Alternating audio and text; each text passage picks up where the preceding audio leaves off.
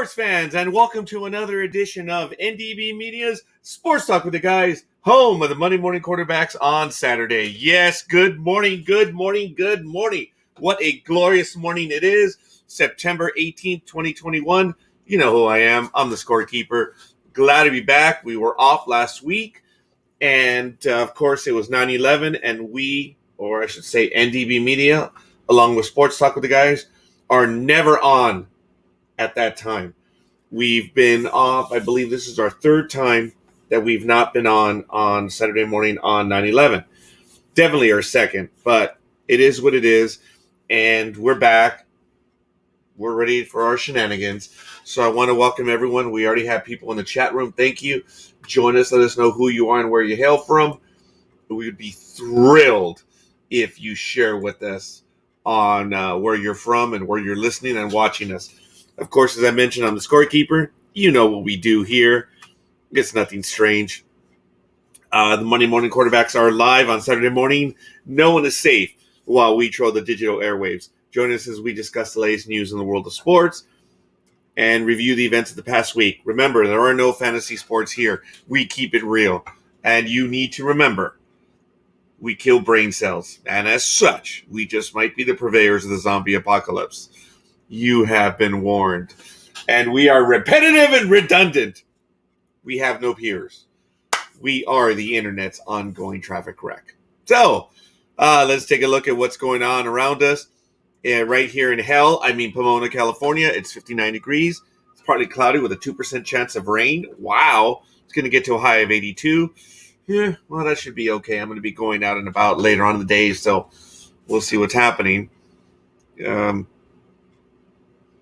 Humidity is 84%. Yeah, it did feel a tiny bit sticky, I guess. Pressure is 30.02 inches. Visibility 10 miles. Wind is 3 miles per hour going to the east. I know I always have to show it for some reason. I don't know why, but it is what it is. And the dew point is 54 degrees. UV index, of course, at this hour is 0-10. And we are in a waxing gibbous for the moon stuff. The moon phase. Just lit up my iPad mini. I hadn't turned that little rat bastard on in a while. So here you go. Got two for you today.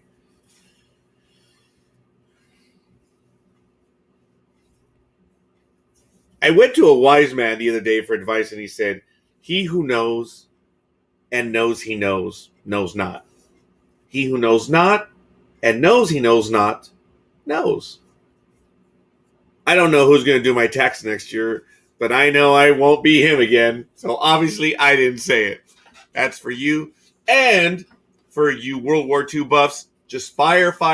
This is all you need to do. During World War II, 3 people, Michael, Sam, and Ben, were captured by the Germans, or by Germans. They were sentenced to death by shooting one after the other. Fortunately, Michael came up with a plan. He told the others that the Germans were afraid of natural disasters, so he would cause them to panic and escape while they were in confusion. The next morning, Michael was led to the wall. The firing squad was lined up, and the captain commanded, "Ready, aim!" But before he could complete, Michael shouted, "Earthquake! Earthquake!" which we had one yesterday, and I'll discuss it shortly. The German soldiers panicked, and Michael escaped. Later, the soldiers took Sam out, and the firing squad were ready. The captain commanded, "Ready, aim!" This time, Sam shouted, "Flood! Flood!" Again, the soldiers panicked, and this time Sam made his escape. Observing all this, Ben began to get the idea. It's important to get the timing right. Soon, it was Ben's turn. The soldiers lined up. In front of him, the captain started, "Ready, aim, fire! Fire!"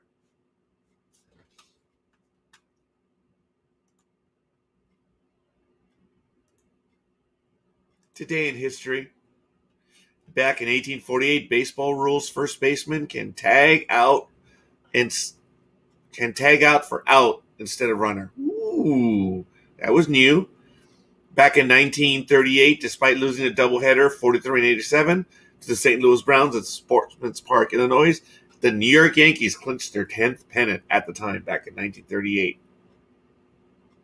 In 1965, Mickey Mantle Day was at Yankee Stadium, and Mantle played his 2,000th game. Wow, that's crazy. Back in 1991, in American League Baseball executive John Hart becomes general manager of the Cleveland Indians.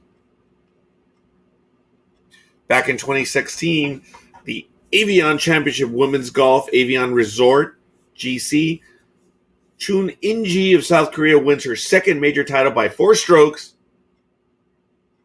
from Ryu So-yoon and Park Soon-hyun, who was 21 under par score, a record for all women's majors. Wow. Good stuff, I suppose. And in the last one, back on this day in 1962, Charlie Finley was denied permission to move the Athletics to Dallas-Fort Worth, Texas. Wow. Good for him. Would have been a failure down there. In the Rachel Heel Flint Trophy 2021, the Lightning are up by 320 over the Central Sparks, and the Southeast Stars need 170 runs. They are really behind right now versus the Thunder. And I believe this one is live. There's a break in the innings. The Western Storm, 313. Wow. That's crazy. Also an innings break, the Northern Diamonds over the Southern Vipers, 256-0. Jeez. Somerset win by 2 tickets. Wow.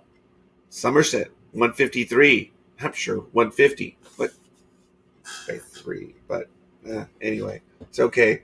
It is what it is. So, in National Rugby League Union Land Down Under, we have to catch up. We're in the 3rd week of the finals. But in the first week, Friday, September 10th, the Storm beat the Sea Eagles 40-12 at Sunshine Coast Stadium. The Roosters 25-24 over the Titans at Queensland Bank County Stadium in Townsville. The Panthers lost to the Rabbitohs 16-10, and the Eels took it to the Knights 28-20. That was in the first week finals.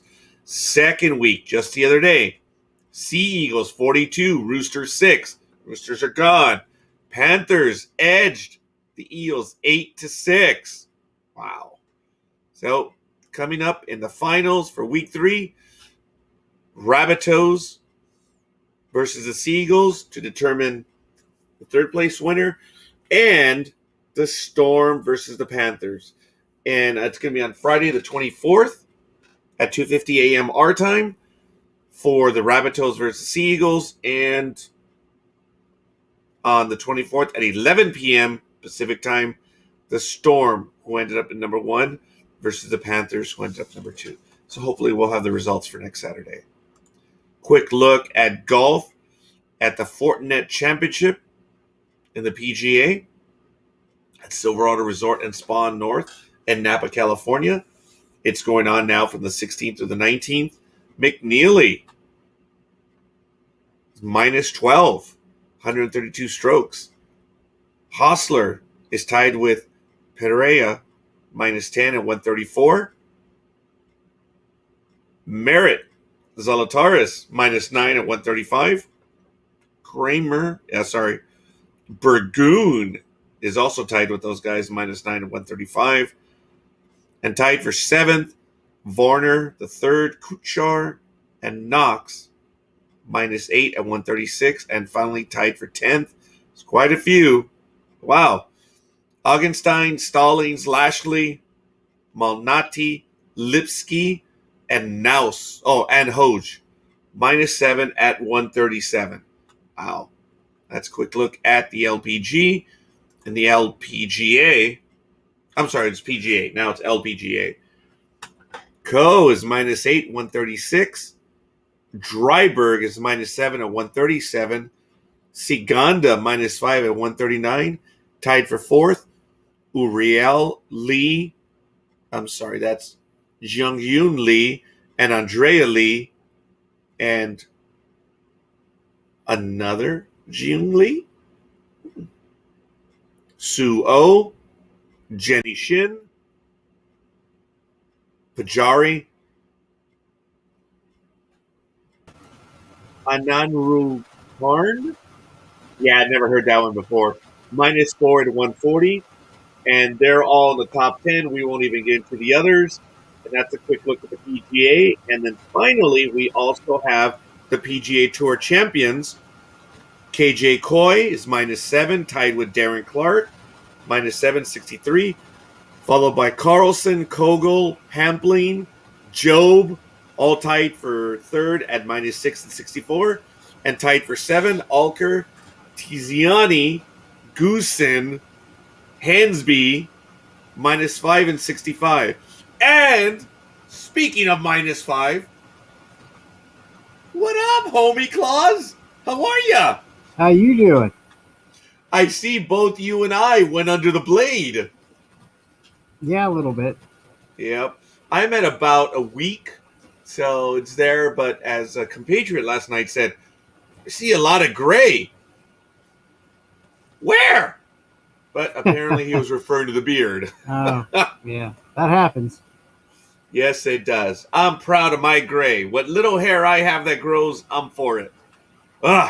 So, folks, that was a quick look at the PGA, cricket, the land down under, and rugby. And we'll be getting to some other stuff shortly. I already went over the weather and day's history. What's going on, Almighty? How you doing? Not much. It's looks like it's 64 degrees here. With a high of about 83. 59. Oh, wow. We're close. I think it's just warmer for you now, but we're looking at a high of 82, but we're at 59 right now. So we're right in there. But you have a lot of daylight. Yeah, we're supposed to be a high of 89 tomorrow. So some are still hanging around, which is good. I don't have a problem with. It can stay as long as it wants, but eventually it's going to get back down there where the have to put on a coat maybe. Well, you're lucky because we're going to be at a high of 82. Same thing tomorrow. And then on Monday, little rat bastard comes back. And we may have a San Andreas event. That's an earthquake event. I was going to say, you can predict earthquakes now? That's awesome. No, but I did have a feeling that one was due. And yesterday I was having lunch, as I mentioned earlier in the tease. Not lunch, but I had dinner with a coworker who's now retired, Gus Nakul. As I say, he's one of the only engineers I respect, and he's retired. We were at Zanku Chicken in Anaheim. I don't know, maybe about... Anaheim's a big city. So we were about 7-8 miles away from Anaheim Stadium. But anyway, we were there, and we were enjoying our meal, and all of a sudden, when someone moves the table, you get that, stop screwing around or whatever. Right. But I felt the table move, and then the floor, and the restaurant was full, and I looked up, and I made eye contact. I don't know. He was wearing a B on his cap. It didn't look like it was a Boston one. It might have been a Brooklyn Dodgers. Good hulky guy.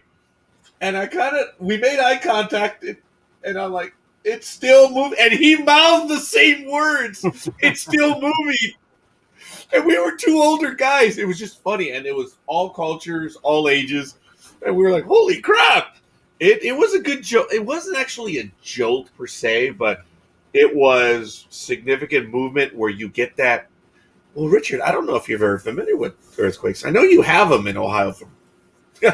Very, very rare. I think right. we had one where I was living 40 years ago. And I was just getting up, and all of a sudden the bed's shaking, and I'm thinking, well, I'm not doing anything with my private parts. What's going on?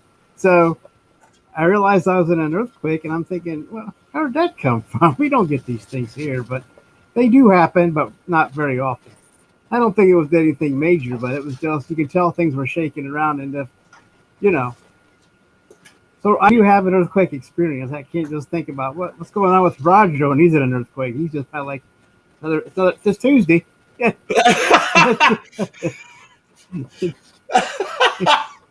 So, Which happened to be on a Friday night. Well, yes. Yeah. That's funny. That's funny, Almighty. Yes, it was just another Tuesday for us when it comes to earthquakes. It turned out to be a 4.2.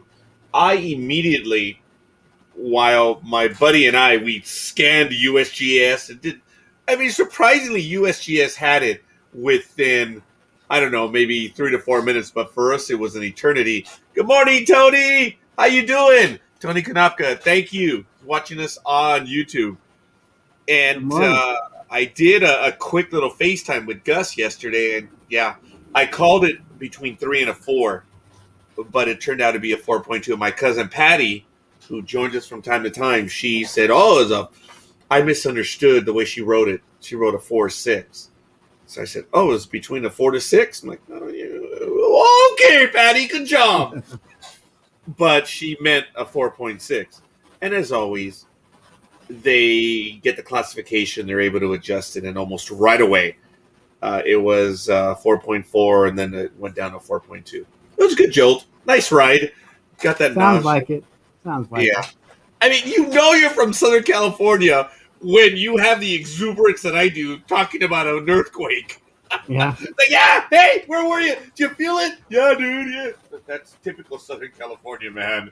Well, as long as the ceiling doesn't fall on you, I guess it's okay, right? As long as no debris fall on you and stuff. But I know that, they can't get worse than that. But I know that you have your little tremors over there, so. California is designed to get through them.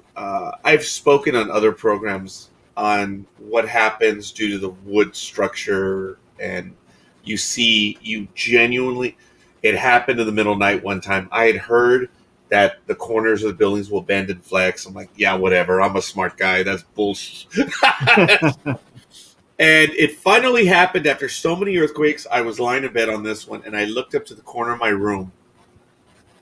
And Richard, I understand physics, I understand science, and I understand my eyesight. This is the best way that I can describe it. I am looking at the corner of my room. Here's the ceiling.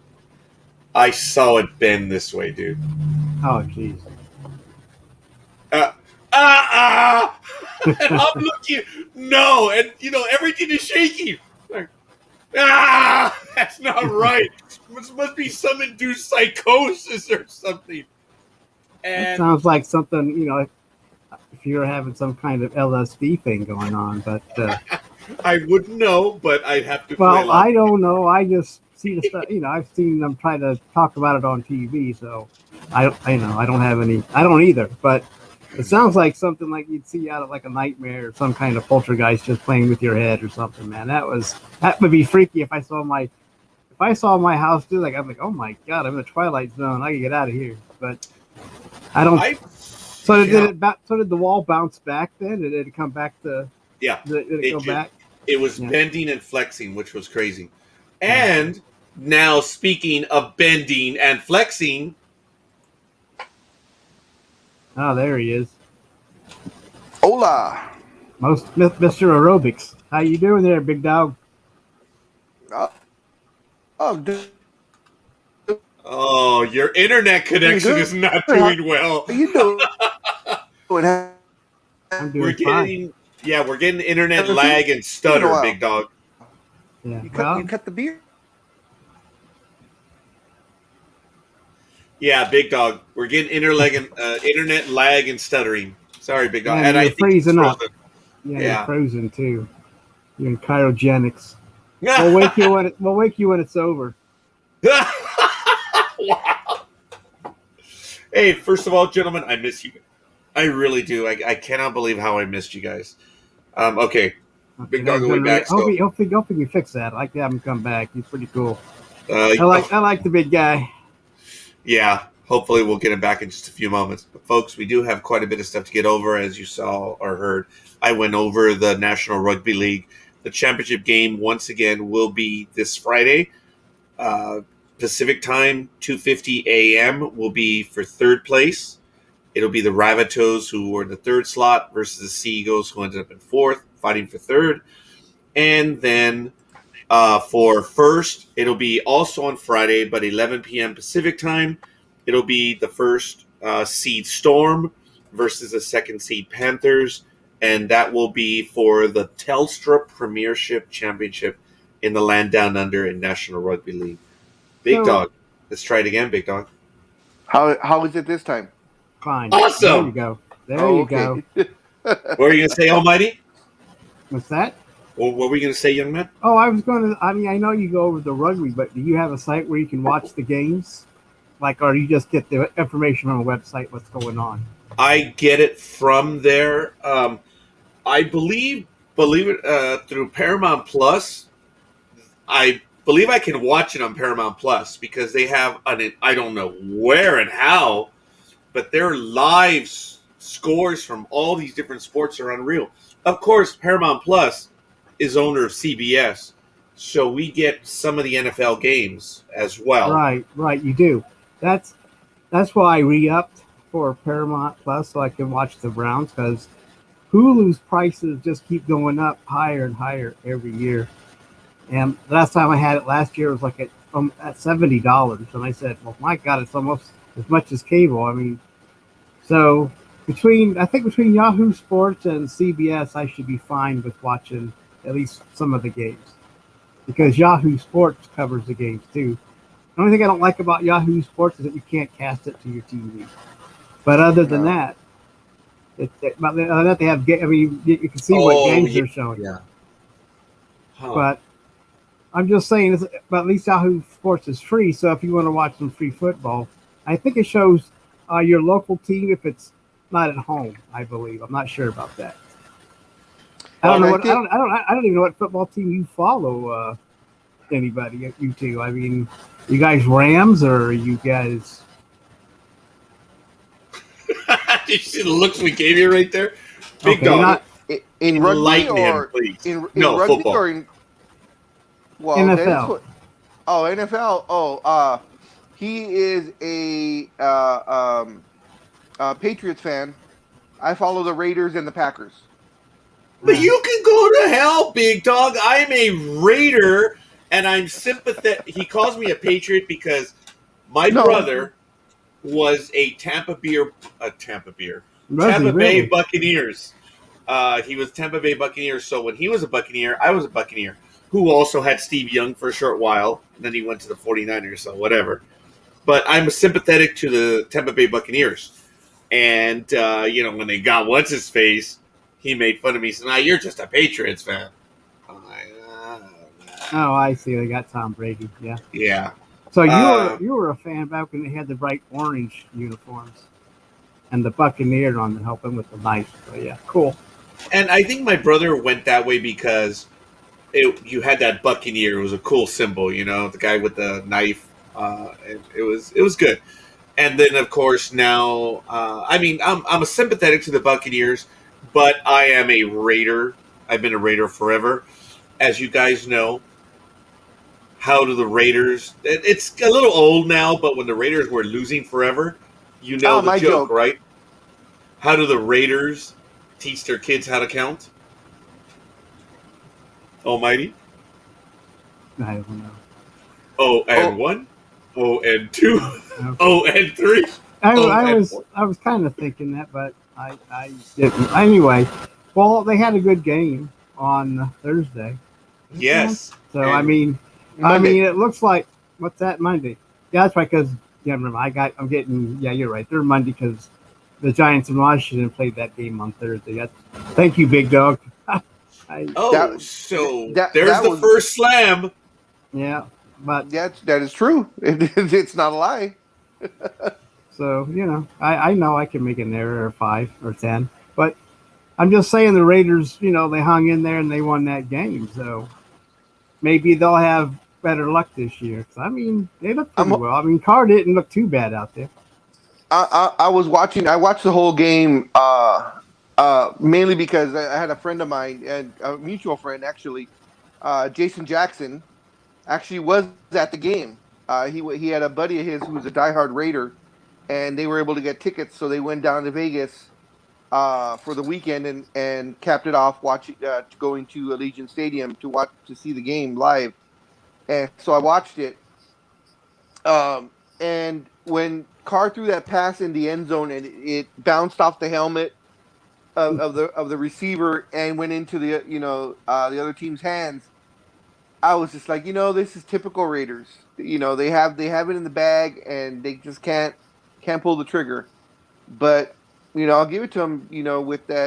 With 34 seconds left, down by 3, You know, he marched them down to kick that field goal, 54 yards, I believe. Yeah, yeah. I You think know, So it wasn't. It was not a short one. I mean, I know they make these over 50 ones nowadays, but it's 54 or 57, something like that. yeah, it was a And long one. yeah, and he did make it. And it's just too bad the Raiders can't get in at the goal line. But when you're No first kidding. and goal on the inch-yard line, and you can't pump it through, it's like, oh come on, you just won the game. Let's do it. Almighty, almighty. Look, I've had it with you. Stop exaggerating. It wasn't the 1 inch. It was the half a yard. Stop it. Okay, half a yard. What? I'm sorry. That does make a difference. I mean, yeah, but I was going to be a jerk and say the 3-inch yard line. well, I didn't go out there and measure it with my penis, so I wouldn't know. But I'm just saying, I'm glad the Raiders hung on there and won, even though it took them overtime to do it. It was like, come on, you guys, you had so many chances to win this game, but they pulled it out. I don't mind overtime. Oh, sheesh. You know the saying, you can always trust a dishonest man to be dishonest.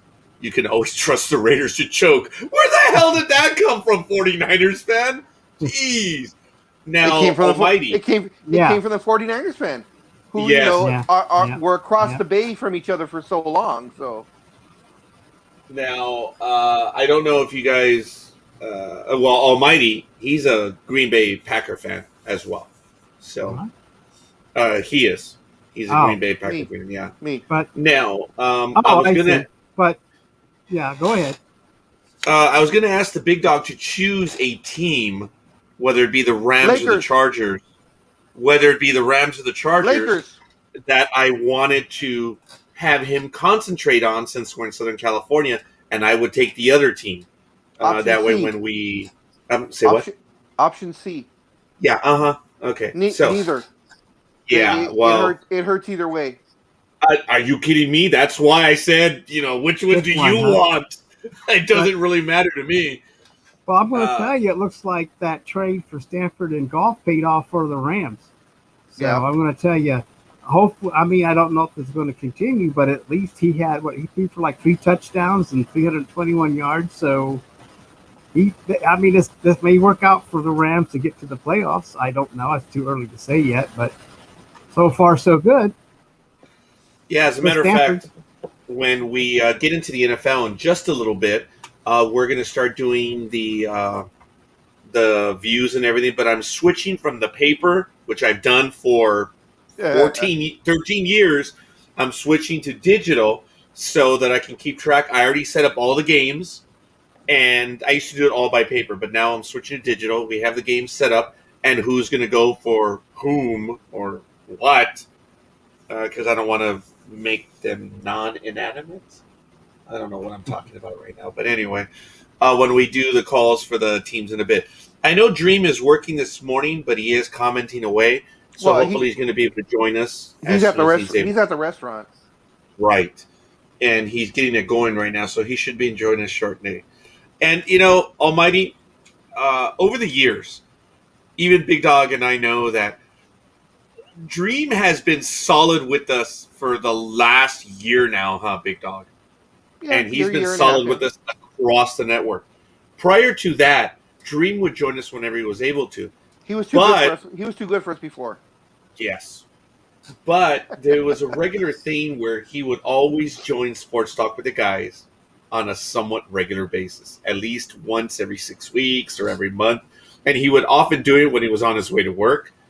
He'd call in.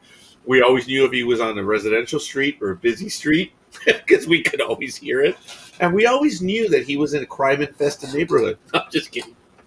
Because we would always hear the cops go by. But let's see. Set up an Excel spreadsheet so it tallies our records so we see who wins on calls. No. Actually, it'd probably be better that way, but for right now, I'm setting it up on OneNote, and at least we have a digital record where I can share with everyone how the calls are, and we should be okay. So thank you, Dream. I can probably do it on an Excel spreadsheet once I get all the information in. But I want to start off with minor news before I do forget, because it is minor news. This is how bad Clipperland is. I don't know if you guys Good. saw it. Perfect. We've been talking about this for a while, but as I told Big Dog, construction had not begun, and now it has begun. They broke ground. Groundbreaking was on Thursday, correct, Big Dog? Thursday or yesterday? I don't. Sure, whatever. Yeah, Probably exactly. yesterday. Yes, but they had groundbreaking, and Big Dog will give us some of the details. But I don't know if you caught the images. But this is how great Clipperland is. The 2 stars were there. Everyone was wearing masks except the 2 bozos, and you could tell they had no desire to be there. It just goes to show you that encapsulates what's wrong in Clippers land right now. And in case you don't know who the bozos are, that was Paul George and Kawhi Leonard. You could tell neither one of them wanted to be there. You could tell by their facial expressions. They had no desire to be there whatsoever. You had Steve Ballmer being the hype man that he is, hyping it up. And what made me laugh out loud, unbelievably loud, was that Steve Ballmer said with this arena being built, that the Lakers and the Lakers fans are now afraid of the Clippers. I laughed so damn hard. I don't understand. Oh, all right. They're afraid of a coliseum. I understand. Yeah. There you go. Well, we have to wait and see what happens inside that coliseum when the Lakers come to play. Then we'll see who's scared of who. You're giving them way too much credit. Coliseum? No. Whatever. It's a little stadium. Yeah. Let's make it clear, folks. I'm putting up the article right now, and I'm going to provide the link. I'm going to do that right now. I believe I'm asking too many questions. No, not at all. This is a conversation. I believe it's 18,000. What? 18. Yeah. Wow. And it will be a basketball only arena. Oh, okay. They said because he owns the Forum, which is adjacent to it, so concerts will still be happening at the Forum. This is basketball. He has to have something planned for other things, other venues to be happening there, because basketball is only 7 months out of the year, and then half the time they're traveling. So if he's doing basketball only, it's not going to be worth the $3 billion or whatever it is. What? They're going to spend $3 billion on No. It might be $3 billion on everything they're going to do around there, but the stadium itself, it is privately financed. It is going to be $1.8 billion. Okay, $2 billion. But that's just for that whatever it is. For the building. Yeah, that's it. Yeah. Stadium. There's stuff that's going to be done around there. There it is. Yeah, arena. That sounds better. Supposedly this is a very unique arena that and this is what reporters are saying, not what Ballmer is saying, but this is what reporters are saying, that this type of arena has never been tried before, what they're doing. So they're saying even it's going to be an extremely steep arena. They say that the ups, are actually, when they compared it to Staples Center,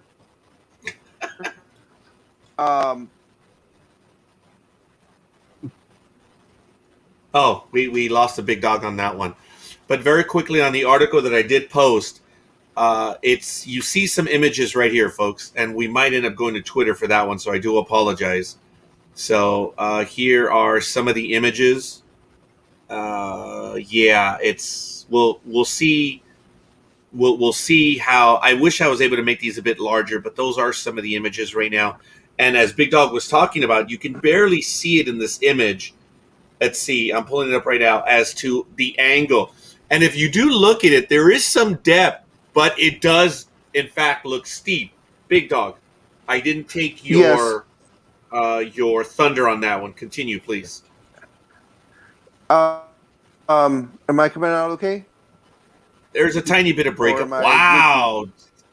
You're clear. Go ahead, big dog. Okay. Now, that picture you're showing right now is what they call the wall, and that will be on the opposing side. Go back to the other one, scorekeeper. Sorry. That one. Okay. So what they're doing is they're building this, and they're calling it the wall. Now, that will be on the opposing team side, which doesn't make sense because they switch sides at halftime. But the opposing team will see this, and what it is, it will go from the floor all the way up to the upper levels without a break. There will be no luxury boxes or any of that sort. So in essence, what it's supposed to do is scare the other opponent when they're at the free throw line, because all they see is this wall of people. And I'm thinking, okay, he's Ballmer goes over the top when he talks about this, but that is their thinking. And also, as I said, when you get to the upper tiers, when they compared it to Staples Center and the Forum and some of the other arenas that are out there now, they say you're actually 50 feet closer to the court, even on the upper tier. So it's going to be extremely steep. Now, Scorekeeper and I, have gone to Staples Center and the Forum, and when you get to those upper levels, it's kind of steep up there, especially if you had a few. So it's going to be interesting to see what the angle of degree is going to be once you get up to those upper levels. Because if you're going to be that much closer in a small arena, you got to, the angle is going to be pretty crazy. You got to bring your mountain climbing gear with you to get up there. Kinda. Your rope and your stake, so you can just keep pounding up and just climbing up there. That sounds awesome. I like it.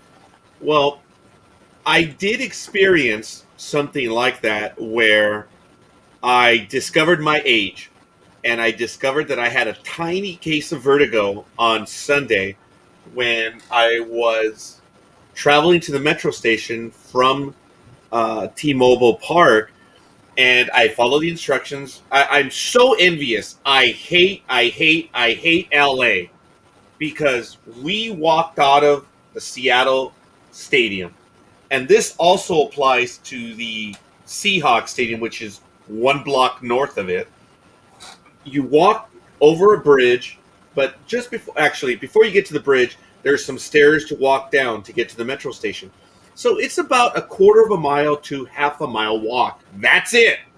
So I get to the stairs, and I'm looking down the stairs, and I'm in the middle. I'm like, holy crap, I'm going to fall right now. So I went over to the left, and I got a hold of the handrail. I was like, oh, I didn't like it. But I can only imagine how it would be if I thought the regular steps were steep or the angle. I don't know. I didn't take a look at the rail is or whatever, but it felt steep to me. But I think I'm just old. So I can only imagine how this stadium is going to be. For those of you, I shared the link. If you want to follow it and you check out the images on Twitter, there is some depth to this image where you can see the angles. This is very well done to emphasize the angles. If it's really going to look this way, gee, big dog, I understand Honda Center is already fairly steep. Yes, it is. I've been there. Yes, it is steep. Yeah. Well, I have no desire to be there. It seems like it looks like everybody will be on top of the players. I wonder how it will affect the players having these fans. That's another. Yeah. Just seems like they're going to flood over and attack them at any moment, because there's not much. I mean, you have this little square, or rectangle, and then there's like this big wall of people going to fall on you. It's interesting. Yeah. If you look at these images, the fans really are right on the court. That's crazy. There's like no one in between. And I know in other stadiums, or arenas, I should say, you can see that there's space. It doesn't look like there's any space right here whatsoever. But, however, it is what it is. Well, I'll have to compare this. I'm sorry, Big Dog. I just compare this to when it's actually finished and see a game going on, I guess. And that won't be till the 24-25 season. So You know, we Okay. still have to deal with our little redheaded stepchildren, little brothers for the next few years at Staples Center. But with Ballmer's uh, statement saying that the Lakers and Laker fans are afraid of the Clippers, someone brought this up, and this will be my last dig at the Clippers. Oh, it won't be Almost my mine. last, dig. But they did a comparison from when the Clippers. Now their franchise inception was in the 70-71 season. So since then, the Lakers winning percentage is 60.8%. The Clippers winning percentage is 41.5%. The Clippers have 16 playoff appearances in those 50 years, and the Lakers have 41. The Lakers have 19 finals appearances. The Clippers have none. The Lakers, of course, have 12 titles since the 70-71 season. The Clippers, of course, have a big goose egg. And all the Lakers numbers I just rattled off in that 50-year span are either number 1 or number 2 in the NBA in that time. So I don't know what we're supposed to be afraid of, according to Ballmer, you know. But Maybe other because, than having it looks like an alien spaceship and they're afraid it'll take off with them and go back to Probably. go out into space. I don't know. I mean, Looks of course, like I'll admit that they're going to have probably the nicest arena in the NBA. Then that just comes from it being the newest, you know. But Right. other than that, I'm not going to give the Clippers anything. And of course, they said that this is being built because they need a place of their own because of their identity, where they have their logo LA our way. And of course, I always add to that saying, lose in the playoffs. lose always. But, Lose always, pretty much. When you take a look at where the stadium is, folks, I will give them credit insofar as they have the pedestrian bridges. And I'm not certain if this pedestrian bridge over here is the one that's going to lead to the metro, but I understand that it's not going to go that far. And what a shock. There is another pedestrian bridge on this side, so I want to give you an idea where it's located here in Southern California. And it is right here. As you know, this is an older image now. Big Dog mentioned here's the Forum, which is going strong. That place is a very popular events place now. I believe a church is still there, but the concerts... No. Okay, the church is gone. The church sold it to whoever owns Madison Square Garden, whatever company that is. That is who used to have it, and then now Ballmer is in charge of it now. I don't know who Ballmer has running it, but it will be a concert-only venue because that's mainly what they do now. I don't know when it's going to take effect because I know that the church was still there for their Sunday events in the morning. If they're gone now, really? So they're gone. Yeah, this has been a little while. No apologies necessary. No, I'm just clarifying in that I know that they didn't leave right away. So based on what you're telling me, they're gone now since it's a concert-only venue. I can see that. It was only a matter of time because they sold it, but they still needed a venue. The church still needed a venue themselves. So I guess they've resolved the issue. So good for them. Now, what I wanted to point out is the aforementioned Forum is still there, as Big Dog says, rightfully so. It is a concert-only facility. You have SoFi Stadium here, and here is where the stadium is going to be. I'm sorry, the arena. Okay. The arena for the Clippers. Yes. That's across the street. Okay, I thought it was I thought it was going to be in that little, right where your arrow is now. That's where I thought it was going to be. Okay. No, this was the talk. If you look at the images, which surprisingly they got right, this is Prairie's right here, and then this is Century Boulevard. This is the big street, Century Boulevard, where my arrow is. Mm-hmm. So this is the corner of the SoFi Stadium complex. So just to give you an idea, There it is. So we are bringing Richard back right now. So just very quickly, this is where the stadium, the arena, was supposed to be, and that's why I had spoken to Big Dog about it. Remember when I said the land that was being acquired, since they were doing it in the manner they were, this is why it took them so long to resolve everything. The land that they were purchasing, if I'm not mistaken, was public land. So remember we were talking about that some months ago? Yeah. I said, no. The deal's not done yet, blockheads. Because whenever you have public land involved, there's a lot of stuff that has to come to pass. You can't just buy it and do whatever you want. So the issue's been resolved. Ballmer threw a couple of $1 million. He spread it around, promised a couple of buildings somewhere probably. I mean, quite great frankly, for Ballmer. I mean, yeah. Yeah. I mean, Ballmer's got enough money. I mean, he is one of the. I think he's in the top 10 for richest men in the world. I mean, if he wanted to, I mean, I was thinking about this earlier when I was reading the article about the arena. If he wanted, he could pay for the Yankees cash. He could, yes, he could buy the Yankees, he could buy the Lakers and the Cowboys, all of it, and still have billions left over. You know, and pay cash for all of them. You know, yeah, pay cash for all of them. You know, he's got that kind of money. You know, so. Well, no wonder he can get that arena done with private money if he's got money laying around. Now, of course, Ballmer is a billionaire because of his shrewdness. So we joke about what he can do cash, but the reality is, yeah, he's not paying for this. That's the funny thing. He is not paying for it. He has his investor group. Oh, of course. And you know, let's be real on that. Okay, that's don't want to get into he's showing you how to do it. He says, like I say, don't risk your own money. I think he did on the Clippers though. That was almost all his money. Yeah, that was his money because he didn't want to answer. He's 100% owner. He doesn't answer to anybody on that one. I mean, of course, there's the board of governors that part of the conglomerate or whatever. But he himself bought it. He overpaid, of course, because at the time it was $2.3 billion, I believe, he paid for the Clippers, and they were worth. I think they were valued at barely $1 billion or just under $1 billion. So he overpaid. Folks, now they've caught up. In line.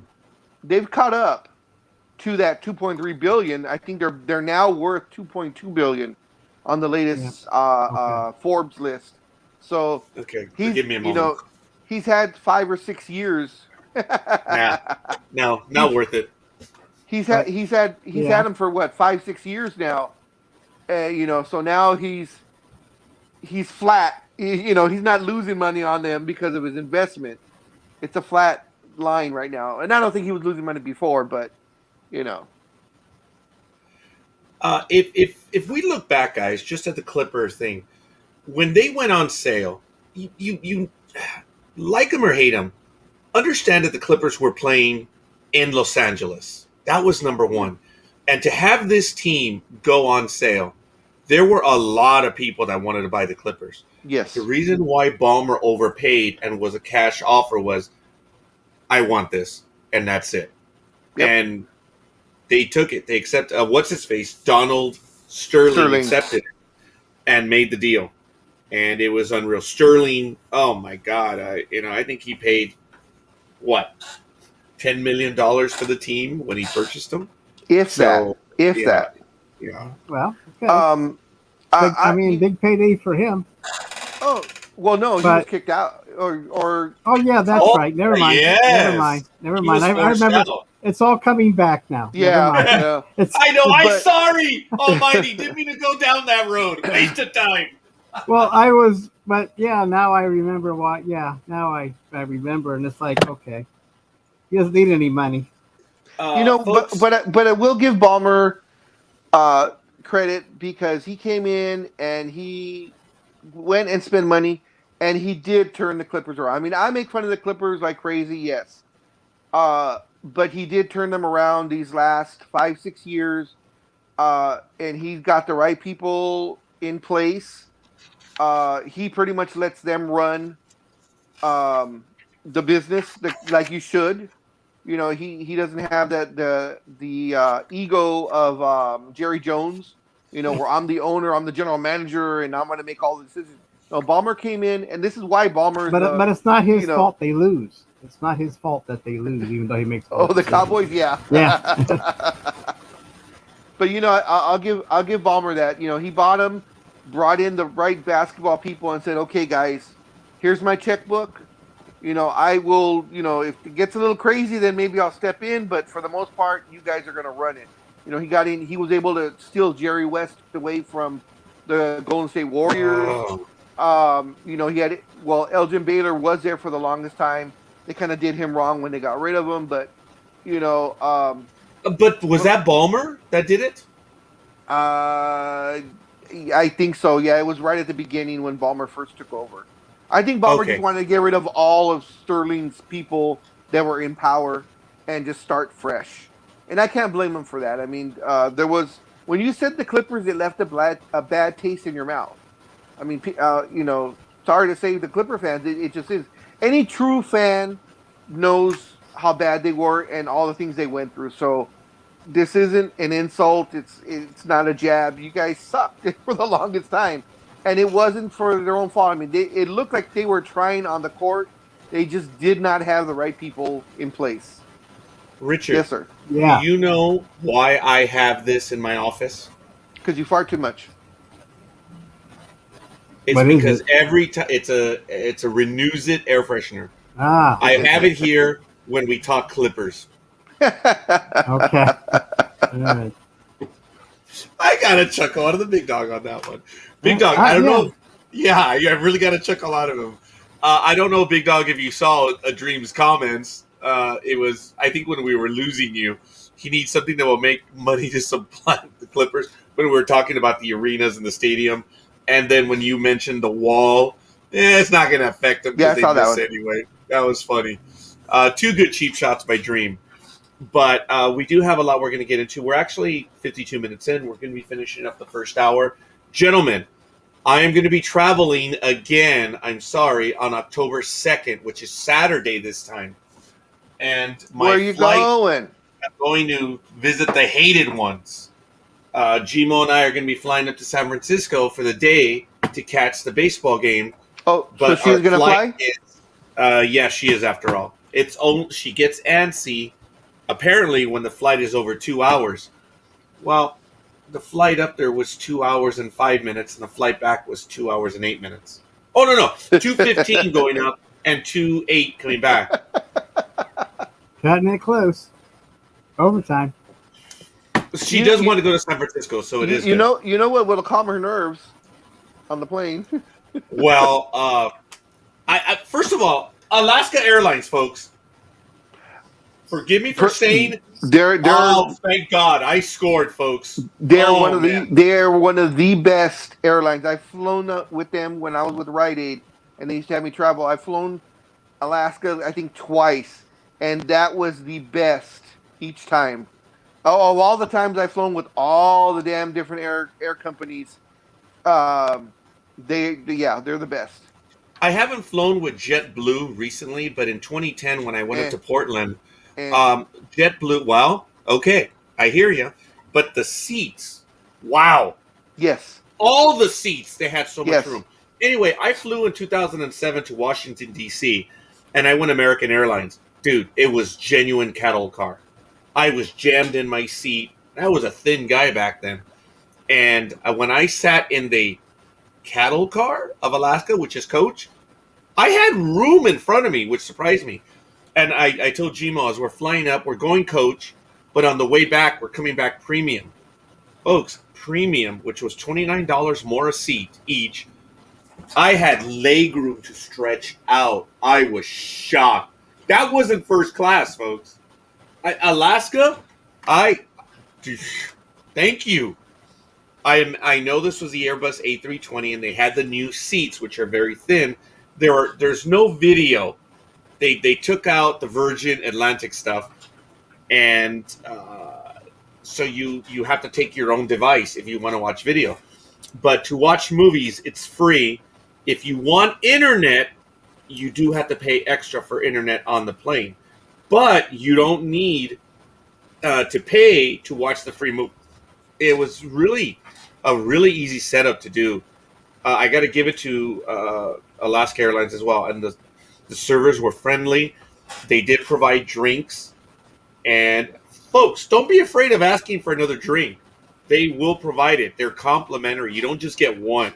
Oh hell yeah! In fact, when they bring the drink for me, because like for me, I'll get the Coke Zero, and they pour it. I'm like, can you leave the can? They go, oh sure, here you go. Oh well, now they're using the 7.5-inch cans. Oh. Oh, so I was like, yeah, man. Yeah, I noticed both of you reacted to that one. But I did ask for a second one, and they're like, yeah, no problem. They brought it over, and I made do with just the two. And I'm pretty sure you mean 7.5 ounce, not 7.5 inch. 7.5 ounce, sorry. That's what I meant, yes. I apologize. Now, what, I did what are you trying to tell us there, Raj, with 7.5? What are you trying to... Are you trying to impress us with that? Well, we're impressed. Don't worry. Well, thank you, Richard, for going that way. All I can say is that my answer was answered now that I've done my DNA, and I know that I have 4% from the sub-Saharan continent. I now know. Now I know where it comes from. So I'm very happy with it. Yes, thank you, Almighty. But, folks, I'm flying up with Alaska again. My flight will be leaving at, oh, darn it. I thought I had it right here. But we're leaving LA at about 9 o'clock. Oh, it logged me out, you rat bastard. I guess I did that before the program went live. Anyway, we're flying up. It's only an hour and 10 or hour 15-minute flight. But our flight leaves at 9. We got to be there 2 hours early. So Sports Talk with the guys. So you'll be broadcasting from the car? No. I will not be broadcasting from the car. I want to know what you gentlemen want to do. We're going to be there all day. We're flying back at about 7:30 at night. So we'll be back around 9. We'll be back at the house maybe by 10:30. Do you guys want to do 1:05 or 1:10? And you're going to do sightseeing after? Well, I'm putting that. I don't know if we're going to do any sightseeing. But you've got to put some, if to go in extra innings, overtime, whatever, and if there's traffic at the gate, both ways we got through security since we had nothing with us. We just had our personal stuff.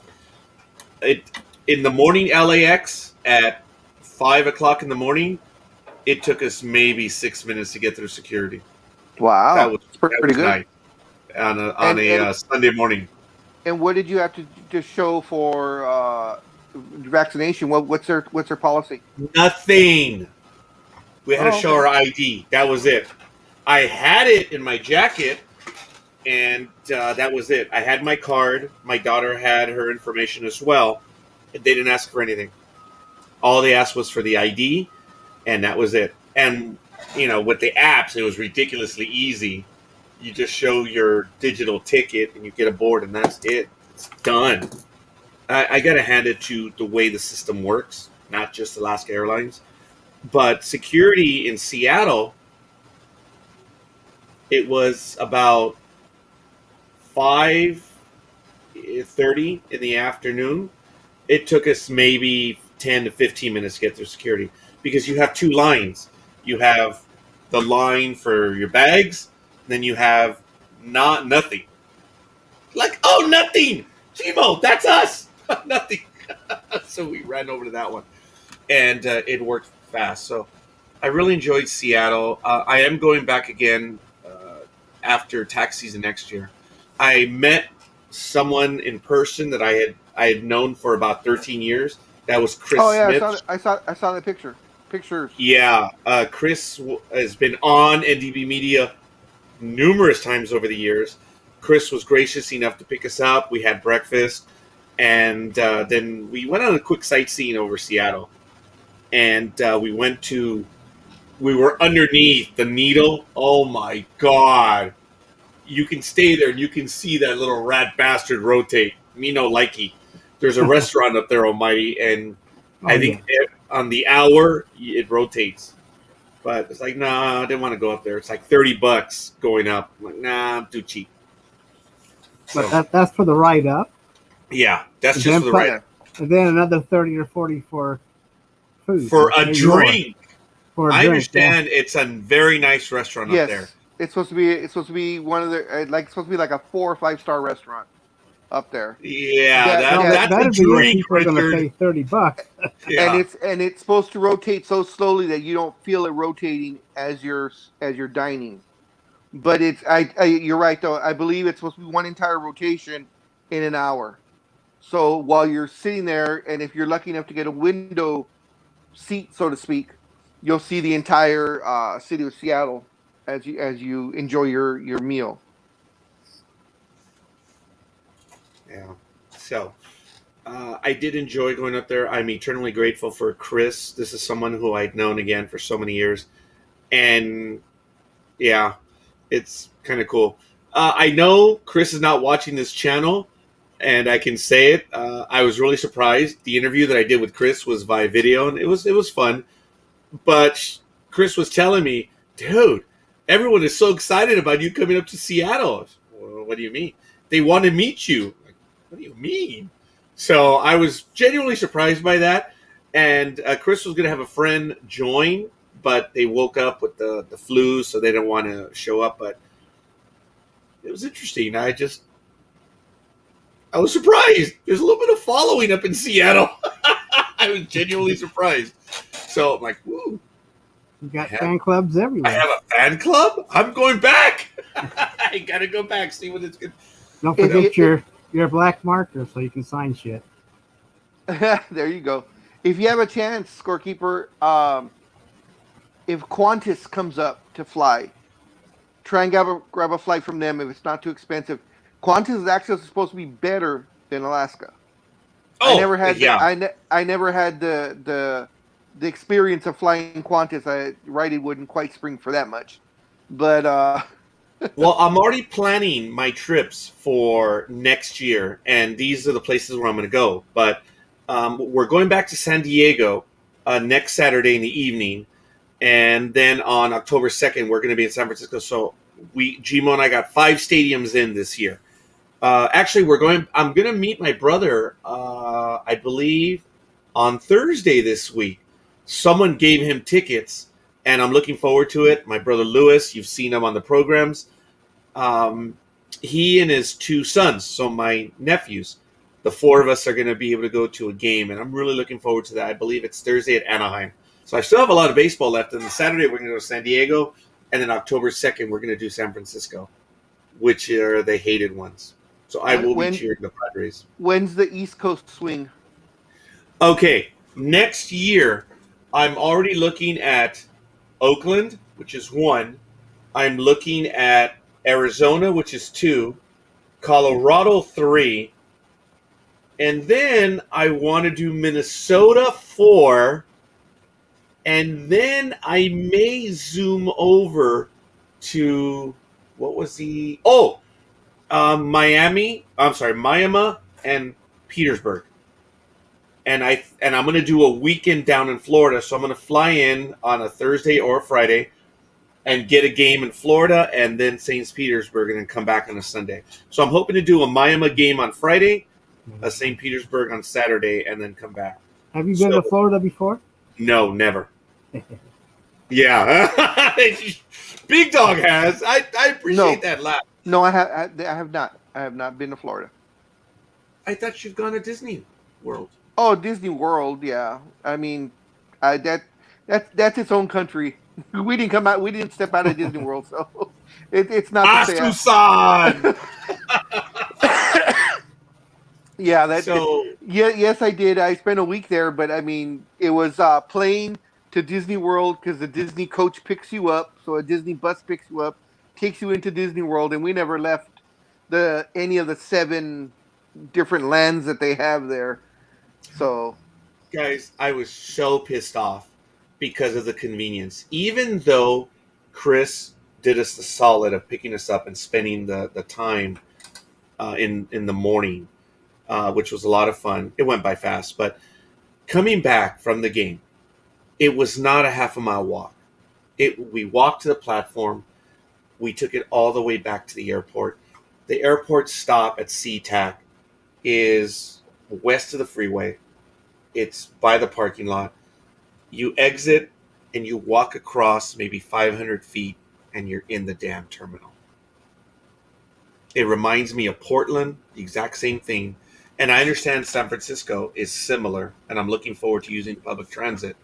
I'm beside myself as to how convenient the public transport. Is Matt going to be joining you up there at all? Or I don't know. I know he's working right now, and I'm going to contact him and find out if he's going to go there or not. And I'm looking forward to that. But almighty, realistically, how far is Minneapolis, St. Paul from you? It's a drive. It is. I'm trying to remember. It could be 20. 20. Oh, that's a day. Yeah, that's a lot. Well, I'm trying to. I can't remember. I mean, I know someone that came down from Minnesota. Actually, Twin Cities, a couple years ago, but I can't remember how long it took him to drive. So I can't. I think he flew and Hannah drove. I can't remember, but okay. I mean, I know you. I mean, a flight wouldn't take you that long, but I mean, driving from Minnesota, you're still going through Wisconsin, and then you got to go through Chicago, and then Indiana, Illinois, Indiana, and then into Ohio, and then it's probably still another 2 hours once you get into Ohio to get to Cleveland. Yeah. So I'm just saying, I think it's like 8 hours to Chicago anyway. I know going to Chicago is at least 8 hours to get there if you drove, but you're going through several states. I guess you're flying from Minnesota to Florida is what you're doing. Well, no, it's not going to be all in one shot. They're going to be 5 different trips. Oh, I see. But I'm going to get 6 teams. You're not going to go on a tour. You're not going to go on tour. No. And that's why I'm trying to book all the flights. I'm not expecting to start my baseball trips until May because I'm going to Alaska on where's 20? Oh, I don't have. Oh, here's 2022.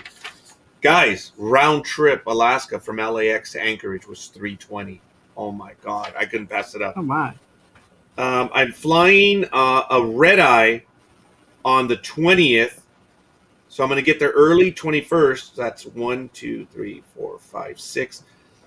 Actually, I'm flying back red eye on the 26th to get back on the 20th. So I'm going to have 6 full days. And speaking of full days, there he is, the man of the hour.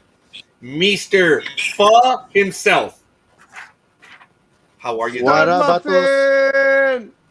There he is. How y'all doing? We're doing well. So I'm not. Yeah. How's it hanging? Right now, Dream, I'm waiting for the fares for New Orleans to be up on another special for Alaska because they don't have a team of interest over there. So I was just talking about my baseball stops. Look, I'm able to travel finally. I don't get these last minute, I don't want to go and all this. You know what? I don't have to deal with that shit anymore. I don't. That's why I'm traveling. I've had it. And I don't, there were so many times I was going to go places and then I just, like, shut up. I don't have to deal with that shit. You know what I was suggesting? What I was going to suggest? Make peace? Not going to happen. You should rent a car, go hit up a Houston Astros game, then drive over to Louisiana, and then we'll take a plane to New York. Well, I still want to go with you before you leave New Orleans, so it's still a plan.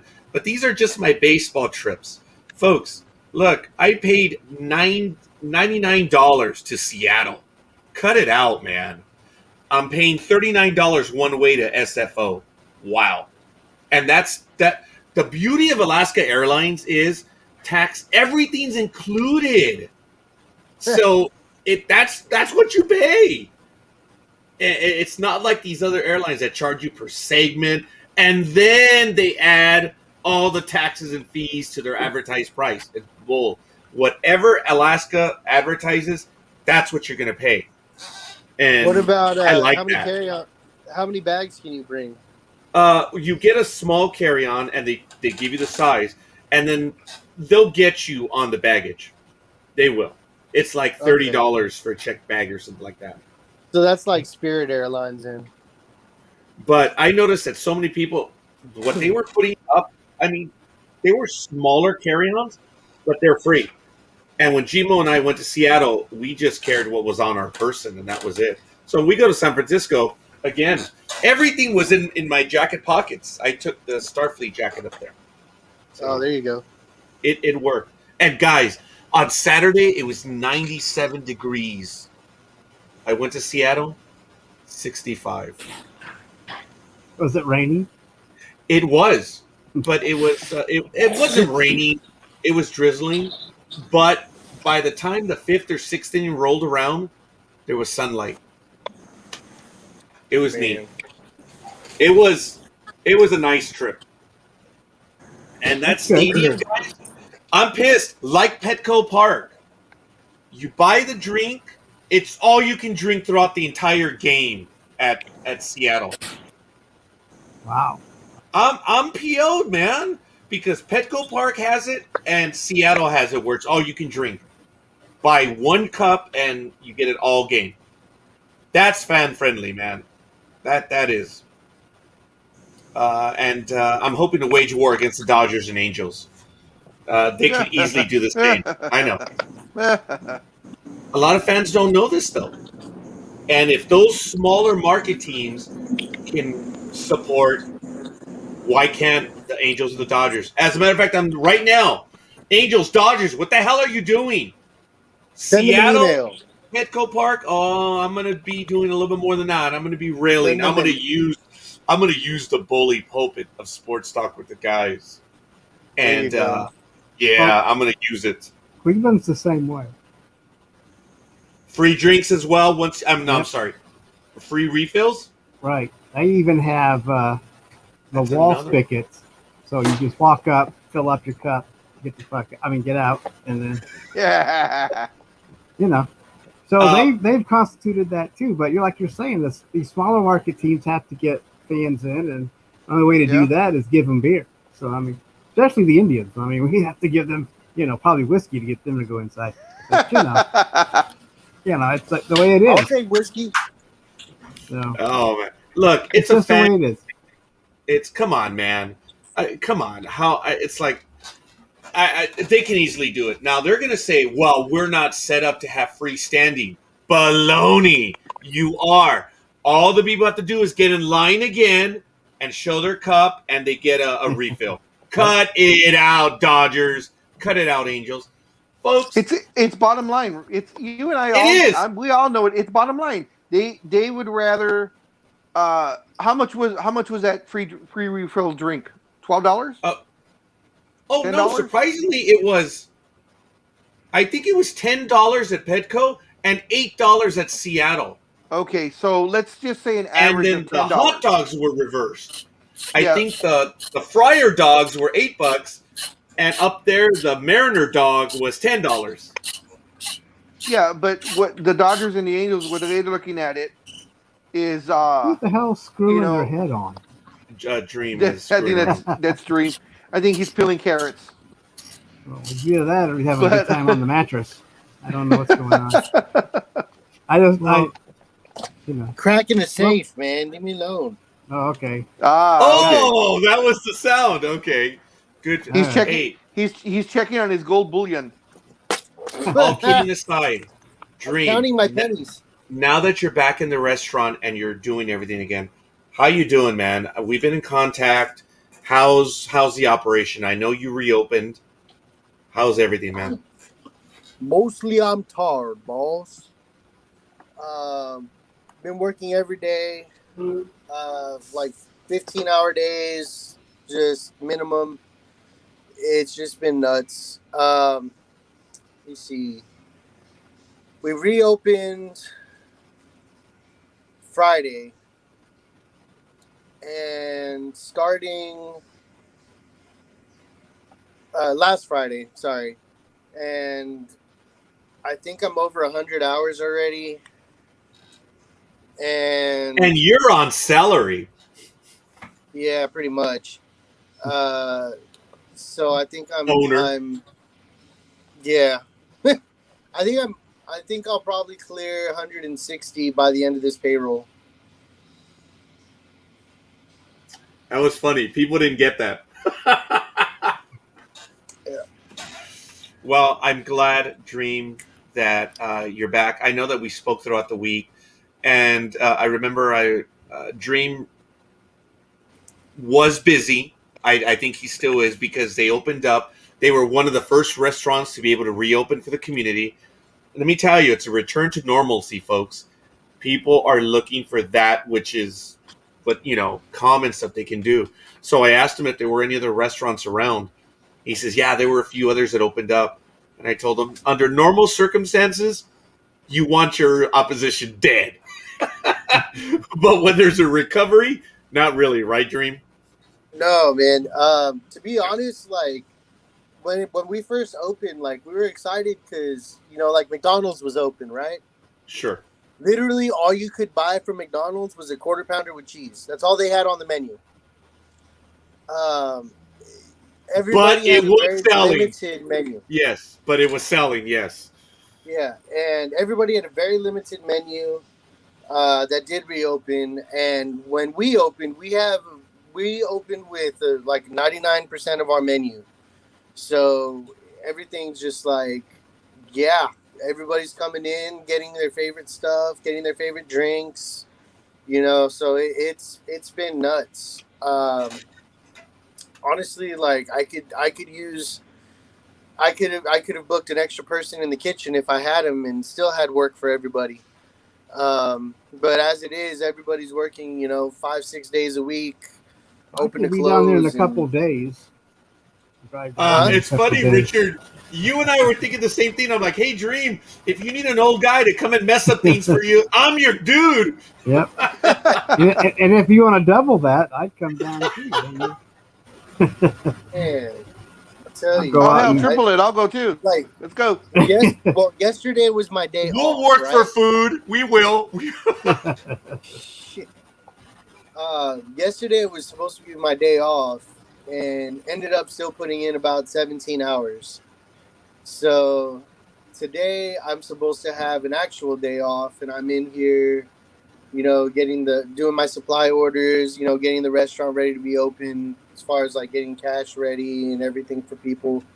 But I have a house full of kids at my house because it's my daughter's birthday this week, and she's having like a sleepover last night. Lucky you. So Oh, joy. after I'm done here, I'm gonna go fire up the barbecue grill at home and start cooking burgers for lunch. But he's not alone, thank goodness, because Danielle, of course. Are your other two daughters there as well? No, they're back in California already. Okay, but your sister-in-law's there too, right? Yeah, sure. She's had. You should be a couple okay. days off this week. Yeah. So, in other words, Dream's gonna cook, but thank goodness he doesn't have to be there per se. So. Yeah. No. My sister-in-law's at home. She's having her other day off today. So she's good. She'll help me by eating. All right. Well, that's fair. And oh my goodness. There's a few comments there. Sweet Jesus is the perfect evolution of beards. Thank you, Polar Knights. Thanks for joining us. Well, if Dream were to show up right now, if we see his video, we'd see the peach fuzz on Dream. It's about 15 years in the making. But yeah, what an evolution. That's funny. Thanks, Polar Knights. Hello from Norway? Yeah. Really? Wow. Thanks for joining us, Polar Knights. We're just having a wonderful conversation. We're trying to do sports. We're going to be getting back to it right now. But Polar Knights, if you're there, what is the sport in Norway? And please don't tell me it's curling, because that's some Canadian crap. Thought it was growing beards. Well, it may be, but we'll see. Thanks for joining us, Polar Knights. He seems to know metal. all about. Norwegian You metal. seem to know all about the evolution of beards. Well, I'm jealous because I don't have Jack. Well, Big Dog has tiny bit of peach fuzz, and No, that's yeah. why it was interesting. By the end of the show, he'll have more than me. Oh, there it is. Mainly soccer. Polar Soccer. Knights. When you say from North Norway, are we looking at Narvik? I'm just curious. If North Norway, I mean, that's way up there. I doubt you're at Svalbard. But, hey, geography major. Cut it out. Oh, basketball and handball as well. Okay. So up there in Norway, it's mainly soccer, but basketball and handball. I can see that because those are indoor sports now. That is cool. Well, thank you for joining us. Fire away on the comments. Hopefully, we're able to keep you entertained for a little bit at least. Up there in the cold. Yeah. I don't know if they already have snow up there in Norway. So what time is it over there? Yeah. What day is it? I think it's still Saturday for them over there. That's what I was wondering. It's got to be in the evening over there in Norway. Probably what, about 12, 14 hours ahead? Well, United Kingdom's 8 hours, so. Oh wow! Look at that. I live on an island 4 hours off the mainland. Wow. It's 4:21 in the afternoon over there. No, well, it's we thank you for 16:21. They use real time. Yeah. For the minions watching, that is 4:21 in the afternoon. That is cool. Thanks for joining us, man. So again, by all means. In the U.S., we can't even use the metric system without getting confused. We use Army time. Sorry. I apologize. So at least they have their priorities straight. That's we awesome. don't. So out here on the West Coast where we are, both Big Dog and I, just to give you an idea, Polar Nights, we're in Southern California. It is 7:22 a.m. now. So 7:22. Dream is this gentleman right here in the middle, or beneath below me. you. Yeah, he's beneath you. You're right now. You're teabagging him. So yeah. Oh my! We may have lost our audience on that one. Be good. Be good. Thomas, otherwise What known am I as doing Dream. to you, Big Dog? My God! that's why I have a He's smile on my 2 face. hours Yeah, Oh, but, all right, Polar Knights. We're sorry. Hi. Welcome to Sports Talk with the Guys. Jeez. Oh, that was funny. Oh my God. I'm so sorry. Dream is he's 2 hours ahead. He's in Hammond, Louisiana, which is just north of New Orleans. Wow. Okay. Wow. All right. So you might be about our age. It might be, yes. Because the Iowa was retired sometime in the late 1990s or early 2000s. That is cool. And it was over there. Oh, please stop with the yes, sir. Don't start this early in the morning. Anyway, Dreams colloquially is over in Norway. New Orleans. he's in Norway, huh? So he's 2 hours ahead. And then Almighty, which is Richard, He's in Norway. Ohio. I'm in Iowa. Yep. That's funny. I'm in Iowa.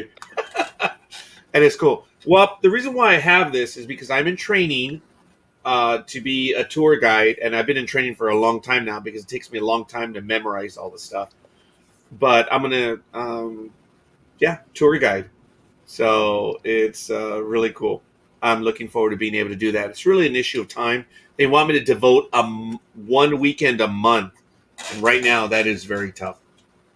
So we'll see. But the Big Dog is back. What's up, Big Dog? Yay. Where you should be.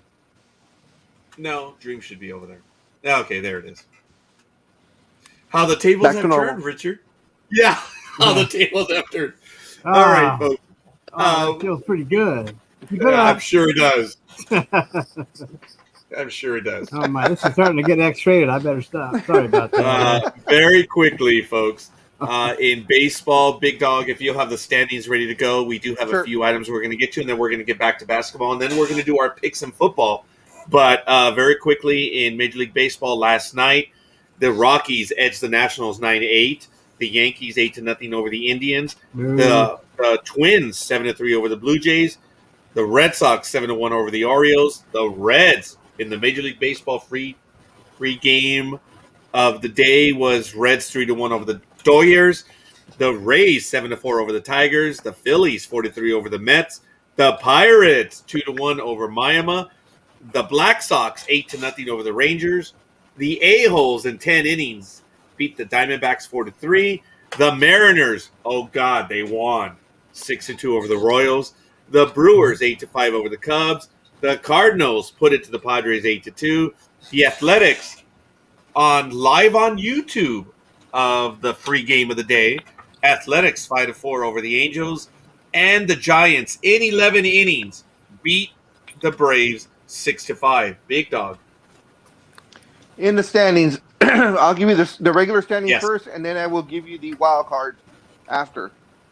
In the American League, it is Tampa Bay still leading the way in the East by 8.5 over Boston now. And New York is right behind them, 9 games behind.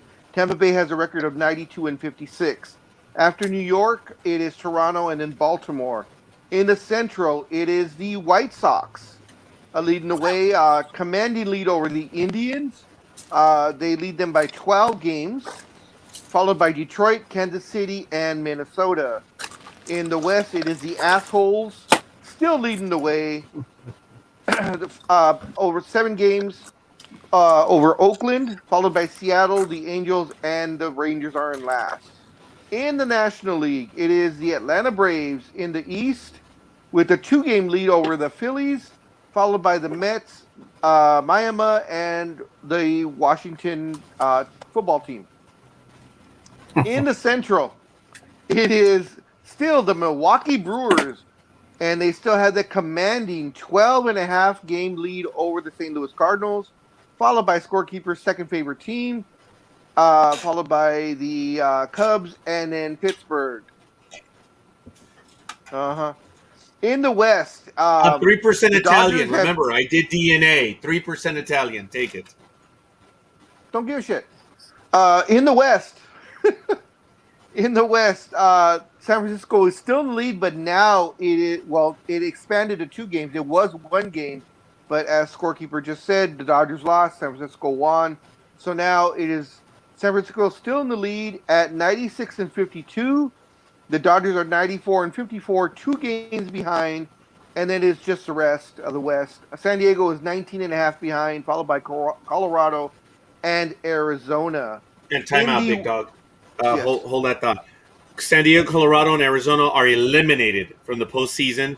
The Dodgers and the Giants have qualified for playoffs, but we don't know where. They're the first 2 teams to qualify.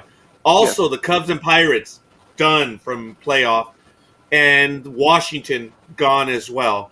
In the American League, Texas has been eliminated, as is Minnesota and Kansas City and Baltimore. And the next team to go will probably be Detroit and unfortunately, the Angels. Yes. Yeah. So, okay. In the wild card in the American League, Boston has a half. It's Boston and New York right now. Boston has a half game lead over New York, but those are the 2 that are in right now. Toronto is only a half game behind, followed by Oakland 2.5, and then Seattle is 3.5. And everyone else is like double digits, huh? Yes. Then it's the Angels at 10.5. Yeah, the Angels and the Indians are 10.5. Wow. In the National League, the Dodgers have a commanding 16-game lead in the wild card. So as scorekeeper said, they already qualified. The other team is St. Louis Cardinals. Then it is scorekeeper's second favorite team is only 1 game behind. San Diego Padres are 1.5 behind, and the Phillies are 2.5 behind. After that, then it's the Mets at 6 games. So it is 1, 2, 3. It's a 4-game race for the other wild card between St. Louis, Cincinnati, San Diego, and Philly. They're all 2.5 games or less behind. So the Dodgers are in, regardless whether it's going to be as the Western, the Pacific champions or wild card, but they are in. Do you think the Dodgers will overcome the Giants? Do they have I that think so. firepower, Roger, Yeah. Yes. or Big Dog? No, I was gonna say I think so. The Giants took the wrong time to cool off. They were going hot and fast for the longest time, and we were kind of talking about that a few weeks ago. If they could sustain that, and I didn't think they could, and it looks like they're starting to cool off now. And the Dodgers are finally hitting their stride. You know, they're getting everybody back healthy. Pitching's starting to come back. Um, the bats are waking up. I don't know if you saw the other day, scorekeeper, who threw out the first pitch. I think it was earlier this week. It was Fernando Valenzuela's Oh granddaughter, yes, the granddaughter, and and she threw and it to. yeah, she threw it to Fernando.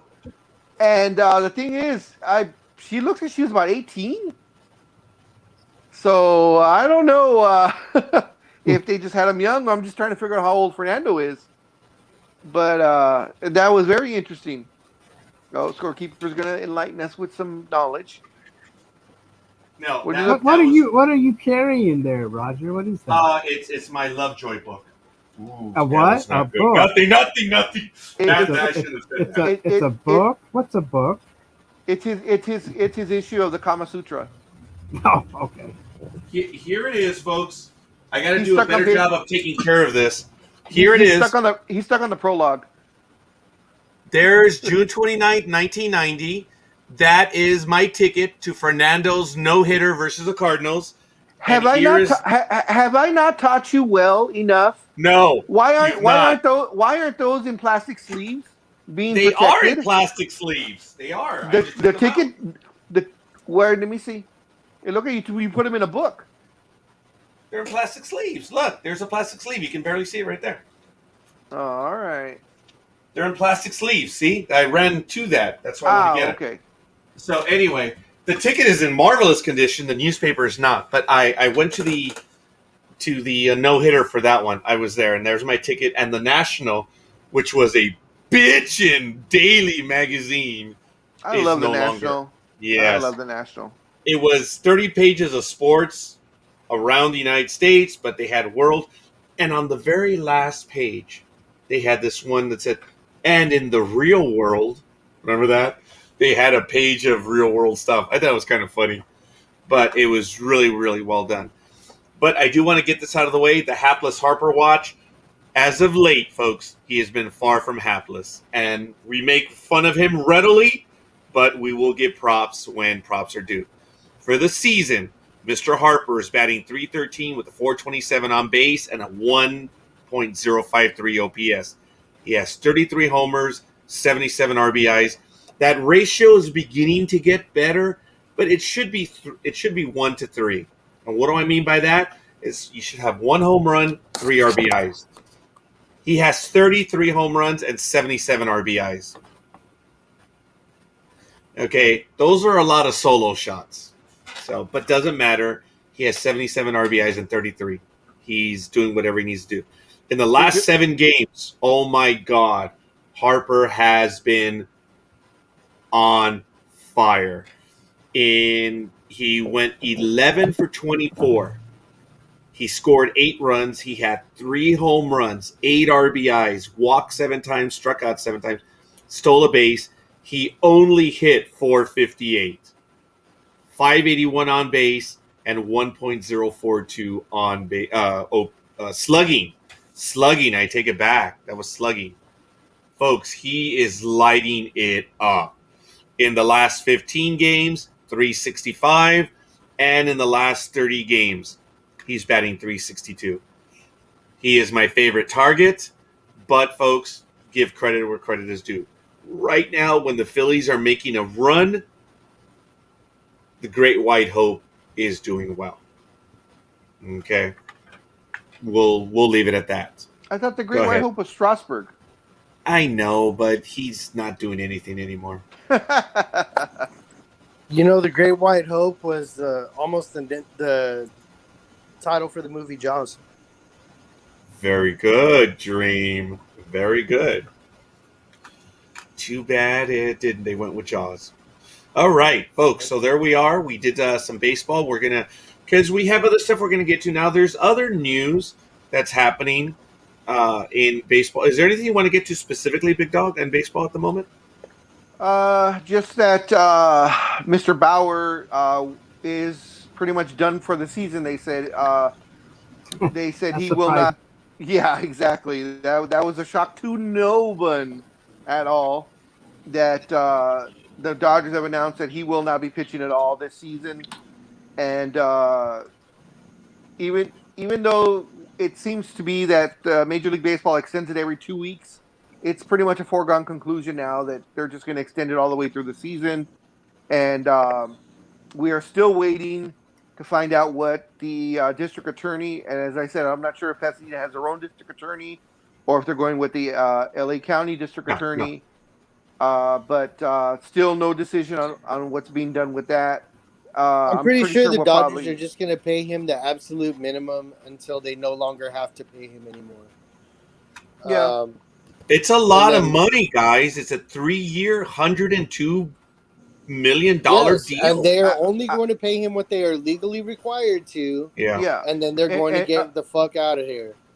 And well, what I think is going to happen is they're waiting, or they're probably hoping, because he's done. He's done in Dodgers. He'll never pitch for the Dodgers, I don't think, ever again.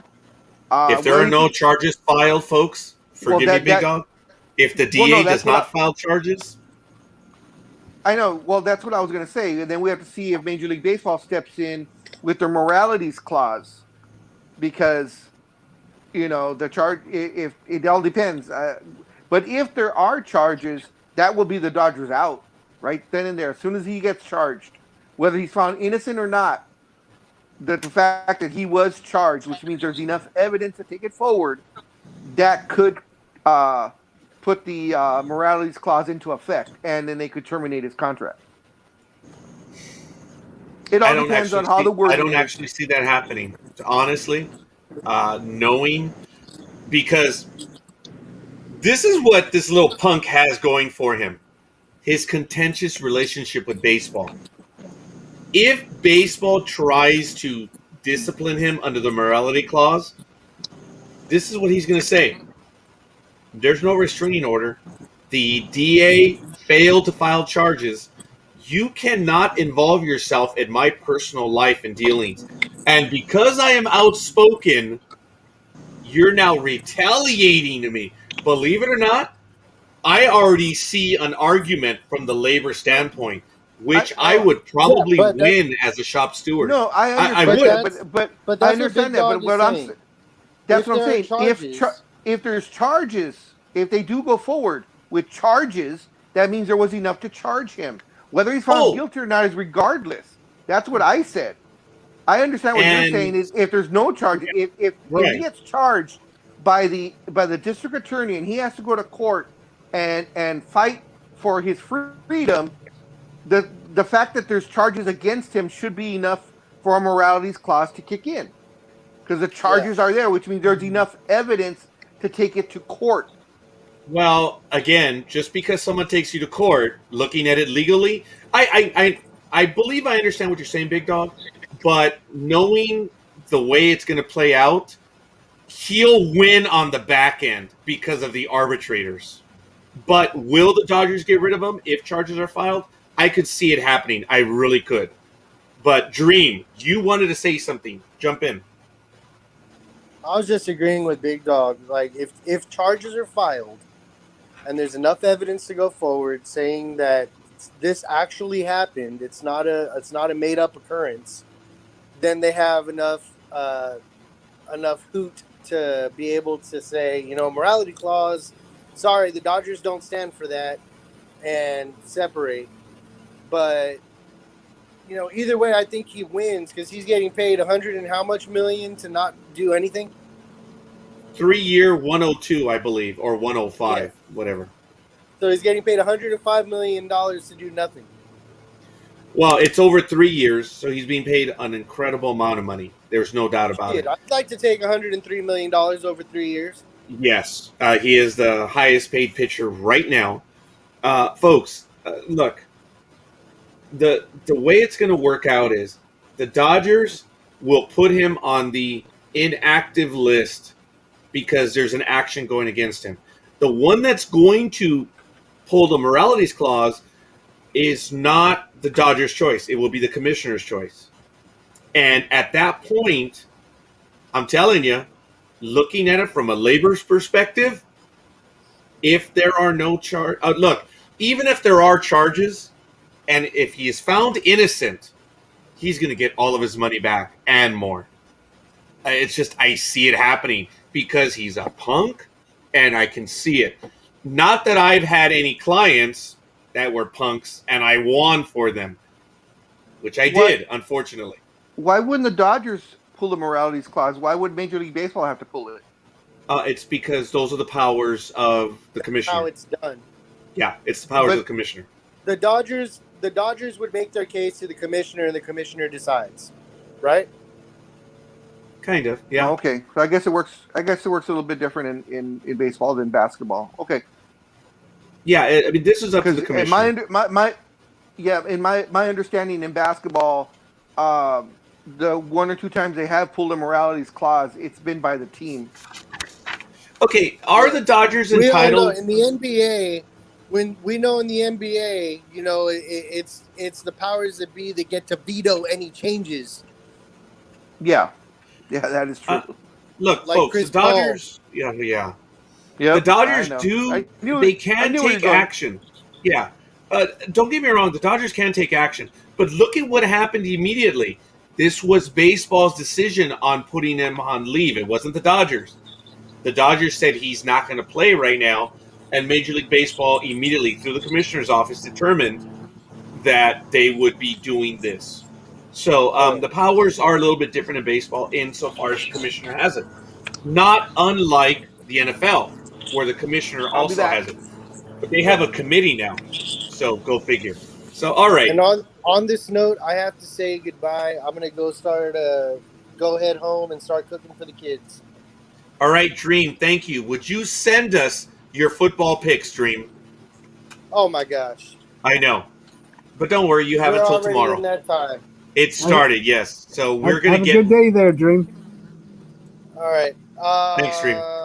Shit. You know what? Let's go through it real quick, if we can. Okay, hold on. Do you want to start going through? Well, how quick? Oh, we lost Big Dog. It's okay. What is your picks, though? It's up to you.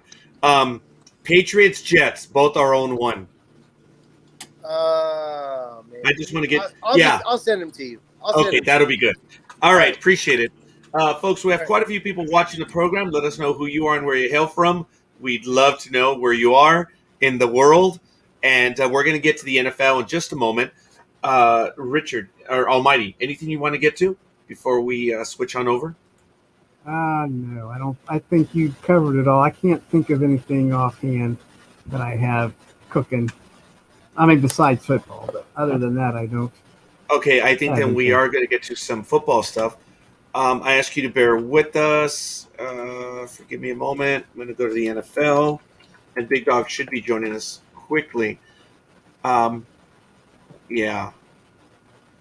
Okay. And we'll even have, I don't think we're going to do any of the injury reports or anything like that, but we are going to start getting to football now. We're an hour and 43 minutes in. We have about an hour 15 or maybe 2:15, depending on how long we take. But once again, we're going to take a quick little break right here. This is Sports Talk with the Guys, home of the Monday Morning Quarterbacks on Saturday. And we're really happy. It's a Saturday morning extravaganza. Thank you. We're going to start with our football stuff shortly. We're waiting for the Big Dog to get back. They were top 7 answers on the board. This is a good one. Shut up. Who are you talking to there, Almighty? My phone. Well, I thought you could hear it. I've got on Facebook and some video was playing. I thought you could hear it, and I didn't. I heard someone. And I didn't want to. I think it was one of those things where I do a quick clip of Family Feud, and that guy, stupid answers that people give. So. Oh, okay, I gotcha. So I don't know. I didn't want that to interrupt the show, so I told him to shut up, and he finally did. So. That's funny. No, I'm trying to get to something else, and then that popped up. You never know what's going to happen on Facebook. No, or Pornhub. So I mean, it's like that. So anyway,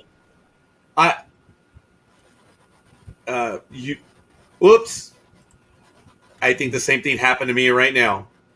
Whoa. We asked 100 married yeah, I'm glad men. you did. Now shut up. Okay, now I can get to it. All right, ladies. God I damn it. hate Top eight. when a commercial What starts. the hell? Shut the fuck up. Hey, All right. God. Yeah. Sorry about that.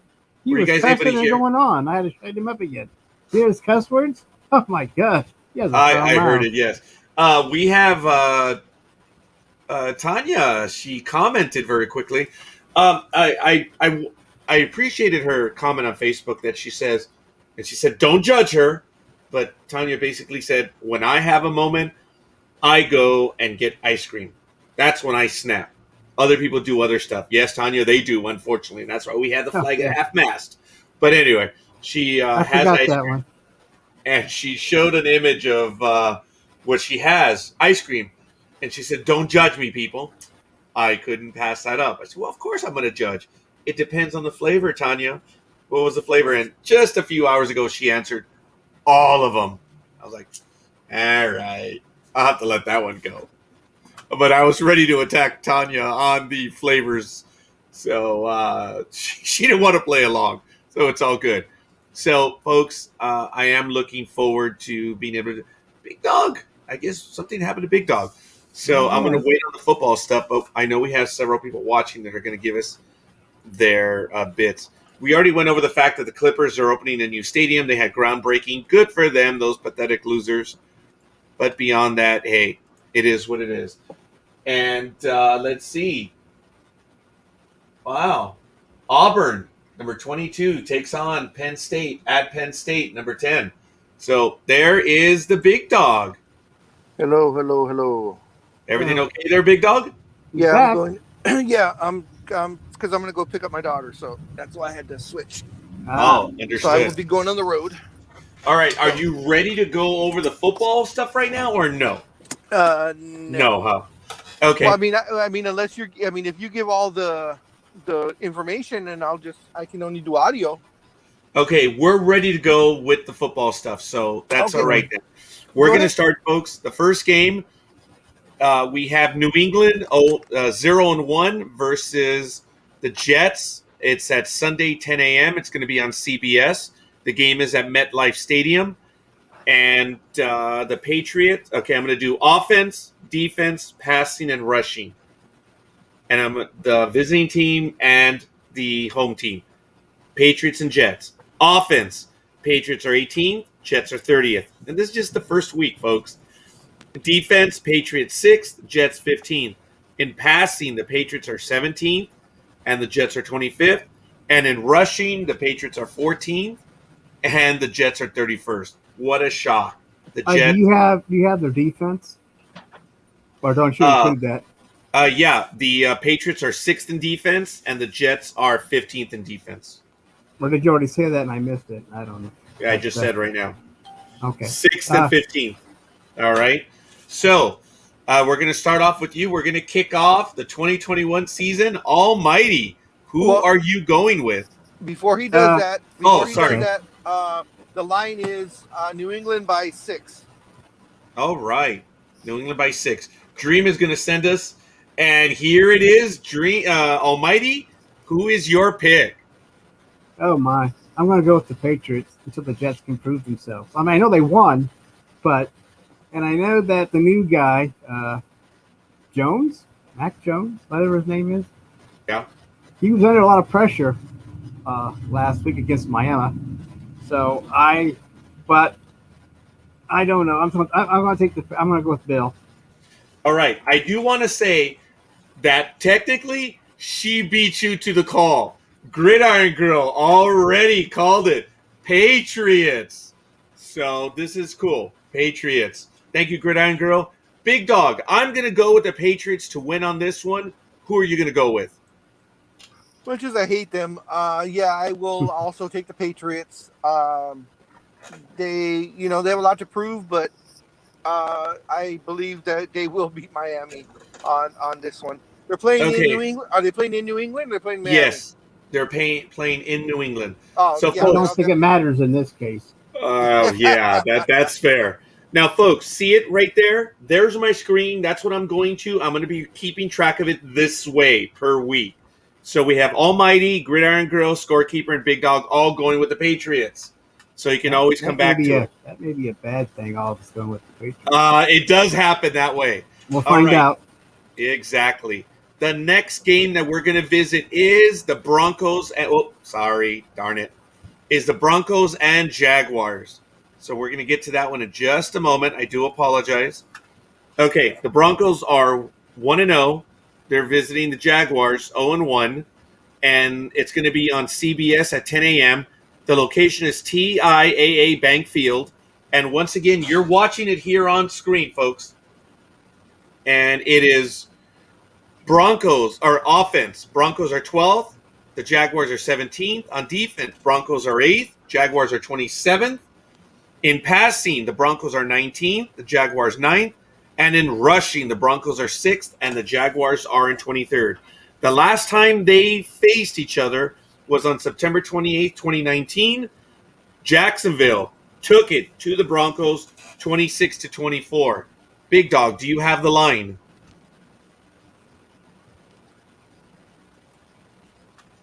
Goes And I don't by hear. 6, and Oh, okay. We lost Big Dog, so hopefully he'll be joining us again. Kind of, yeah. So on this one, folks, I'm going to make it. I am going with the Broncos to win on this one. I think it's safe to say that Gridiron Girl is going to do the same, but we'll see what she chooses. And there it is. What a shock. Gridiron Girl went with the Broncos on this one. And, Gridiron, sorry. Oh, my goodness, Gridiron Girl. Big Dog, what are you going to take on this one? I'll be nice, and I'll go with the the gelded Mustangs. All right. Almighty, what's it going to be? Well, so everyone has taken the Broncos, Yep. and they're playing the Jaguars. Oh my God, what a mess down there! Uh-huh. I mean, and all that crap going on with Urban Myers. I'm going with the Broncos. All right. Almighty. Until Lawrence can prove himself or they show something down there. I don't know why not. All right. There we go. Our next game, folks, that we're going to get to. Ask you to bear with. Oh, you know what? I should have another page ready to go. It's going to be the 0-1 Bills visiting the 1-0 Dolphins. And the game is at 10 a.m. It is on Fox. It's going to be at the Hard Rock Stadium. I apologize, my screen. I mentioned on Fox. Offense, Bills 22nd, Dolphins 28th. On defense, the Bills are 4th and the Dolphins 17th. In passing, the Bills are 20th, Dolphins 28th. In rushing, the Bills are 16th and the Dolphins are 26th. In the last meeting, which was recent on January 2nd, 2021, the Bills obliterated Miami 56-26. Big Dog, what is the line on this one? Buffalo by 3.5. That's it? Wow. All right. Well, Gridiron Girl immediately called it. She's going with the Bills. Big Dog, what's it going to be? I agree. Miami's just a big mess down there. I'm going to go with the Bills, and they're going to more than cover that 3.5. Almighty, who are you going with? Well, I think the Bills are pretty mad about that loss to Pittsburgh, so I'm going to go with the Bills. All right. And it looks like we're all jumping off the bridge together, folks. Has anyone picked differently yet? No, we're all on the same side. It's a little scary. So we'll see. So Gridiron Girl got us going. The next game is going to be Yeah, so we're going to head on back to the NFL. And the next game that we are going to go is the 49ers, who I believe are 1-0. They're going to be facing the Eagles, who are 1-0. And the game is at 10 a.m. It's on Fox. It's at Lincoln Financial Field in Philadelphia. On offense, the 49ers. Oh, Tony's got some of his picks, so we're going to get to him in just a moment. The 49ers on offense, 7th, and the Eagles are 8th. For defense, the 49ers are 23rd, the Eagles are 7th. In passing, the 49ers are 12th, the Eagles are 18th. And in rushing, the 49ers are 13th, and the Eagles are 4th. The last time these two teams played, somewhat recent, the Eagles 25, 49ers 20 on October 4th, 2020. Big Dog, what do you have All for the these line? lines are pretty conservative. All these lines are pretty conservative. The line is San Francisco by three. Okay, so Big Dog, you're first in this one. Damn. I'll be nice to Stud Muffin. I'll go with the Niners. All right. So Big Dog went with that. Almighty, what are you going to go with? I am going to go with the Niners. They seem to be pretty decent this year. They got all that, and with the quarterback back this year, I'm sure that. Anyway, cut it short. I'm going with the 49ers. Okay. Here we go. I'm going with the 49ers. Now, Gridiron Girl is going with the Eagles. Oh, my gosh. Yes, so there's our first deviation. Yep. Tony Kanopka, thank you, Tony, says he's going to go with the Eagles on this one. And what else did he have? Broncos will destroy. Yeah, so oops, sorry. Did I spell it right? I think I did. Oh, thank goodness. All right. And then the Jags are going to take it to the Bills. So Tony. Oh, wait a minute. I apologize. No, wait. Philadelphia is going to take the 49ers. Okay, got that one. And then Broncos will destroy the Jags. Okay, I got that one. And then the Bills are also going to beat Miami. So thank you, Tony. And then, and I'm going to explain whoever gets the best record at the end of the season. We're going to have a prize, folks. So it's really good. Tony, I need to know between the Patriots and the Jets, who's your choice? Okay, so we're good. Can it be on the same platitude as a Marvel No Prize? No, I'm gonna be giving a cash prize on this one because that's why I'm doing it this way so we can keep track of everything. Now, remember, Dream will be in, and everyone else who's watching, all you have to do is get your picks in before 10 a.m. Pacific time, but it has to be on Facebook to get your picks in. And several people did do that. That way I can add them in later. Dream is going to send them over to me in a little bit. But we are going to start including Thursday night games now, folks. Okay, there it is. Thanks, Tony. So Tony is taking the Patriots over the Jets. And he's also putting the scores in there, which is really cool. So thank you, Tony, for that one. I'm going to start putting the scores in there as well. So I haven't determined how much Yes, Big Dog. Sorry to interrupt. So since you're including the Thursday game, that won't throw off your weeks, because remember, Thursday would be the week 3 game when we're not doing it now. I was about to explain. Thank you, Big Dog. On Thursday morning, I'm going to everyone knows you need to go to the Sports Talk with the Guys page, folks. And that's what you need to do. You know where we are on Facebook. Oh, I'm not going to do it right now, but go to if you're watching it here, just make sure to go to our Sports Talk with the Guy page. And then that way you'll be able to get your picks in. So you can email me if you'd like, but it has to be before game time. So that's how we're going to do it. And we are officially going to include Thursday, but it'll be for next week, obviously. So some people are already going to be 1-0 or 0-1 or whatever. So that's all. You're not picking them now, but I need your picks before Thursday. So, all right. Next game, the Rams, who are 1-0, visit the Colts, who are 0-1. It's going to be at 10 a.m. on Fox It is at Lucas Oil Stadium. And on offense, the Rams are 19th, the Colts are 24th. On defense, the Rams are 9th, the Colts are 14th. And the Rams are 11th on passing, Colts are 22nd. And in rushing, the Rams are 25th, and the Colts are 18th. Last time these two teams played, the Rams took it to the Colts, 46-9. It's been a while. September 9th, 2017. Big Dog, what is the line on this one?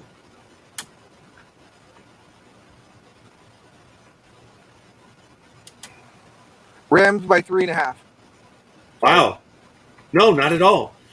So you already see the pick. I am going with the Rams. So there it is, folks. I've already made my decision. Big Dog. No, wait. Almighty. Who are you going with? Rams. Okay, Big Dog. What do you have? Colts are at home. I'm going with the Lambs. Gridiron Girl is going with the Colts. And there we go. Tony Kanapka is calling it Rams. I don't know why I keep wanting to do that. He's calling it 28-20.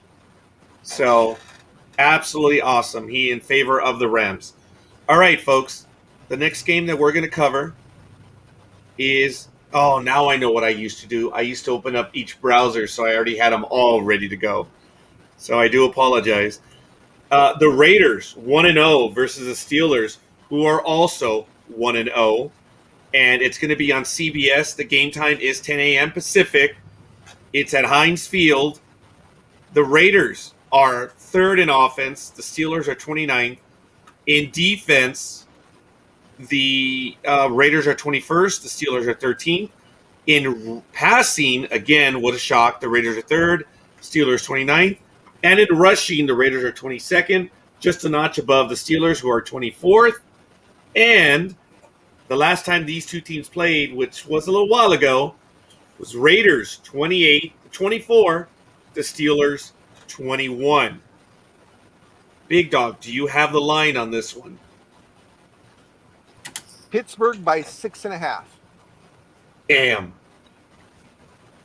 All right, Gridiron Girl is going with the Steelers.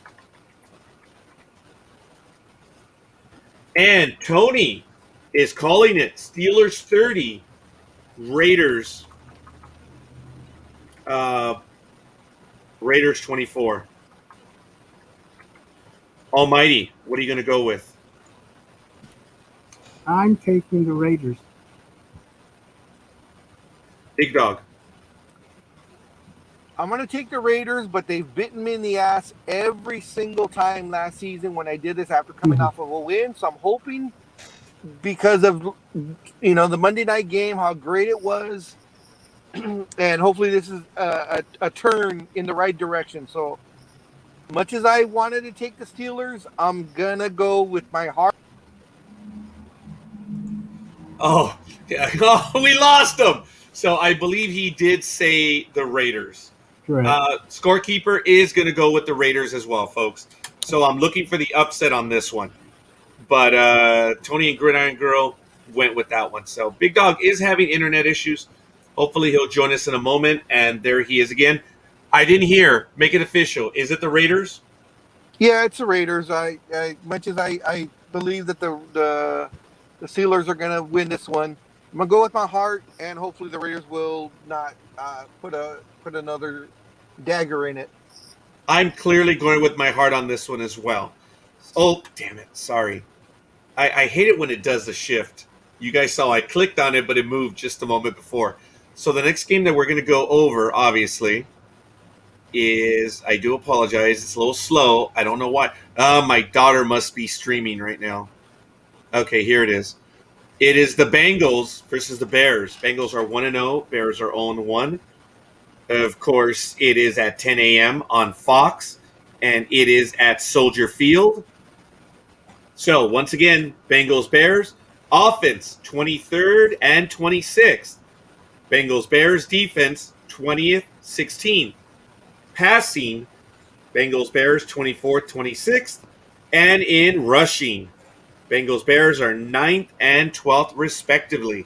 Last time these two teams played, Bengals 30, Bears 27. Big Dog, do you have the line on this one?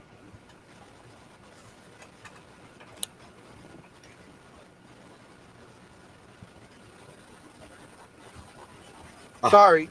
No, the not at all. Bears- I know. The Bears by 2.5. Oh, wow. 2.5. All right. On this one, folks, I see nothing good of the Bengals. I am going to go with the Bears on this one. I'm going to go out and take the home team for this one. So, Big Dog, who are you going to go with? The Bears. Wow. All right. Almighty, who are you going with? I'm going to take the Bengals. I'm just going to go with the Bengals. That's All my right. that's my upset, I guess, because I don't think Andy Dalton's going to hold up again. You're not alone on this one. Apparently, Tony's calling it Bengals 23, Bears 20. So all I need is Gridiron Girl on this one. So when she makes that choice, we'll go back to her right now. But we're going to... And there it is. She went with the Bengals. I think this is the first time that Andy Dalton will be returning to Cincinnati. Or is it in Chicago? It's in Chicago. Well, anyway, Dalton will face his old team. Unless they put in a new guy. Yeah. Which is possible. I mean, he didn't have a good game last week, so I'm just saying. It's all good. Next game, we are going with Texans 1-0. They are visiting the 0-1 Cleveland Browns. This game is on CBS at 10 a.m. It's at First Energy Stadium. On offense, this is going to be a better game based on last week.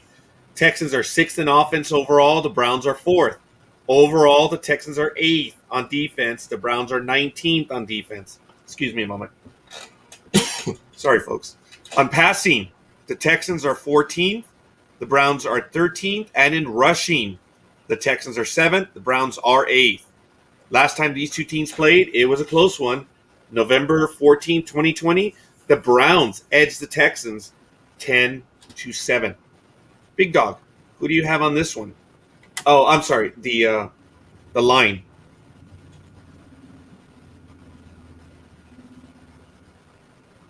And while he does that, Tony is calling it Browns over the Texans, 34-27. Almighty, who are you going with? Yeah, it's going to be the Browns. But the Texans won't score any 27 points. Okay. Sorry, I don't know why it won't. Come on. Why doesn't my mouse... Uh-oh. Did it freeze? Oh, here we go. Come on, don't be stupid. The mouse won't go over there. I don't know why. All right, so Gridiron Girl is going with the Browns. Almighty is going with the Browns. I'm getting old. Scorekeeper is going with the Browns. So we'll see. I think he picked up his daughter. That's why we may have lost him for a moment. So, all right. She's got the Browns in there right now. So the next game we're going to look at, obviously, is Saints, who are 1-0, versus the Panthers, who are 0-1. Sorry. Oh, that moves. That last second little adjustment kills me. All right, here are the numbers. It's at 10 a.m. on Fox at Bank of America Stadium. On offense, the Saints overall are 25th. Carolina is 20th. On defense, the Saints ended up number 1 from last week. Panthers are 4th. Passing, the Saints are almost last at 31st. Panthers are 4th. And in rushing, the Saints are 5th. Wow. And the Panthers are 19th. Last time these two teams played, the Saints 33 over the Carolina Panthers 7. Big Dog is not back. He's picking up his daughter more than likely. Tony is going with the Saints. So am I. Almighty. I'm going with the Saints. And all we need is Gridiron Girl and then Big Dog to come up with the others in a moment. So I know Gridiron Girl's thinking about it. So while she does that, we're going to go back to the next game as well. Did I mention Tony's calling it Saints 24, Panthers 16? Yeah, I like that. I think so. I think that's the way it's going to end up as well. So the next game that we're going to go to is the first afternoon game. Vikings 0-1 versus the Cardinals. And going back very quick. Oh! Gridiron Girl is going against the grain on this one. She's going with the Panthers to win at home. Now, I'm going to talk to Coffee because Coffee has standing rules. He always goes for the home team except for variations. So I'm going to ask him. So I think Coffee's going to also be joining in, and we'll see whoever else. But anyway, I apologize, but here it is. So, Vikings visiting the Cardinals. It's going to be at State Farm Stadium. The Vikings are 0-1. Cardinals are 1-0. On offense, they're pretty close. Vikings 15th, Cardinals 13th. On defense, not close. Vikings have a good defense at 12th, but the Cardinals are second overall in the league. In passing, the Vikings are 6th, Cardinals are 15th. And in rushing, the Vikings are typical, 28th in rushing, and the Cardinals are 11th. Last time these two teams faced, Cardinals lost to the Minnesota Vikings 20-9. Almighty, what's it going to be? The Cardinals are at home. Yeah, Vikings. Tony? I think Arizona is -3.5. I'm gonna go with the Cardinals. Tony is calling it Cardinals 33, Vikings 27, so it's close. Almighty is going with them, so is Scorekeeper. I wonder what Gridiron's going to do, and hopefully when Big Dog comes back, we'll have his choice as well. I guess the thing is that you have to wonder are the Vikings that bad, or are the Bengals improved to beat the Vikings? I mean, that was last week, and it's like, okay, the Bengals beat the Vikings, but is the Vikings on their way down, or are the Bengals on their way up? Are the Bengals going to be a Cinderella team? I guess what I'm trying to say, but it's hard to say after 1 week. Yeah, I hear you. I think the Vikings are on their way down, but then you're also playing the Cardinals, so go figure on that one. We're going to get to the next game right now. I know Gridiron Girl is working on her analysis, but she's really sharp when it comes to that stuff. All right, next game. Falcons, 1-0, visiting the Tampa Bay Buccaneers, who are also 1-0. Game time is 1:05 p.m. It's going to be on Fox. It's at Raymond James Stadium, so the Buccaneers are at home. As of the first week statistics, the Falcons are 27th on offense. The Buccaneers are 9th, sorry. The Falcons are 25th on defense. The Buccaneers are 28th. Passing, abysmal. They are the worst. The Falcons, 32nd. It's a shock. The Buccaneers are 5th. And in rushing, the Falcons are 15th. And the Buccaneers are 30th. Last time these two teams played, very recent, January 2nd, 2021, Buccaneers brutalized them 44-27 at home. So, Scorekeeper is going to take an easy one on this one. He's calling the Buccaneers his sentimental favorite. And the Buccaneers are giving 12.5 points. They're what? They're up 12? Yeah. Plus 12? According to the Sporting News that I'm at. Wow, okay. No, that's good. All right, they're plus 12. Wow. Yeah, I'm not changing. Okay, here we go. Oh, okay. So Gridiron Girl's going to come up with these in a little bit. Tampa Bay, Tony's going with that one. Well, the cover to spread. Yeah, 38-17. Gridiron Girl says she'll be in and out with the picks. What I hear, and I'll get back to you on what I missed. All right. Thank you, Gridiron Girl. Almighty, what's it going to be? I'm going to go with the Buccaneers. I really don't go against Tom Brady that often. I don't as well. I agree. All right. So, you guys see the picks. You know what's coming. So, I do apologize. Let me get to them right now. Normally, like I say, I open up each tab, and I have it ready to go, and I didn't do that this time. Oh, Gridiron Girl did say she's going with Tampa Bay, so let me update that one. Actually, hold on a minute. Let me start clicking on this one. So this game, that next game is a 125. So Gridiron Girl, she said she's going with Tampa Bay. And Gridiron Girl, Vikings, Cardinals. So we'll see. All right, next pick. Tennessee 0-1, visiting the Seattle Seahawks 1-0. I lucked out when I went to Seattle last weekend. I was worried. It's like, oh, thank God Seattle's not there. It's at 125. It's on CBS, all-time Pacific.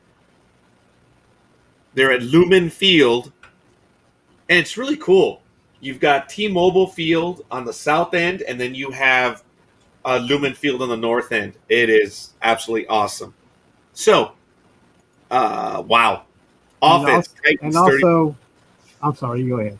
No, go ahead. I was going to say it was, I think it's, I forgot since I interrupted you.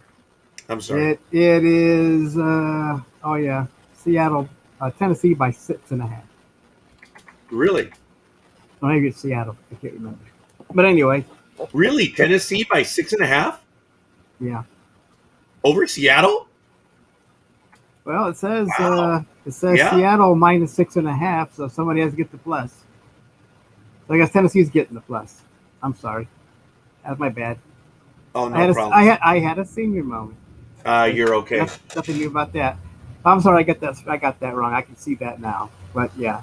It should be the other way around, right? Where I fucked Seahawks. No, you're all right, man. No, you're good, man. Screwing up. 6.5. All right, Tony is calling this one Seattle 30, Tennessee 24. I'm not going to go against Tony on this one. I like it. I'm going to go with that one as well. So, who are you going to go for, Titans or Seahawks? I am going to take Seattle. Yep, I kind of figured. And Gridiron Girl is also doing that. I don't know what's wrong with my typing. I apologize, folks. I am having issues when it comes to it. And we're both having issues. Mine are mental. Yeah, me too. Yeah. So we're good. All right. The next game is going to be also at 1:25 p.m. Titans. Oh, no. I'm so sorry. I thought we just did that one. We did. Yeah. You see? Had a senior moment. I should remove that New York. Oh, I can't do that in the morning. Oof. It was way too early for that. That might have been pornographic right now. I'm sorry, folks. I'm stupid. Okay, the next game is actually going to be... Oh, that's why I flinched. Cowboys, 0-1, visiting... I was going to say San Diego Chargers, but they actually the Los Angeles Chargers. Right here at SoFi Stadium at 1:25 p.m. Game time. Pacific is on CBS. So, Cowboys are 5th in offense. Chargers are 11th. Cowboys are 24th on defense. Chargers are 6th. In passing, the Cowboys are 4th. The Chargers are 7th. And in rushing, the Cowboys are 29th. Chargers are 20th overall. Last time these two teams played was a long time ago. November 22nd on 2017. Chargers took it to the Cowboys 28-6. Do you have the line on this one, young man? What was it? I don't think it was that. Which one is it? San Francisco? Cowboys Chargers. Oh, I never mind. Where is that stupid thing? Oh, there it is. Yeah. Cowboys by 3. Oh, wow. Okay. Gridiron Girl called it right away. She's going with the Chargers. I dislike going against her. I'm going to go with the Chargers as well. And Tony.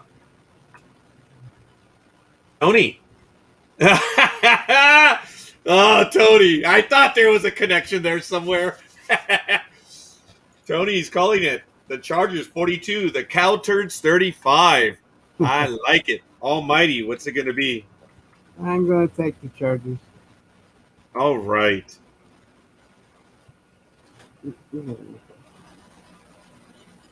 I like it. So, the next game, you guys know, it is the Sunday night game, as they call it, Sunday Night Football in America.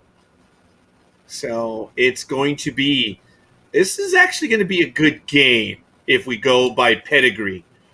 It's going to be on NBC at 5:20 p.m. Pacific time. And it's the aforementioned Kansas City Chiefs versus the Baltimore Ravens, who were upset last week by the Raiders. It is at M&T Bank Stadium, so the Ravens are at home. The Chiefs are 16th on offense. The Ravens are 14th, even in their loss. On defense, they're pretty close. I'm really shocked that the Chiefs are 29th and the Ravens 30th. But the Raiders just had their way with them defensively. On passing, the Chiefs are 8th. What a shock. The Ravens are 23rd. But in rushing, the Ravens are controlling this game. They're 3rd. And the Chiefs are 27th overall. Last time these two played on September 28th, 2020, the Chiefs pretty much put it to the Ravens 34-20. So remember, folks, by the rules, you do get a pick'em game. Not that I'm necessarily thinking about this one, but we'll see. You do have it. Almighty, do you have the line on this one? Baltimore is getting 3.5. They're giving 3.5? Okay, yeah, well, they're getting 3.5. It's Baltimore by, I mean, Kansas City minus 3.5, but Baltimore is getting 3.5 points. I don't bet, so I don't. So who's plus 3? Let's just say, with going by Tony's score here, it'd be Baltimore would win that game because they would win 33.5 to 33. Okay. They're getting the 3.5 points. So if you would bet that game, you would, and you took Kansas City, you would lose because of the half point. Right. Okay. So it's Kansas City. I'm sorry if I'm being confusing. That's just me. No, you know the gambling. Big Dog knows the gambling. I don't do the gambling, so it's all good. Tony is going with, wow, in a close game. It's hard to go against that kid in Kansas City. Almighty, who are you going with? I'm going to take Kansas City because I mean they should. I mean the Raiders were able to hold off Lamar Jackson, so I think Kansas City should be able to hold him off too. And plus, like you said, who's going to Kansas City? They're in Baltimore, right? It doesn't matter where they're at. Mahomes is going to throw that ball between his legs and complete passes and throw it behind his back and bounce it off his butt, and no matter what he does, it's going to be a touchdown pass. So we're going to get your first official call. Chiefs 1-0, Ravens 0-1. Ravens are at home. You ready, Tom? Dream? Say that again. Chiefs versus 1-0 versus Ravens 0-1. And if I understand correctly, the Ravens are giving 3.5. Is that correct, or is it the other way around? No, Kansas City's giving 3.5. Okay. Kansas City's giving 3.5. I would still take the Chiefs, to be honest. Okay, fair enough. We've lost Big Dog, but I think it's because he went to go and get his daughter. So, all right, no problem. So it's Dream. We got the first official pick. They are at home. I'm gonna go against the grain on this one.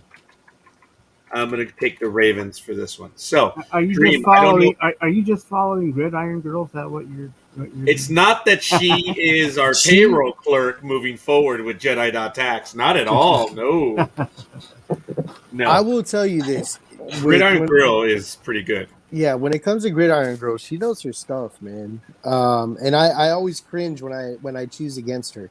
I know. But Tony is already coming up with some great picks, and I like it. So remember, folks, we need your picks in by 10 a.m. Pacific time for Sunday for everyone else, because we have a lot of other people that play along. And then for Thursday, I need your picks before. And I'm going to make an announcement every Thursday in the morning for your picks for the Thursday night game or games. So, Dream, do you want to go back over them, or do you want to just go ahead and go over them later? Let's go. How far down are we? Was that the last one? No, we have one more to go. Oh, Lord. So, it's going to be the Monday night game that we're going to take care of right now. And here we go. It is on ESPN. Wow, Game of Losers, not a Game of Thrones on this one. Detroit Lions are 0-1 versus the Green Bay Packers 0-1. It's at 5:15 p.m. Pacific time on ESPN. It's at Lambeau Field. It is on sacred ground. Lions, 10th on offense, Packers 32nd. Wow. I called it, folks. I know it's only one game, but scorekeeper called it. He said, all this crap is going to lead to turmoil with the Packers. Yep. All it is. So for one game, scorekeeper was right. Anyway, on defense, like I said, one game. The defense, the Packers are 10th. The Lions are 26th. Passing, 27th for the Packers. Wow, the Lions are 10th. And in rushing, the Lions are 17th, and the Packers are 32nd. Last time these two played, they won by 7 on December 12th, 2020. We had Green Bay taking it to the Lions, 31-24. So, Tony already called. Wow, he's going crazy on this. He called it 35-27. Are they going to bench Aaron Rodgers? I don't think so. Oh, okay. But what do we have, Almighty? What are you going to go with this one?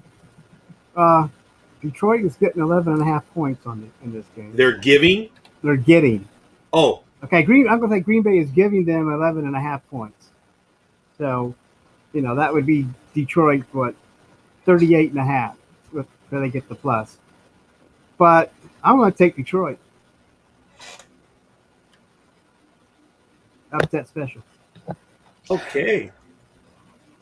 Dream. I want to know what Gridiron Girl's going to do on this one. Me too, man. This is a tough call for me.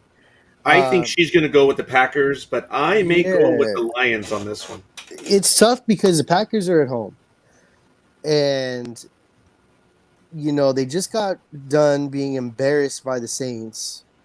Yeah. And I feel like they've got something to prove. And folks, I don't think the Saints are really that good. No, they're not. That's being polite, isn't it? Yeah. There just hasn't been, as much drama, and then also, we're coming off of Hurricane Ida. So you know what happened after Katrina? The Saints came and won a Super Bowl. So, I feel like after Ida, maybe they're trying to use that momentum to really give the fans something to cheer about. But I don't know, man. This is a tough call for me. It's a game of losers, but it's still, the Packers are not anything to laugh at. Last year, the Lions were just kind of like bleh, for me, at least. So, I think I'm going to go with Green Bay on this. Okay. Folks, it comes down to Goff versus Rodgers now. So. Well, according to Rodgers, he threw an interception last week because he got hit in the nuts twice while throwing the ball. So if Detroit could get to his nutsack, they could win. But Rodgers, horrible things right now. But Rodgers blamed it on that. You can see he played on a double nut shot when he threw that interception. So if you want to hit his nuts, you're going to have to aim for Goff's mouth. Yeah. Okay. We already went over that a while ago. But I was there. Yeah, I know. I get it. But I don't know. The way Aaron Rodgers played last week, I don't know. And I know they're at Lambeau, which gives them an advantage. But like I said, Detroit's an upset special, and I don't know. The thing is we badmouth Rodgers, and then I did an auto draft for 2 teams on Yahoo, and each team I got Aaron Rodgers. So I don't know how that happened, but I'm stuck with him. I should have started Baker last week instead of Aaron, but that's hindsight. But anyway, I'm just saying if you get to a set sack, you'll throw an interception and you win. Speaking of, I'm you gonna guys go have with- heard of the hindsight is 2020, Oh hell Right. yeah, baby! Right What- here. right? Think about this. What if that saying came from a time traveler who was trying to warn us about 2020 and things just got twisted? Well, that would make a good episode for Twilight Zone. So write it down. I was thinking about a book. Well, that too. Anything will work, but you know, But I write guess the you would need write 2020 the vision screenplay. to. Write the screenplay or write the book. And I then- actually have been working on a project very quickly, and it's the biggest influence on my life obviously is D.A. Roberts and how well he has done. Oh yeah. And it's it's amazing how he's following his dreams, and being one of his biggest fans, obviously, it's just unbelievable. And I actually have the first line. Actually, I have quite a bit more, but I have the first line in my story, and I think people would be terribly shocked by it. And it was really cool. And was it DA inspired? Oh, good God, yes.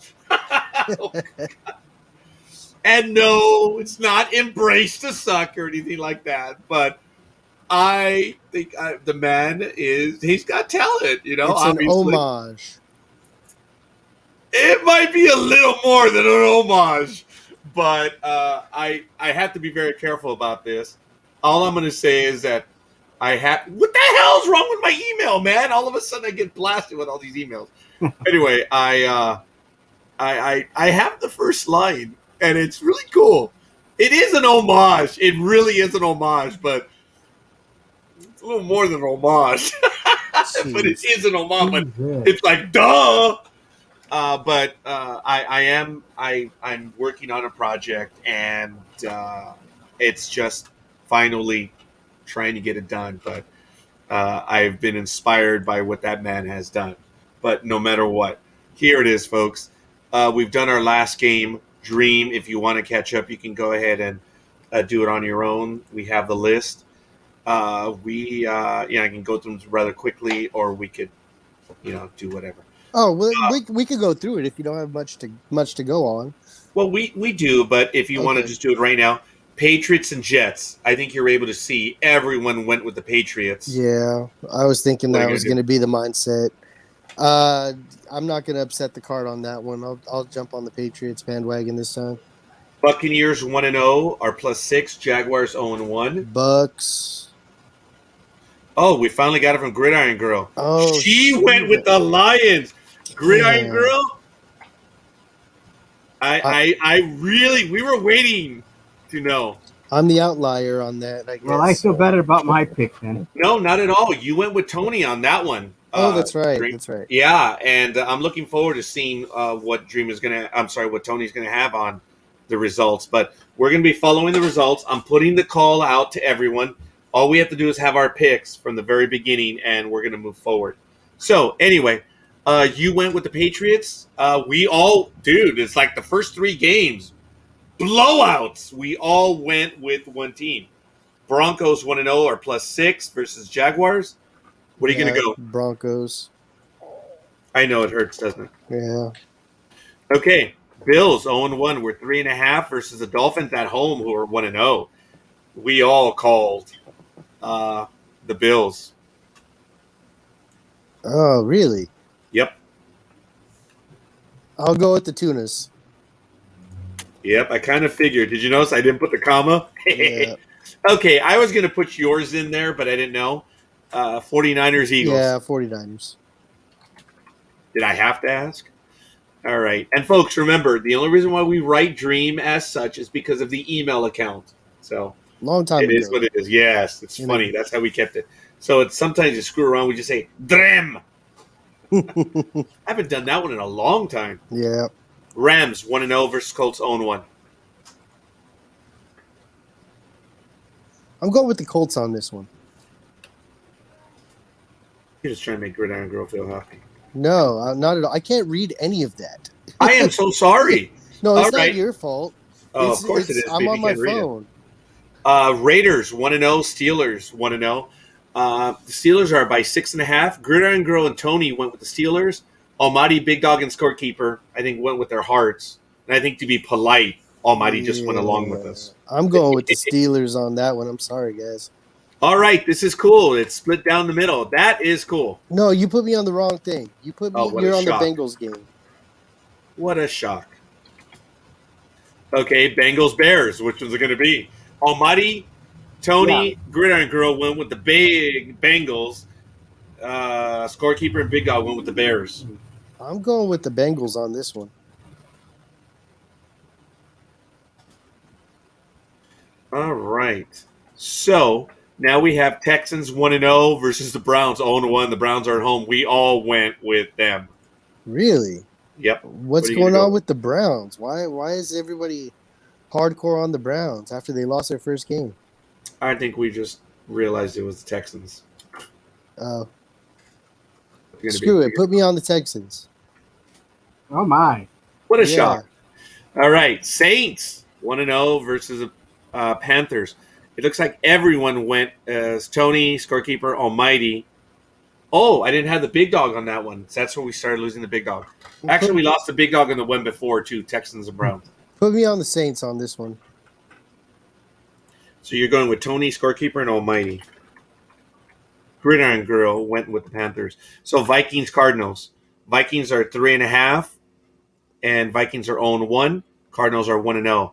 Tony, Almighty, Scorekeeper, and Gridiron Girl went with the Cardinals. I got to agree with that one. Cardinals. And then Falcons 0-1 versus the Buccaneers 1-0. I said the Buccaneers. Yep. What a shock, right? Yeah. And then Titans 0-1, Seahawks 1-0. Everyone went with the Seahawks on that one. I hate Seattle. I'm going with the Titans. You are consistent. And then Cowboys, Chargers. Dude. Chargers, I guess. Anybody that's going against Seattle or the Cowboys. All right. Cowgirls. So we have everyone's picks. We'll put the others. I'm going to make the announcement on the Facebook page of Sports Talk with the Guys that we need your football picks. So, see, in my head, every season, the Seahawks and the Cowboys are going 0-16. What? Oh. Sorry. Okay, here's what we're going to do. Here's week 2, and this is what we have as of right now. So I'm going to copy and paste that and put it on for what we have right now. So Did you at least give me my default teams on the first week? No, no one did anything because we didn't have a program. Oh, that's right. You're right. Yeah, that's why we're starting right now, week 1. We're going to do it at this moment. So we're going to go on to some other news. While I do this, is there any story that you wanted to get to immediately? Let's get to your memories first. You mean on Facebook? Oh, ha ha ha ha. Okay, here we go. So Dream, you're not really a fan of the Browns, are you? No, not really. No. The Browns are the streaks in the toilet bowl for me. Mm-hmm. Need your NFL picks week 2 so far. You're a slow typer. That's why you only have one line in the book done. No, actually, it's a little more than that, but it's all right. So, what it's spelling out the universe. That's what Dream and I are going to spend some time talking about.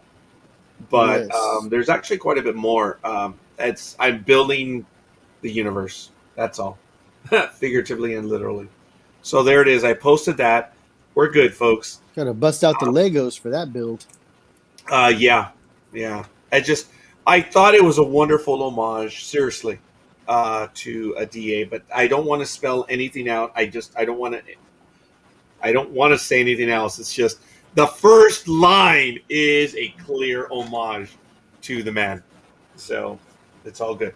All right, folks, what are some of the stories you want to get to or stuff you want to talk about? Shout out to Andrew J. Lucas. It's his birthday today. Happy birthday, Andrew. So, Happy birthday. Yep. Happy birthday. Happy birthday. All right. Yeah, you're okay. So All whatever, right. whatever you want to Rosalind get to. gave us a like too, but it doesn't show up because she did it on my personal page. Ooh. The likes that we received are from some guy named Thomas Whitney and someone named Sonj Rubles. Yeah, don't know who that is, but otherwise known as Drim and Grid Anchor, respectively. So, all right, folks, we're doing well. We are 2 hours and 40 minutes in. I did want to throw this out here. I'm traveling to San Francisco on October 2nd in the morning. So Sports Talk with the Guys will not be on in the morning. When do you want to do Sports Talk with the Guys? It won't be on Saturday. It just won't because of wherever I'm at. I'm traveling. Did you guys want to do it on Friday or do you guys want to do it early Sunday morning? Or the October 2nd weekend? We'll get back to you on that. We will. I need some ideas. We'll see what we're going to do. But you know what? Let me leave for just a second. I'm going to see if I can get one of my friends to join on. Go ahead. All right. So in the meantime, did you want me to kick you out? No. All right. There he is. Oh, actually, I'm still in here. All right, cool. I thought I was going to have to disappear. Yeah, I can hear you. So you're okay. In racing circuit, Singapore is October 1st. So just wanted to get that in there. The Netherlands already passed. So I've got to update some items that are on the calendar. Calendar's a little thin right now, so sorry. Biggest surprise right now, Richard, for NFL. I'm not surprised that Green Bay lost. I really was predicting turmoil, all the stuff that happened. Remember, he was out for himself, and that was it. That was easy to call. And when Green Bay lost, it felt nice. But beyond that, any surprises for you?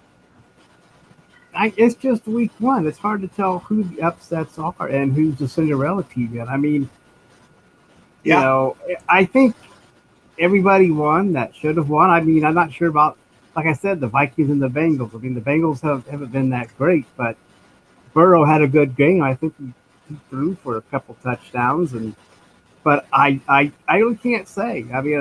I mean, the Browns-Chiefs game could have went either way. I mean, as usual, the Browns exploded.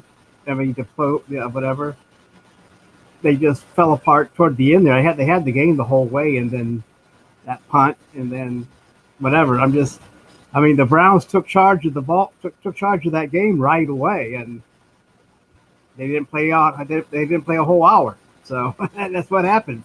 You can't give the Chiefs any mistakes against the Chiefs are going to cost you usually. Yeah. Right. But like I said, I don't know. I mean, how good are the Patriots? I mean, I saw that their quarterback had trouble in that game getting pressure and stuff, and that's what's going to happen to a rookie. Teams are going to come after that rookie quarterback. But I don't know. I mean, I know Miami just didn't won by a point, but a point's a point. And so I don't know how good that, Belichick's team is right now. I just can't say. I mean, you won't know until – I'm sorry, I'm not going to make excuses, but it's just the first week. Does Belichick still have that magic to pull it off? At least, make a playoff appearance. And the Steelers – and plus – okay, go ahead. I'm sorry. No. Finish your thought. Sorry. I thought you were done. And the Steelers? I was going to say the Steelers played better than I thought they would. I mean, everybody was thinking Ben was done and that the Steelers were some kind of rebuild model.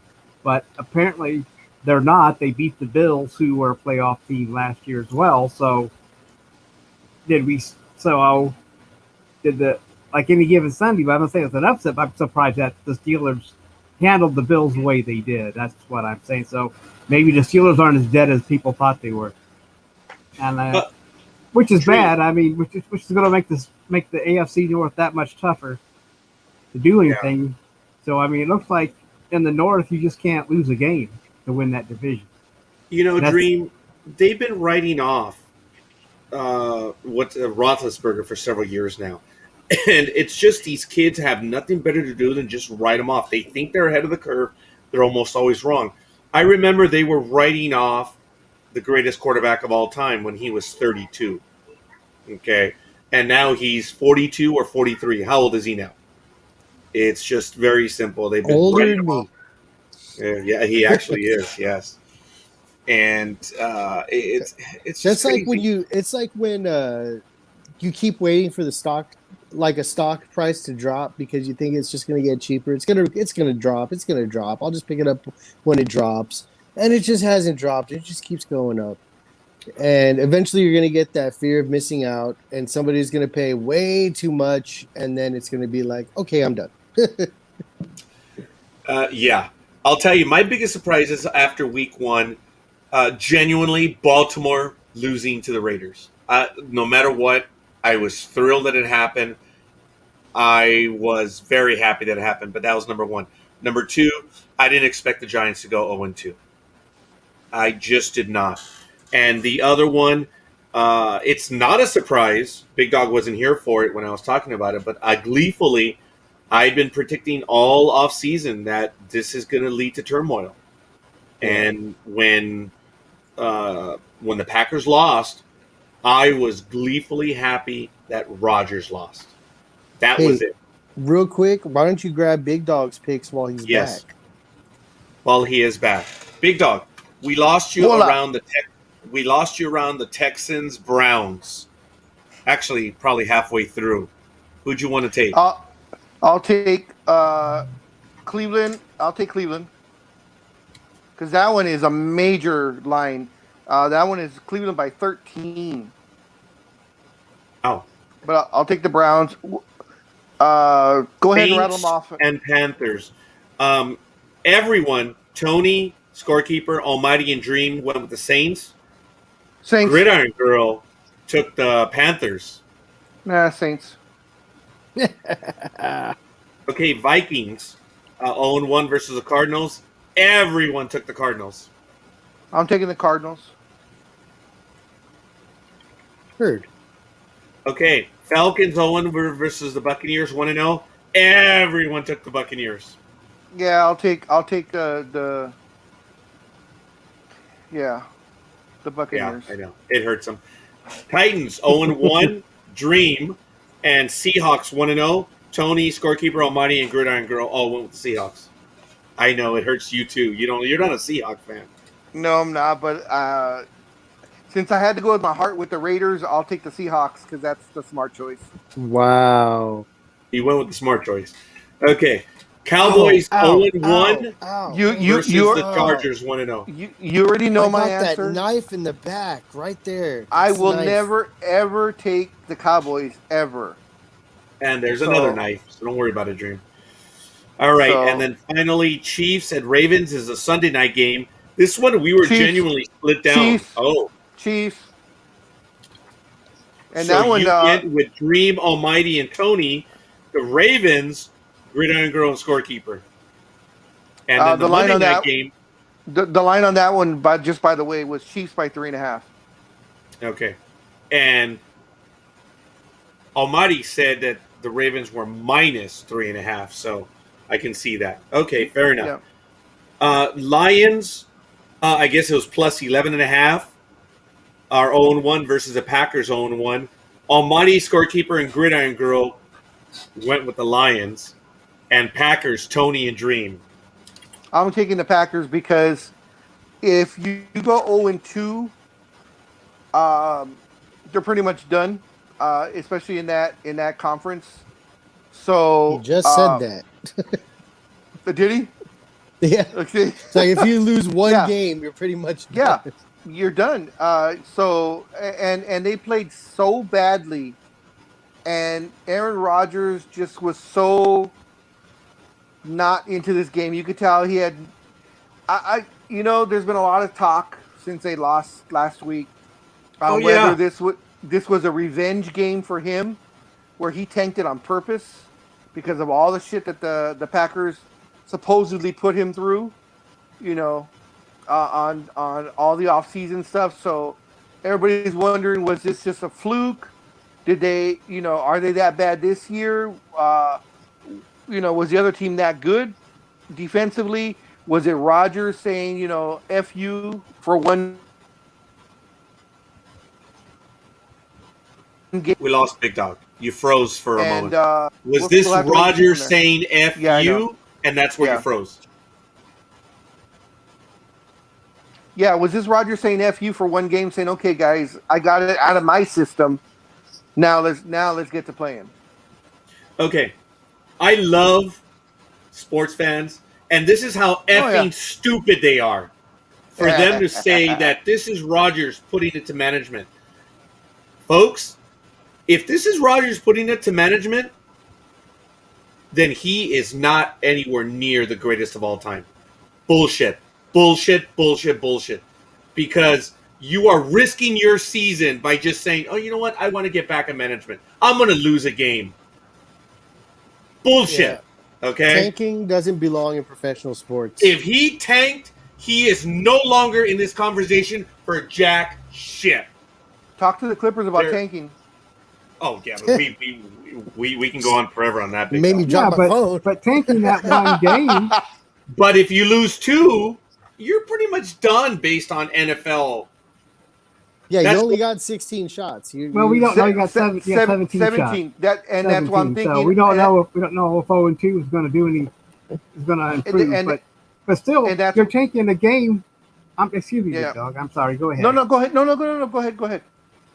But tanking a game that sets you up for, okay, what if you get upset later on and it ducks you out of the playoffs? Yep. You don't know what's going to happen Sunday to Sunday. Like you Nope. said, I mean, maybe Detroit does pull off an upset, maybe they don't, but later on there's going to be a loss, and it might cost them the playoffs. And if Rodgers was tanking, well, then he needs to be taken off the field and have that rookie he's worried about take over. Yep. He needs to have that bone in his spine looked at.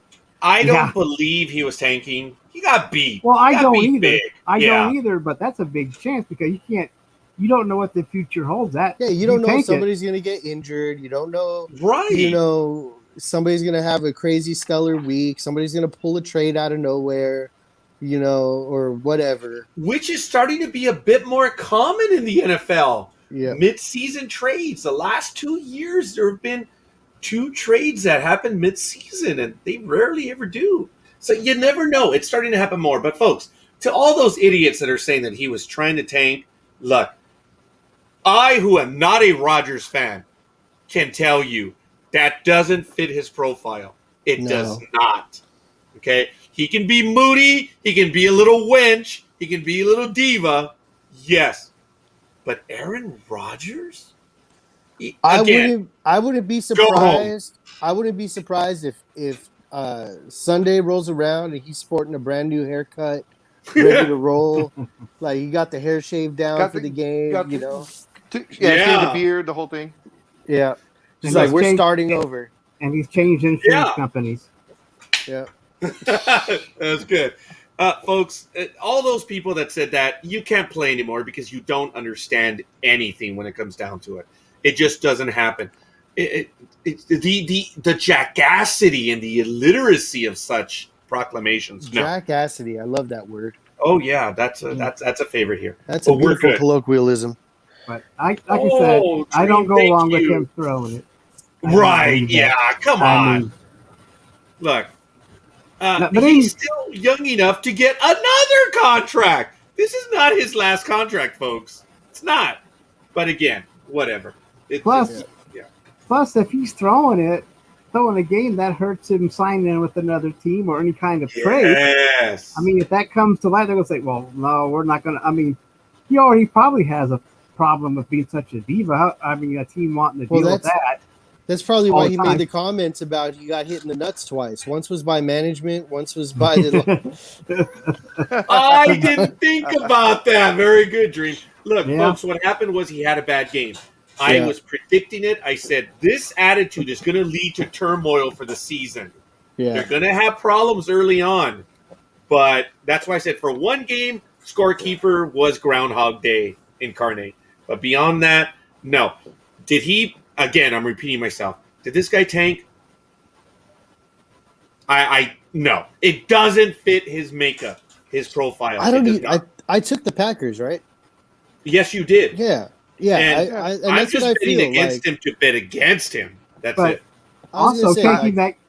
Go ahead, Dream. I was just gonna say, I was just gonna finish up with that. It's like, after that first game, like I feel like he got it out of the system.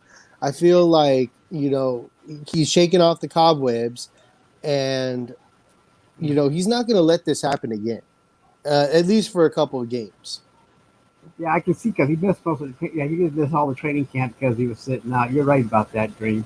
Yeah. But if the other players in the locker room thought he threw this game for that, there'll be more turmoil in that locker room. If you think there's turmoil there now, Rod. Oh yeah, that line's going to be letting so many people run through and sack the F out of him in the first quarter. You know what? Yes, that's right. And Big Dog, I want to go to your comments for a moment. But you know what, Almighty? I think you encapsulated part of my argument right there. The team knows if you're – come on. You know. And there was not a peep out of that team. You know what happened? They got beat. Yeah. They got beat. That was it.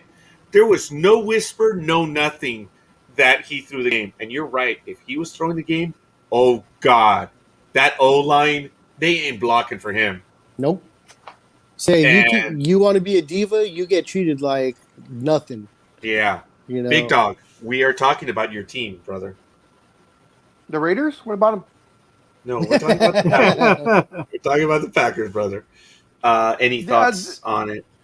I think they're going to come out and they're going to want revenge about that loss and how badly they lost. And Detroit's the perfect patsy for them. I think punching bag. I think they're going to carve him up, and I wouldn't be surprised if you see at least 350 to 375 yards from Rodgers, just to prove everybody wrong that he can still do it. I wouldn't be surprised if the Packers won by more than 11. Oh yeah. I just out of curiosity, even though I took Detroit, I wouldn't be surprised by that either. Right, and I'm not changing, guys. I'm not changing myself. Well, I'm not changing either, but if they did win by 20, I wouldn't be surprised. What did Tony say? He said 35 to 27. 27, yeah, very good. Yes, he did. Tony, and he was Green Bay all the way on that one. So I'm looking forward to it. I mean, and then Gridiron Girl went the Lions, and I also went. So it was Gridiron Girl, Almighty, and myself that went with the Lions. You weren't here for it, Big Dog, but I was saying it comes down to who you're going to go with, Jeff Goff or Aaron Rodgers. And my thing was, at this point in time with the turmoil in the Packers, that was my thinking, and I'm not changing it. I'm going with Jeff. Man. I just don't like Green Bay, so I'm never going to pick them. I can understand that. Oh yeah, I'm the same. 100%. I'm the same with the Cowboys. I'm the same way with the Cowboys and the Seahawks. Yep. Is there no? Because I picked Cowboys to win, and I picked Seattle to win. Is there a team that I will not in football? No, I don't have it. Oh, when I went to San Diego, I don't know if I told this to Big Dog, but I was a little chirpy when I felt comfortable in the game, and I had several people around me laugh when I said, "Hey, we're here, San Diego. We're cheering for the home team. That's what you do. You cheer for the home team." And then I turned to Rose, because she went, my older sister, and my daughter. I said, except when you're in Boston and San Francisco. You don't cheer for the home team. And then there were several people they were listening, and the girlfriend in front of us looked at the guy, and the guy says, yeah, he's pretty much right. I thought that was funny, because we were in San Diego. Remember, we're in San Diego Padres. That was so funny with the guy said, yeah, he's pretty much right. Because I could never cheer for the Boston Red Sox. And being a Dodger fan, I cannot cheer for the Giants. So it was just funny. Is the San Diego Chicken still there? Is the San Diego Chicken still there? No, I didn't see the chicken, no, for that last game. But who knows? We'll see. They might have retired him. I mean, it's been a few years. Yeah, you're right. I don't think I've seen him on any highlights for a long time. Yeah. Now that you bring it up, Big Dog. I might have was. been I don't know why I kidnapped. was just thinking about mascots. Yeah. Yeah, I Huh. forgot all about the chicken. Holy crap! San Diego had. I'm sorry, Seattle had like a moose or something. Did they? Yeah, that was on the field, and it was pregame. Oh, and the pregame was some pitcher that when the Seattle, who had the best record in baseball in 2001, when they won 116 games, Pinero, he was on that team. He threw out the first pitch because he was a good pitcher that year, and I was like, yeah, Yankees kicked your ass in the playoffs. I mean, that's all the Mariners can say. They had the best record in baseball that year in 2001 when they won 116 regular season games. Ken Griffey Jr. on the team? No, I don't think so. Oh, okay. I think he might Was have he, been gone was already. he still playing? Oh, yeah. Yeah. Oh, Ken Griffey Yeah. went Yeah, in he played the for a while. early Yeah. 2010s. He went out. Okay, you're right. Here's You're Dream. right. Hi, brother. Hey, I just got a phone call. There you are. And I am terrified. Okay. You're right. wasn't Wait, me. what's wrong? My daughter just got a phone for her birthday. How old is she? 12. Ole, ole, ole, ole. Ole. So I told her there's no Ole. excuse for her to not pick up my phone calls now. Oh. She'll just oh. text. She'll just text you. Maybe. Okay. No, there's no. They could, yeah. Yeah, maybe, whatever. Dream. The one thing that from her very first text, I'm sure she does already, but let me tell you, when my daughters texted me the very first time and they did ICU crap, I was like, no, you spell correctly, full sentences. And you know what? I have to tell you, I'm proud of them. Because I made them do that, I noticed that their English skills were better. I see that people that do that crap, it translates the older to what two, they do in Yeah. work, and it translates what they do in school. If they're lazy in texting, they're lazy in everything else, and that translates to bad stuff. Well, with the older two, I was For me, able to For me, when I separate. texted, I had a drug problem. So I got a drug problem from texting. But no, I do take those shortcuts. Where the hell did you? That was true. Well, you That was said bad things happen, so that's what they was okay. Okay, what kind of bad things besides wrecking your car? But All right, brother. I'm just saying Oh, that. my God. I mean, I didn't mean to interrupt, but No, that was good, dude. No, But- that's that. Yeah. But I use those shortcuts.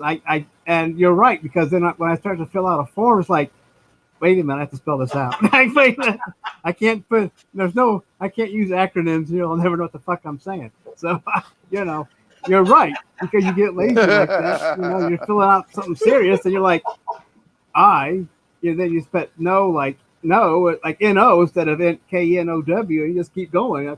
Wait a minute, I can't do this. I have to actually go back to whatever English skills I remember from third grade. But we got my daughter real quick. We got my daughter a cell phone when she was young, and this is when you had to pay for the text. Oh, each no. text. Oh, So yeah. so we get our first bill. It's like $200 and some. It's like, Oh, my. yeah. So we had to have a little chat with her about, what, this you only get this so many texts. You don't get 1,000. You only get like the number of, because you only get a certain number of free. Then after that's like what, 5 cents or whatever it was per text. Yeah, something like that. Yeah. But- when I signed up at T-Mobile back in the middle aughts, T-Mobile had a plan where it's like 1,000 text messages for like $6.99 for the month. And I was like, man, that is crazy. So I signed up for it and I lucked out. And people for a time were like, what? You have what? Yeah, they don't offer that anymore. And I had it for the longest time. And we were lucky because it was a family plan, no less. My daughters were still younger, so they didn't text that much. But there was a month that we had like 900 texts in a month. Now they can have 900 texts in a day, huh, big dog? Yeah. That's what I was gonna say. The generation now, the junior high and high schoolers are there now. What are they? The Z group, the Z. I don't even know what. Yeah, I don't know what they are. Generation I think Zygo? they are. Generation Zero. Yeah, there we go. Generation Generation Z. Zero. Yeah. So I think so. yeah, It is they'll with a never. Z. That's another thing they'll never understand is having a certain amount of texts you're only allowed before they start charging you. Or so many Another minutes. thing they'll never know is having to Oh, the actually minutes. take a bicycle to your friend's house to see if they were home. Yep. Yep. Be The back bike- home before the street lights are on. The bike that I arranged for my daughter to have, it has still not been used by her for 3 months. And I'm like, man, and it's a damn nice bike. Maria Lupe Bustamante. Susan! And of course, we're all close. I mean, of course, Dream is the youngest of all of us. But we'll all, the three of us here will remember the 30-foot long telephone cord. Oh, I know Yeah. That if you needed, Yeah. if you needed to make that, if you needed to talk to the girlfriend or make plans, you could kind of walk into the other room so your parents wouldn't quite hear you. If because what usually the about phone was in the the kitchen or the Phone living room. line. The Yeah. phone line was the worst. Yeah. Yep. Especially as we started to get into the internet age. Yes. Somebody was trying to sign on to the internet, and then Right. somebody picked Yep. like half an hour Pick later. up the phone. Somebody picked up the phone. You're like, no. And you're all Yeah, you could disconnected. Yep. You've been disconnected, and you had to call up. Did they all have a message for that when you were disconnected, or just say disconnected? No, I just mean, no. It would just say You would disconnected. lose the- disconnected. Yeah. Yeah. Sometimes you would lose it. Sometimes. If they just picked up, Oh, I it lost depends. Yeah. But I was he- lucky because I always had a second line. I didn't have that issue. I did too, because I got Yeah. tired of being interrupted, especially when I Yeah, was same talking here. to Same somebody here. that I thought was a girl. Like, man, you Oh could have my waited goodness. 30 more seconds. I was almost done. Yeah. So I got a second line, so I wouldn't have that problem anymore. But So you'd have a complete minute in peace. that's right, a complete minute. That's right. Yeah. This is cool. Too Ladies and funny. gentlemen, Sports Talk with the Guys, home of the Monday Morning Quarterbacks on Saturday. And we're having a wonderful time. I think we're going to go on still for a while longer. We will be done Yeah. by 10 a.m. Pacific time. Big Dog, go ahead. Yeah, Yeah, I Big just Dog's wanted in to already. see since all four of us are here. Yes. I wanted to get your guys' thoughts on Scorekeeper's favorite reporter, television reporter, Mr. Stephen A. Smith, and how that he got Max Kellerman removed from First Take. And I wanted to know and of course now he says he did it for Max Kellerman because Max had reached all the heights he was going to reach on First Take, and he knew there was so much more for him to achieve, and that First Take was kind of holding him back. That's So bullshit. because exactly, because it came out that Max Kellerman was leaving, and they said they were going to have him do radio. Now he has a show now on just before the jump, mainly football, baseball, kind of general sports. But it came out through someone that Stephen A. Smith, with that super mega contract that he just signed last year, where he's the highest paid employee at ESPN, that he had Max Kellerman removed from the show. I just wanted to get you guys' thoughts on that. Yeah. Well, Stephen I A. think- Smith is going to talk shit. Stephen A. Smith is going to say he's responsible for the creation of the earth, and he's going to believe it with all of his being. It's not just him. Like, he believes the crazy shit that's going on in his head. So I have no idea, what's going on up there? what right? actually happened, but cool, I guess. Well, I mean- the rumors that came out have been confirmed. So ESPN did say yes, Stephen A. had him removed or asked us to remove him from the show. And Stephen A. did give an interview. I can't remember if it was earlier this week or late last week. And it was a one-on-one. Earlier in the and week. he did admit that he had Max removed from the show. That he felt Okay. him and Max had reached But why? their point. But this is the two-face of Stephen A. Smith. Exactly for what you guys just said. Okay. This is the two-face issue. And I'm sorry, folks. There are comments in the chat room. I haven't gotten to them real quick. I just saw them right now. I'll get to them. He said they asked I gave my opinion. It wasn't my decision. Bullshit. Bullshit. Oh, yeah, right. He wants to claim responsibility. Oh, yeah, it's time. Want to keep things fresh, whatever. Bull. You want to keep things fresh, you talk to your host. You tell your co-host. You tell him what the issues are. No. He was Yeah, you don't just it's cut way people out two-faced. on a rash decision. Well, I hate it when he uses. I'm doing it for his benefit. Like, what do you mean for his benefit? He's Yeah, exactly. unemployed. That's exactly what he benefit is that? It's like I don't. No one wants to have people making decisions for them, especially to kind of get you off, use your job about. And he's the one with the mega contract. So of course, I'm going to listen to what Stephen A. Smith has to say, even though nobody else does. Yeah. I mean, it's good for Max Kellerman that ESPN did. I mean, they didn't fire him. All they did was remove him from the show, and he's supposed to be, I think, on ESPN radio. And as I said, I don't know if the show that he's doing right now, whether he's just stepping in for someone else or if it's his new show. I haven't really watched it. I've always caught it at the very, very end because it's just before the NBA jump that I like to watch all the time. So I always catch him at the very end in this last week or so. So as I said, I don't know if it's his new show or if he's just stepping in for someone. But at least he's still employed. I just hope ESPN didn't back the wrong horse on this. Because Stephen A. They have to. They have to. Stephen A. is earning something like $20 million a year now with that mega contract he just signed. It's some monster contract. He's making he's making at least 10 or 12 million a year. Could be more. But I know it was like a 5-year.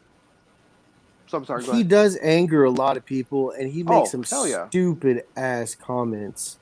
So I mean, hopefully, I'm just saying, like, hopefully And he he steals doesn't from us. do. Yeah, well. Oh, Yeah. good God, yeah, twice. That I know of, me personally.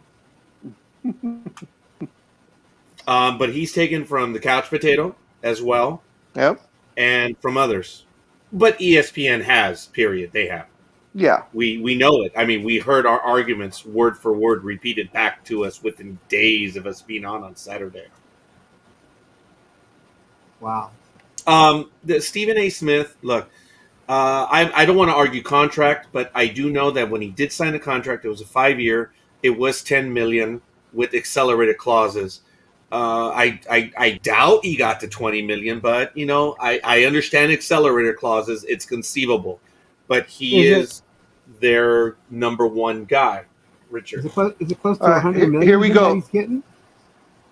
He signed. The contract is for $12 million per year. Oh my! So 5-year contract. Whew. So that's a 60. That's $70 million contract. 5 years, $70 million. Hell yeah. 60. Yeah, 60. Yeah, it's okay. That's a lot. It's a lot. It's interesting. It says more than I'll make says in here 5 that years.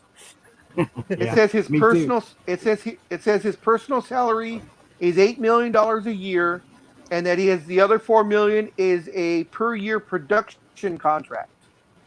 Now, what that means, I have no idea, but That means that So, he's continuing to put out new product every year.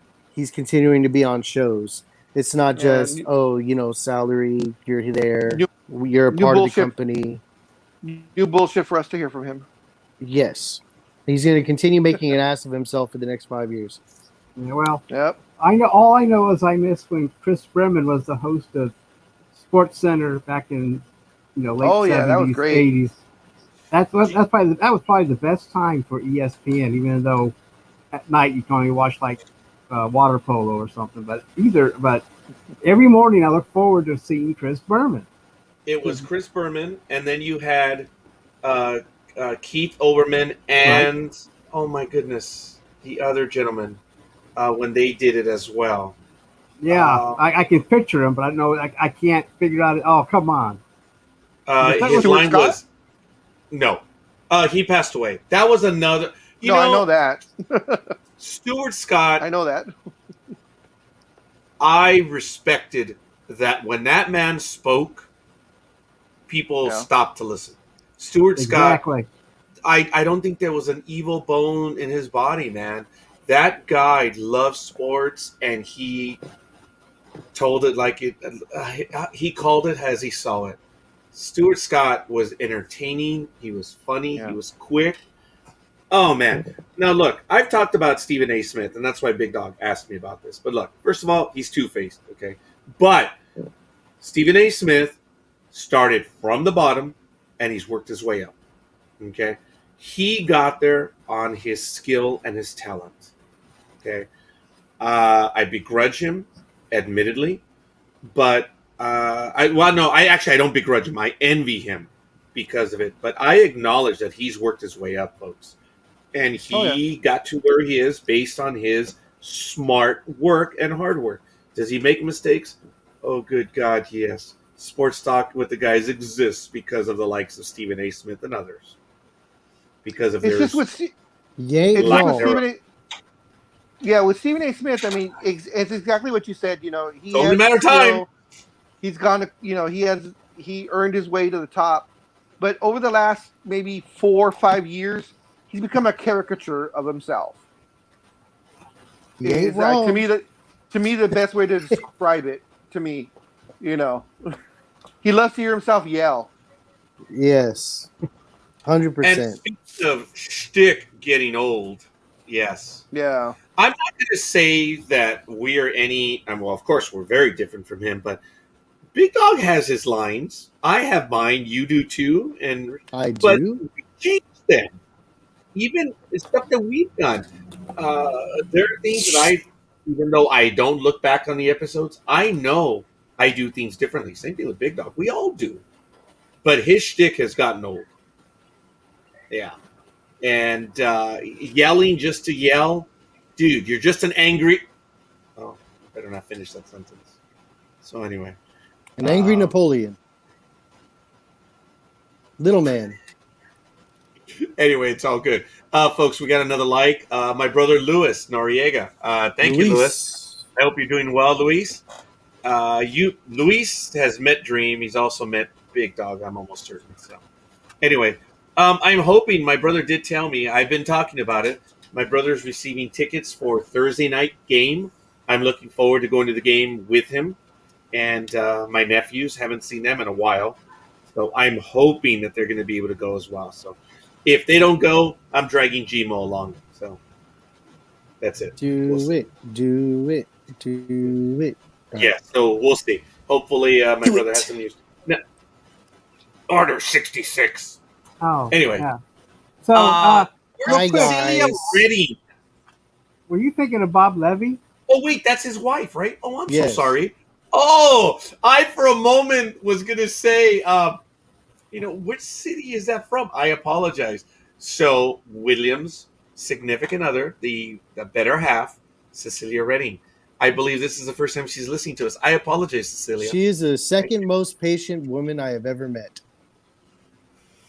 Fair Because enough. she deals with William. I'm married to the first. And the third one, expired when it came to patience.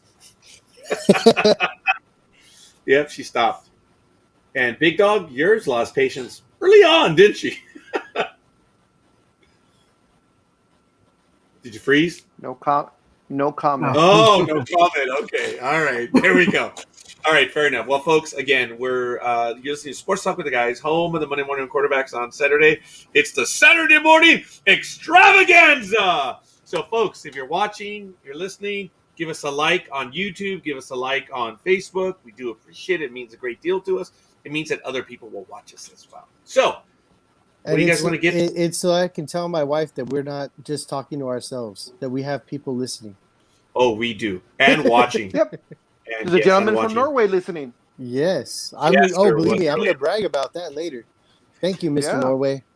That was the first. Well, we don't know if it was a Mister, Or Wasn't thank made you, very person Norway. but Polar Is it Lights. Mix? MX? Yeah. Oh, actually, may still be with us. They may have gone quiet for a little bit. I still show that was on our Twitch page. He's on his own island. Yeah, off the coast of Norway. Now there are a lot of islands. Hanging out with the Vikings. Oh ho ho! May have gotten Who's that? offended when we were talking about the Vikings. Maybe. yeah. Almighty and I were just making fun of the Vikings. It was just nothing there. Like, waste of time. The Vikings have a soft place in my heart because they wear the purple and gold. It's just, They have a soft place, but it's not in my heart. Wow. All right. And folks, I ask you to give me a moment. I need about a minute. So, Big Dog, if you would, take over for... I need a... Bartender needs a refill! Well, Big Dog's got the Almighty... car. If Almighty or Dream knows, I wonder who came first, whether it was the Minneapolis Lakers or the Minnesota Vikings. So I'm wondering on the color scheme is what I'm going for. Oh, Right. I want to say the Minnesota Lakers. I I don't think know the what the Lakers colors had were. it first. The Minneapolis Lakers. Yeah, blah, blah, blah. English hard. I know. That'd be it. That be then there. All right. Yeah, I don't know. I'm just guessing that the Lakers, if the Lakers had that, if the Minnesota, if they had the color scheme, they would have been first. I don't know anything. I know that the Lakers were from Minnesota, but I don't know anything about their early days. Well, the Lakers were the first one to do anything with it. Yeah. Yeah. Well, I'm just wondering too because now that I said it, I'm thinking about it. I think their color scheme was blue, not the purple. Oh yeah, they were blue and white, weren't they? Yeah, because they didn't use the purple and gold till they got here to LA, and I think they borrowed it from the Kings back in the day. Because remember the Kings were the royal purple. They had the I'd have to purple actually look- and white though. Yeah. So I don't know. It's interesting. Just You're wondering gonna where have that to do color some scheme came from. research. Yeah, I'm just wondering with the Minnesota Vikings where that color scheme came from. Put it in the board. It's bucket. unique. Okay, I will. Put it in the board, like whenever you're not doing anything, can't figure out what to do, and you just refilled your coffee and the creamer apparently. So, do you know? Oh my! Where am I now? Oh, man. My brother says Justin is not going. So his older son is, and he'll be going, and I'm going to be taking Gmo then. So we're going to be going out to the Angel game. I'm looking forward to that. Heard that. Do you know how many Super Bowls Cleveland has been to between the Rams and the Ravens? Wait, how many players are on the Cleveland I think he team? means the city Cleveland. Yeah, no. How many players are on the Browns team? 11. 11. No, So- I didn't say. No, I'm answering his question. They've gone 11 times. Gonna So- say they How many filled have they up a won? Super Bowl. Was that the number, Almighty? I don't know. I mean, the Rams, the Ravens have won 2, right? And the Rams have been there twice Yes. because they were The there Rams in won one. 79. Or Did no, they? 79? They lost to the Steelers Trying in to remember- 79, and then Yeah, they lost- then they lost to the Patriots. Oh, they Yeah. won the year before that, No, didn't they? Didn't they win the year before that? The Rams went twice I in a don't row remember in 2000, 2001, wasn't it? The Rams believe won so, the yeah. first. But I know that the Rams were heavily favored against the first. That was the first time Bill went to with the Patriots. He went to a Super Bowl. I mean, he's been to one before with the Giants, of course. But anyway, I was just thinking that you're talking about the Lakers moving to Los Angeles, and I keep thinking, well, there was a Los Angeles Cleveland Rams, and then the Cleveland Browns, Cleveland Raven thing. So yeah, we've been to the Super Bowl, and we've won a couple.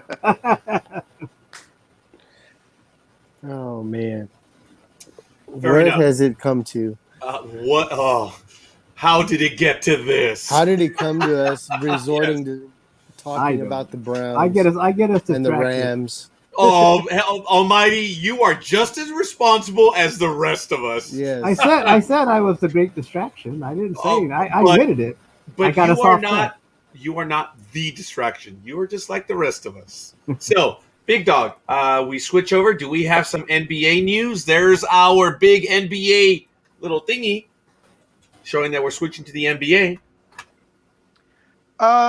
Nothing. I mean, it's quiet right now. Oh, it is. The preseason starts in 2 weeks.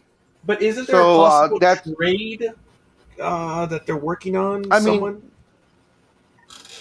the Lakers traded Marc Gasol. Lakers traded Marc Gasol. I mean, the whole thing is when they picked up DeAndre Jordan, the writing was pretty much on the wall for Gasol that he wasn't going to be staying with the Lakers, and if he did, it was going to be a very minimal role with the Lakers. And he had been hinting that he wanted to stay in Spain to be with his family and play on the national team there. So they facilitated a trade with the Minnesota Timberwolves. No, I'm sorry, the Memphis Grizzlies. I'm sorry. They facilitated a trade with the Memphis Grizzlies. They traded Gasol to the Grizzlies, and we received back the 2024 second-round pick. Yeah. No, we sent our 2024 We sent our second-round pick along with Gasol. Yeah, in 2024, and we received the rights to, I can't even remember his name. He's a Chinese national basketball player. Draft somebody. That was drafted 5 years, but yet to commit to the NBA. So kind of like Gasol, when we had Gasol back in the day when we traded his rights. When we traded his rights for Pau, for his brother. Mark had been playing on the Spanish national team back when he was younger, and then decided to make the jump. So the hope is this Chinese player will make the jump to the NBA. He is doing very, very well on their I guess it's the Chinese Basketball Association, the CBA. I believe he won the MVP last year, if I'm not mistaken. Yeah. It's and he some has young averages guy. of something like I think it's yep. And he has a brother really hung low. Oh my! I could be that brother. No, you're the second cousin. Some dumb fool. Okay, folks. Okay, first of all, it's funny.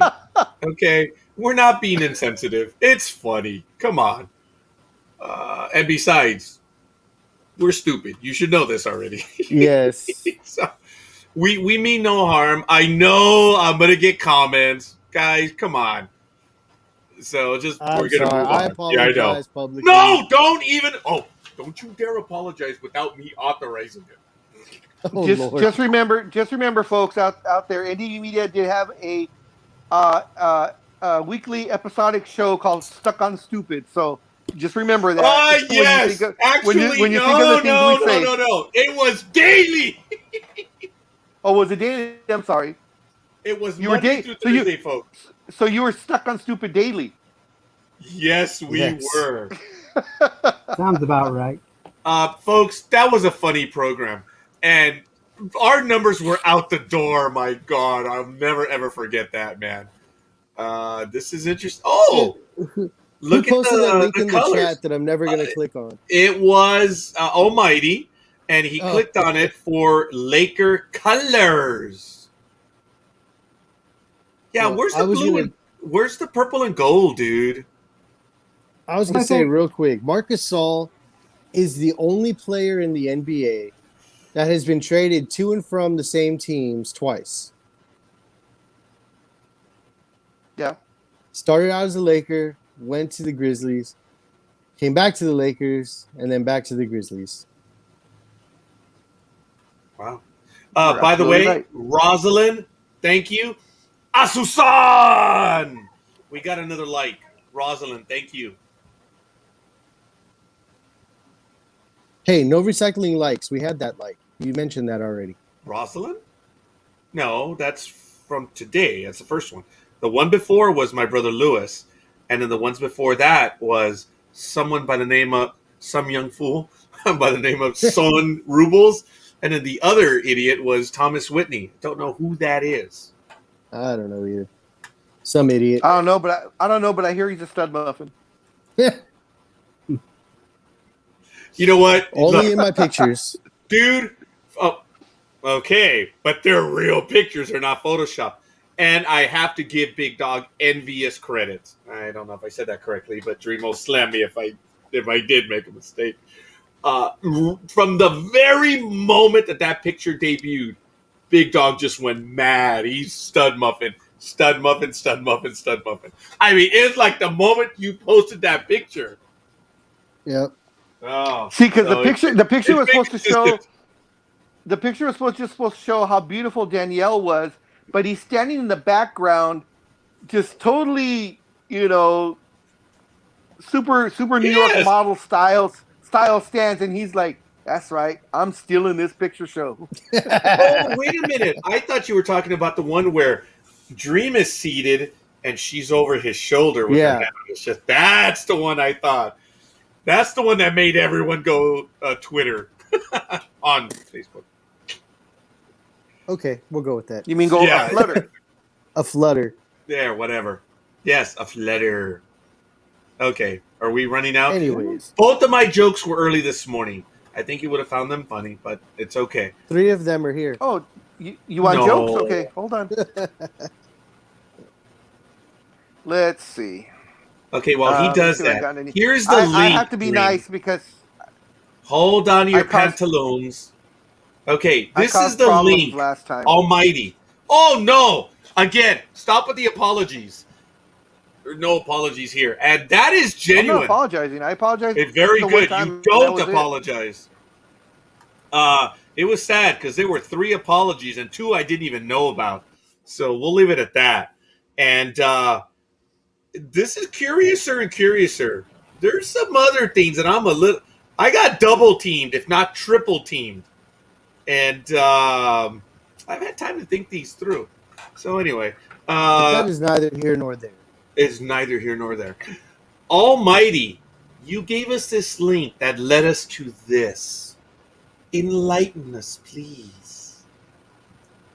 Well, I think that's the colors for the Minneapolis Lakers.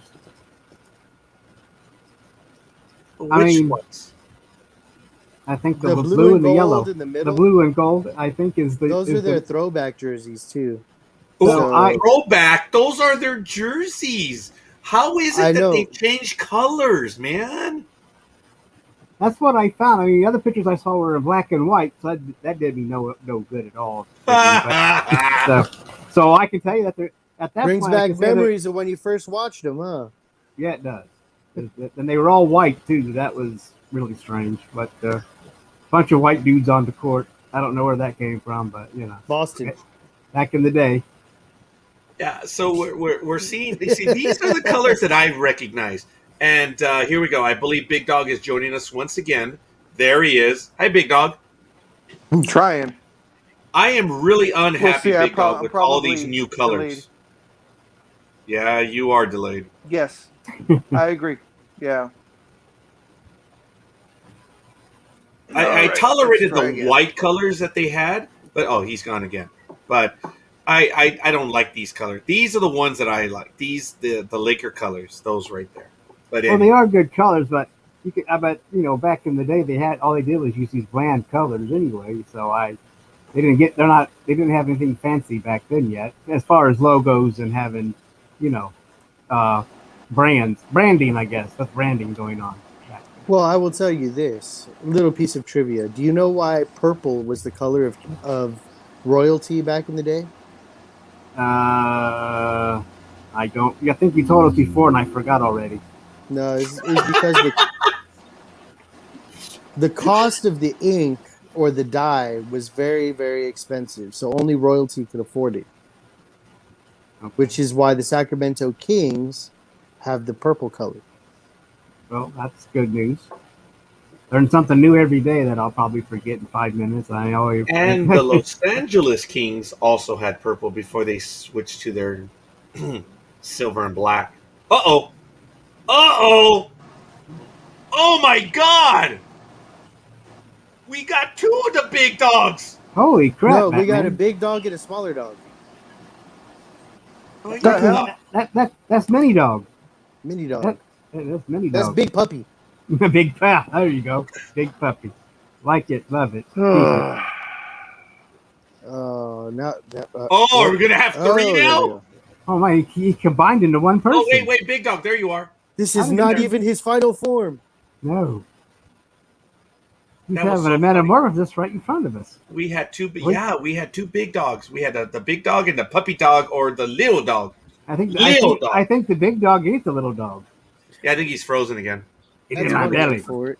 Get in my belly. Come here, get in my belly. You know. That was funny. That was good. Oh my goodness, we're having a good time right wow. here, folks. All right, so maybe I'm keeping him out by taking up the bandwidth, so we're good. All right, folks, we're having a great time. I missed everyone. I genuinely did. I did go to Seattle on Sunday, but we weren't on because of 9/11, as I mentioned at the very top of the program. We have, I believe, we've been on. I know we've missed 2 Saturdays because of 9/11. It's possibly a third one. Folks, again, NDB Media will not be on at that hour doing sports because we are irreverent and we are smart mouth and foul mouth on this program. And it's just, in my humble opinion, it doesn't feel right to be doing that while the memorials are going on. I have been told that, on the contrary, we should be on because it's an escape for people. And I appreciate that argument, and it means a great deal to me. But again, I believe people are memorializing. Yeah, I just can't. I can't. I mean, Roger, that's something that goes both ways. I mean, you can say we're going to keep going because we don't want the terrorists to win, so we're going to have a show. But I think you're right in what you're doing. I mean, if we had time, I guess we could do one in the evening if we wanted to. But how many times does 9/11 fall on Saturday anyway? It's not like an annual event, you know. I mean, it's not like. So I mean, what's one Saturday or whatever to honor these people? I fully support your decision. Yeah, I do too. I mean, it's your show, and I support it because we're not Walmart, so why should we be open? Unless later on in the day. But Fair enough. It's interesting that you would say it's my show. I do want to say this, that the reason why the name is Sports Talk with the Guys is because of what Big Dog colloquially said. It was, we will not be associated with this monster forever. And when people come and go, it will not have a certain person's name on it or several people. It will always be Sports Talk with the Guys. And it is not my show, Richard. I'm the one that starts up. I'm the one that does it. But it is just as much yours as his and hers. I mean, Dreams. So I didn't mean any offense by it. It just. Yeah. I didn't mean anything bad by it. I just, you know. Sorry, sweetheart. I didn't mean that. But I guess you're both. You're mainly the host then, is what I'll go with. I'll go with that. And even when I do the other programs, Big Dog knows that everyone says, "Oh, hey, next on the show," and I'm like, "No, we don't do shows. They're programs. We don't." So you go back They're to episodes. Or episodes. program. Yeah. Okay, I get that. I forgot that you didn't like that word. But All right. program. Well, guys, I'm gonna have to call it. I've got to start up the grill. Oh and man. start cooking for these hungry kids, hippos, whatever you want to call them. We were in the same mind, man. That was funny. Yes. All right. Well, Dream, All right, I do man. thank you for joining us again. And folks, we just got a little bit more to go over, but we're going to be calling it very soon. So, Dream, have a blast. Oh, one last thing. Shoot. Why can't vegetarians or vegans have pudding? Why? Because if you don't eat your meat, you can't have any pudding. All right. That goes back a ways, but I get it. Yep, me too. Shows my age. He is Pink Floyd, my dude. Pink Floyd. Oh, okay. Yeah, my brother will get that one. I will not. Okay, fair Well, enough. your brother is a very smart man. Of Yeah, course, I was well, going to say because there's musical milk in it, taste. but that would have been wrong. well, you just did. Doesn't matter. You just did. I guess I did. You're right. That's funny. My You're bad. okay. All right, folks. You have a good day there, Dream. You too, Yep. guys. You all Don't have a get good don't one. get stumped. Don't get trampled by kids. No, Yeah, I'm about to don't- fire up this bad boy right here. Don't Oh, burn off. nice. Don't burn off your eyebrows. No, if I don't do it at work, I'm not going to do it here. Dude, I that's just funny. burnt off my I arm just here. noticed your eyebrows. You could be Vulcan or Romulan.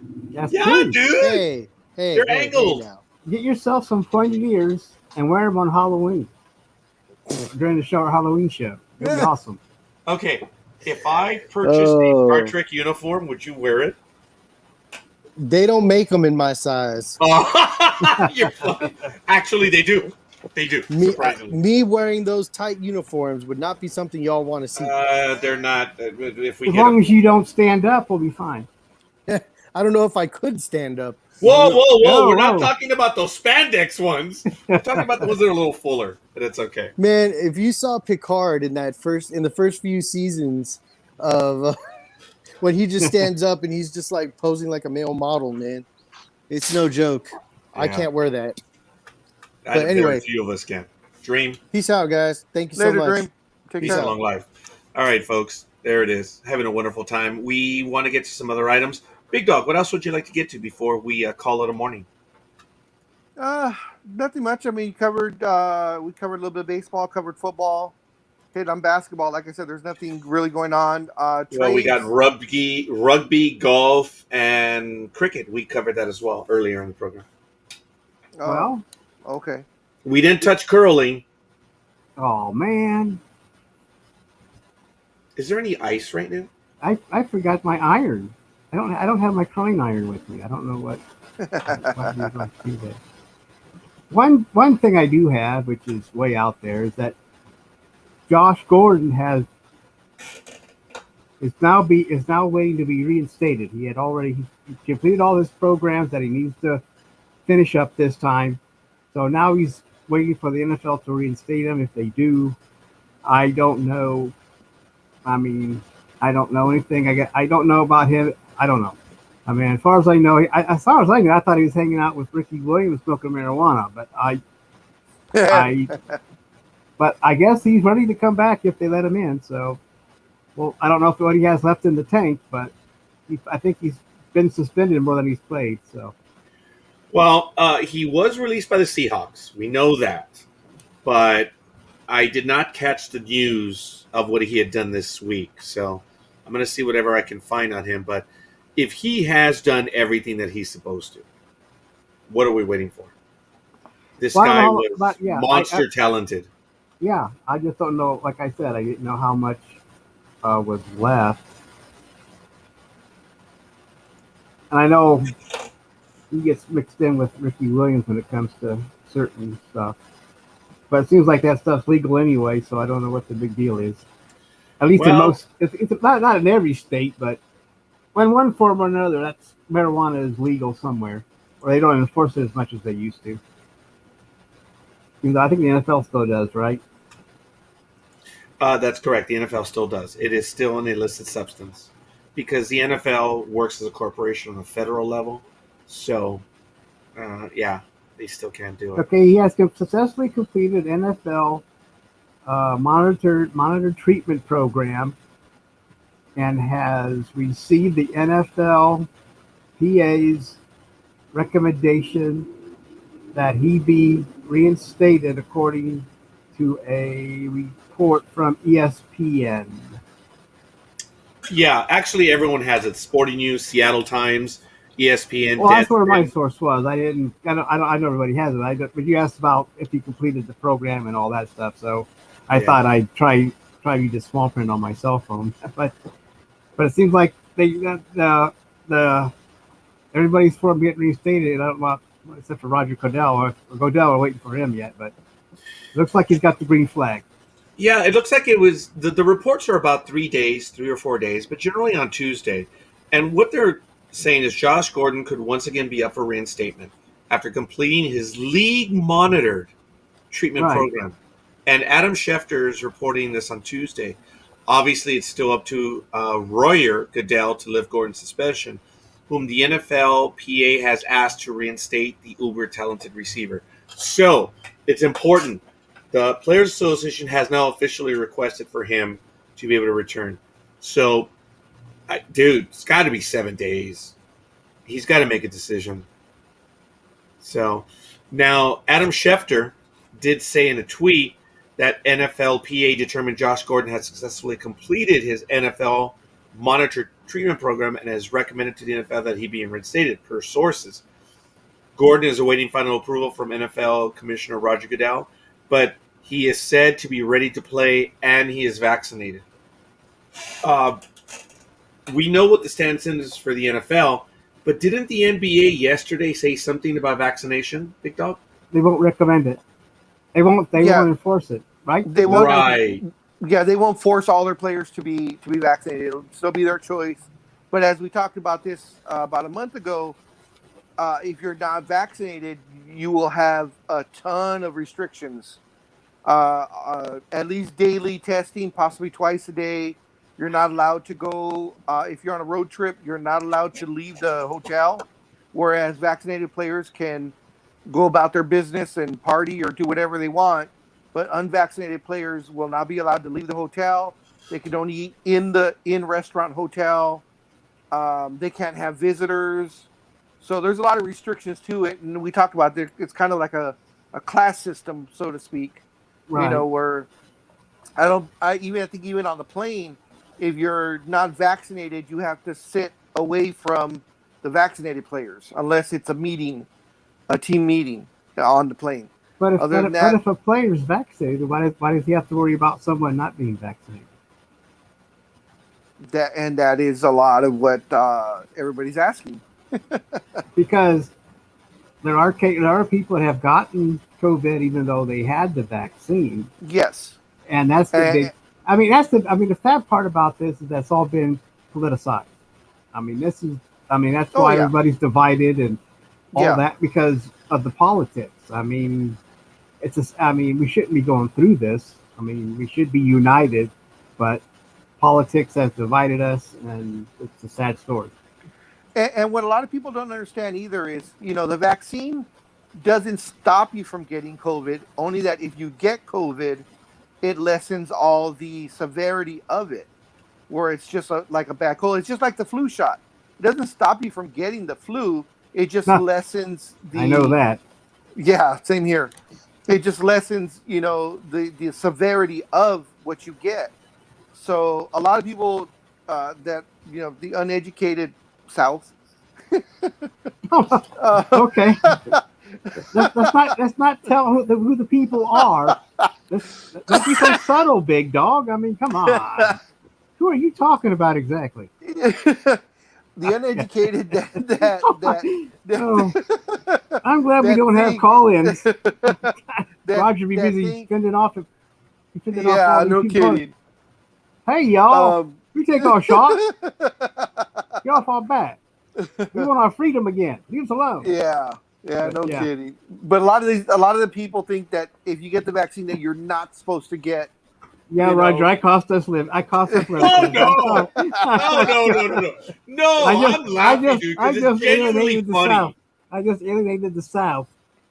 Yeah. Now they've got to learn how to log out. So they might be here still for a while. They learn to log out. But other than that, I shouldn't do that. But I don't care. He started it with the. Anyway, continue. That's fine. Before I get us in more trouble. Before we get banned from everything. It's just too funny. If they take offense to it, then then they take offense and they can go brush their one tooth, in the bathroom. Yeah, but I don't want to offend the General Dalton. But anywho, there was something. Actually, is Virginia in the South? Yeah. I guess so. It was part of the. That's why they split with the West Virginia, because West Virginia was north and Virginia was south. Even though they used to be connected, right? Remember, they used to be connected, and then the Civil War divided the states. That's when it split into West Virginia and Virginia, I believe. That's what my. I'm not going to go with that. I saw. Hey, it was on the internet. It has to be true. Oh, There you go. really? Yeah, the internet doesn't Oh. lie. Okay, yeah, that's tough to argue. I think I read it somewhere. I don't know if I read it officially, but that was why that's why there's a West and a vengeance. So, what is unofficial reading? I don't. I don't know. That's a good point. I'll You're think about okay, it. but I believe I know what you're talking about, so Yeah. it's cool. You're all right, man. It's funny. Almighty, dude, I love having you on the program. You're a big part of this program. Sports Talk with the guys, yeah, it's awesome. So we're good. Well, it's just the places that we go, not just sports talk. You don't know where we're going to go next. But are you? That's right. I'm sorry. I interrupted, Big Dog. Go ahead with your thought there, Big Dog. Oh no. I was just saying. Just as I was saying, the NBA players just have to be, in essence, segregated if you're unvaccinated. Is what it comes down to. But the players' union accepted all these policies. Yeah. So yeah. I We don't talked know. about that. Yeah, weeks ago. Yeah. It was strange because you were surprised that they went along with it. And it's like, Exactly. yeah, me too. I mean, why would the players agree to that? But they did, and that's where we're at. I guess they figured. I'm just spitballing. I guess they figured because it's such a small percentage of players that are not vaccinated. Yeah, I think I read that it was 85% were vaccinated. Yeah. So that leaves 15% out in the cold. Yeah, and it might be up to 90 now because they said some players are before the season started they wanted to get vaccinated because they didn't want these restrictions that they've been told are going to happen. So, right. But I got you. How is it in the Major League Baseball, Scorekeeper? What's the rules there? I don't know. I'm just impressed that I did some air math right now. That's all. I saw that. I was like, Yeah. I was going, holy crap, he's doing air math. Holy crap. And we're talking over it. We should be, me and Big Dog should be doing commentary on this air math. It was incredible. Like, you know what? I just had it. Because I tried, deliver. but I know that if I tried it, I couldn't do it. I actually need a spreadsheet for me to figure out anything. It was very difficult, gentlemen. I don't think I could do it again. But luckily, the phone has a calculator app, so I can easily get 2 + 2. Now, what's impressive though is I've seen him do this in the past. What's really impressive is when he erases it, when he makes his mistake and then starts over again. Well, That's the impressive part. Well, he doesn't want to add to the ozone. Thank you, gentlemen. Yes, I've had moments where I've had to erase the handiwork. Yeah. Oh my goodness, that was funny, boys. I'm sorry. It's just I was so happy. There was an equation that Almighty was working out, and I just had to do it. I rose to the occasion, and gentlemen, I believe I deserve Comeback Player of the Year just for that one. But all right, we're good. All right, folks. What else are we going to do? One other thing. Raiders running back Josh Jacobs is out for tomorrow's game versus the Steelers. Ah, damn it. I'm staying. A toe ankle thing. Don't play Sunday. That's going to suck. But I'm going to stick with the Raiders. And Roger Brown, a former Lions All-Pro defensive tackle, dies at 84. Oh. Was cause of death mentioned? I'm just reading the headline. Old age. Well, that's probably true, but he did ask. Yeah. Yes, I did. So, blah, blah, blah, confirmed. Yeah, Roger Brown, former Lions All-Pro defensive tackle. Yeah. Just very quickly, Eagles and defensive end Josh Sweet agreed to a 3-year, $40 million contract extension. Wow. All right. So that'll be it. Big Dog, you went over... Yeah, you did. You went over basketball. Yep, and Matt's not here, so we can't do wrestling. That's sad. Like that's ever stopped this before. But Matt is working in the morning. That's why he's not able to make it. So, actually, just real quick, it's and this is for Matt. we've talked about it before. There is a show on the Vice channel. It's called Dark Side of the Ring, and they started up their new season, the second half of season 3 on Thursday, and they dealt with what was called. It's been now known to be called the airline flight from hell, and it happened in 2002. But anyways, what was said on this documentary, and it was a lot of high profile wrestlers, Ric Flair being one of the main ones. Because of that, a wrestler, I'm not sure if Almighty knows who he is, but Tommy Dreamer, who is a legend in ECW and has gone on and still wrestles, but he wrestles right now in TNA Impact. Because of the things he said on that documentary, he has now been suspended indefinitely and most likely will be fired. Ric Flair, when it came out on the things he was doing on this flight, I don't know if you guys have seen it, but there is a insurance commercial that he's been associated with over the last few months. Those commercials have now been suspended, and most likely Ric Flair will lose his sponsorship or his job with that company, and also may lose any appearances that he was going to have with Total Impact Wrestling also. What happened on the plane? It's what didn't happen on that plane. Okay. The quick synopsis is they did a European tour, very successful tour. This was in 2002. And on the way back, Vince McMahon decided all the top tier guys he wanted, since they did have such a great show, it was in a whole week, and they toured like 6 different countries, ended in England on a pay-per-view, sold it out, great show.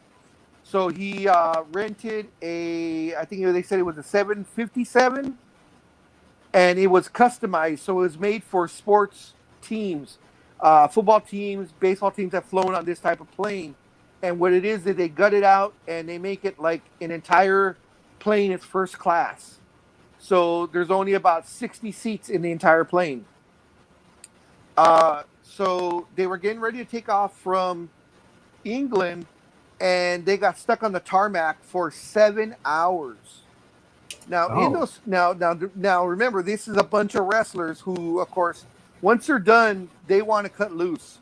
So the drink cart, the liquor cart, they went through 3 of those liquor carts in those 7 hours. Now, usually one liquor cart will last an entire flight of 7 to 10 hours.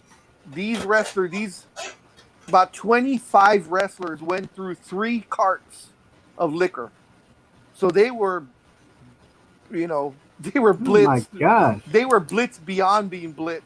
The plane takes off, and as they're in the air, the shenanigans start.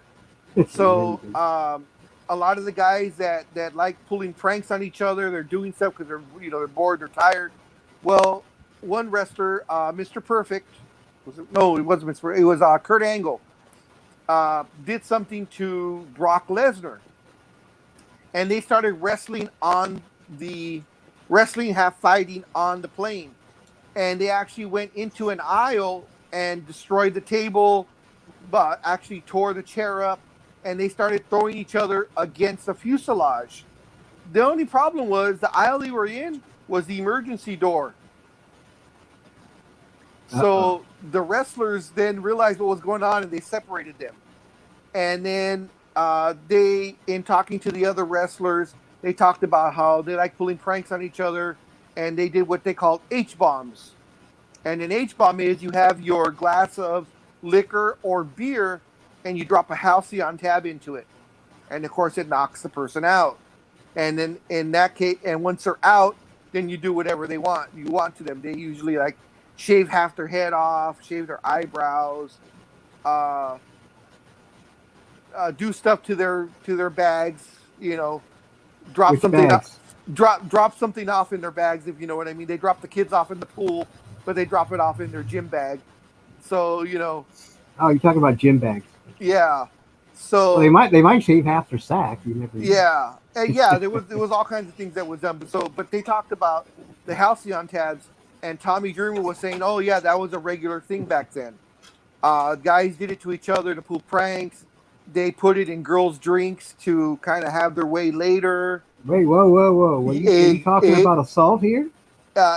He didn't quite call it assault, but yes, he kind of mentioned that some of the wrestlers like to drop. That's what they called an H bomb. So when they were doing interviews to other guys, including Jr. Jim Ross, who was VP at the time of talent relations, he was saying you never leave your drink uncovered, or you always have your drink with you with your hand over it. Oh my gosh, you learned that when you're partying in high school. That's rule number one. If you leave your drink, you don't go back to it. You get a new one. Oh my gosh. Oh my. So Tommy Dreamer let it come out that they dropped H bombs into other wrestlers so they could pull the pranks, or when they were out partying and meeting women, they drop one in their drink, and the girl would get lose consciousness, and things would happen. As he said, things would then happen. Is this the rape drug, or is this like the rape drug? Yeah, it's exactly. It would be pretty much the same thing. Yeah, Halcyon puts you to sleep. It knocks you out. So Bill Cosby would want this. Yes, exactly. They went on to say that Ric Flair liked to do when he was extremely drunk, because you guys all see him, Ric Flair. He has those really outrageous robes that he wears that cost tens of thousands of dollars. Oh yeah, I know. Yes. So what he would like to do is he'd put the robe on, and he, I guess on the airplane, he would do his Ric Flair strut. The thing is, he had the robe on and nothing else. Oh.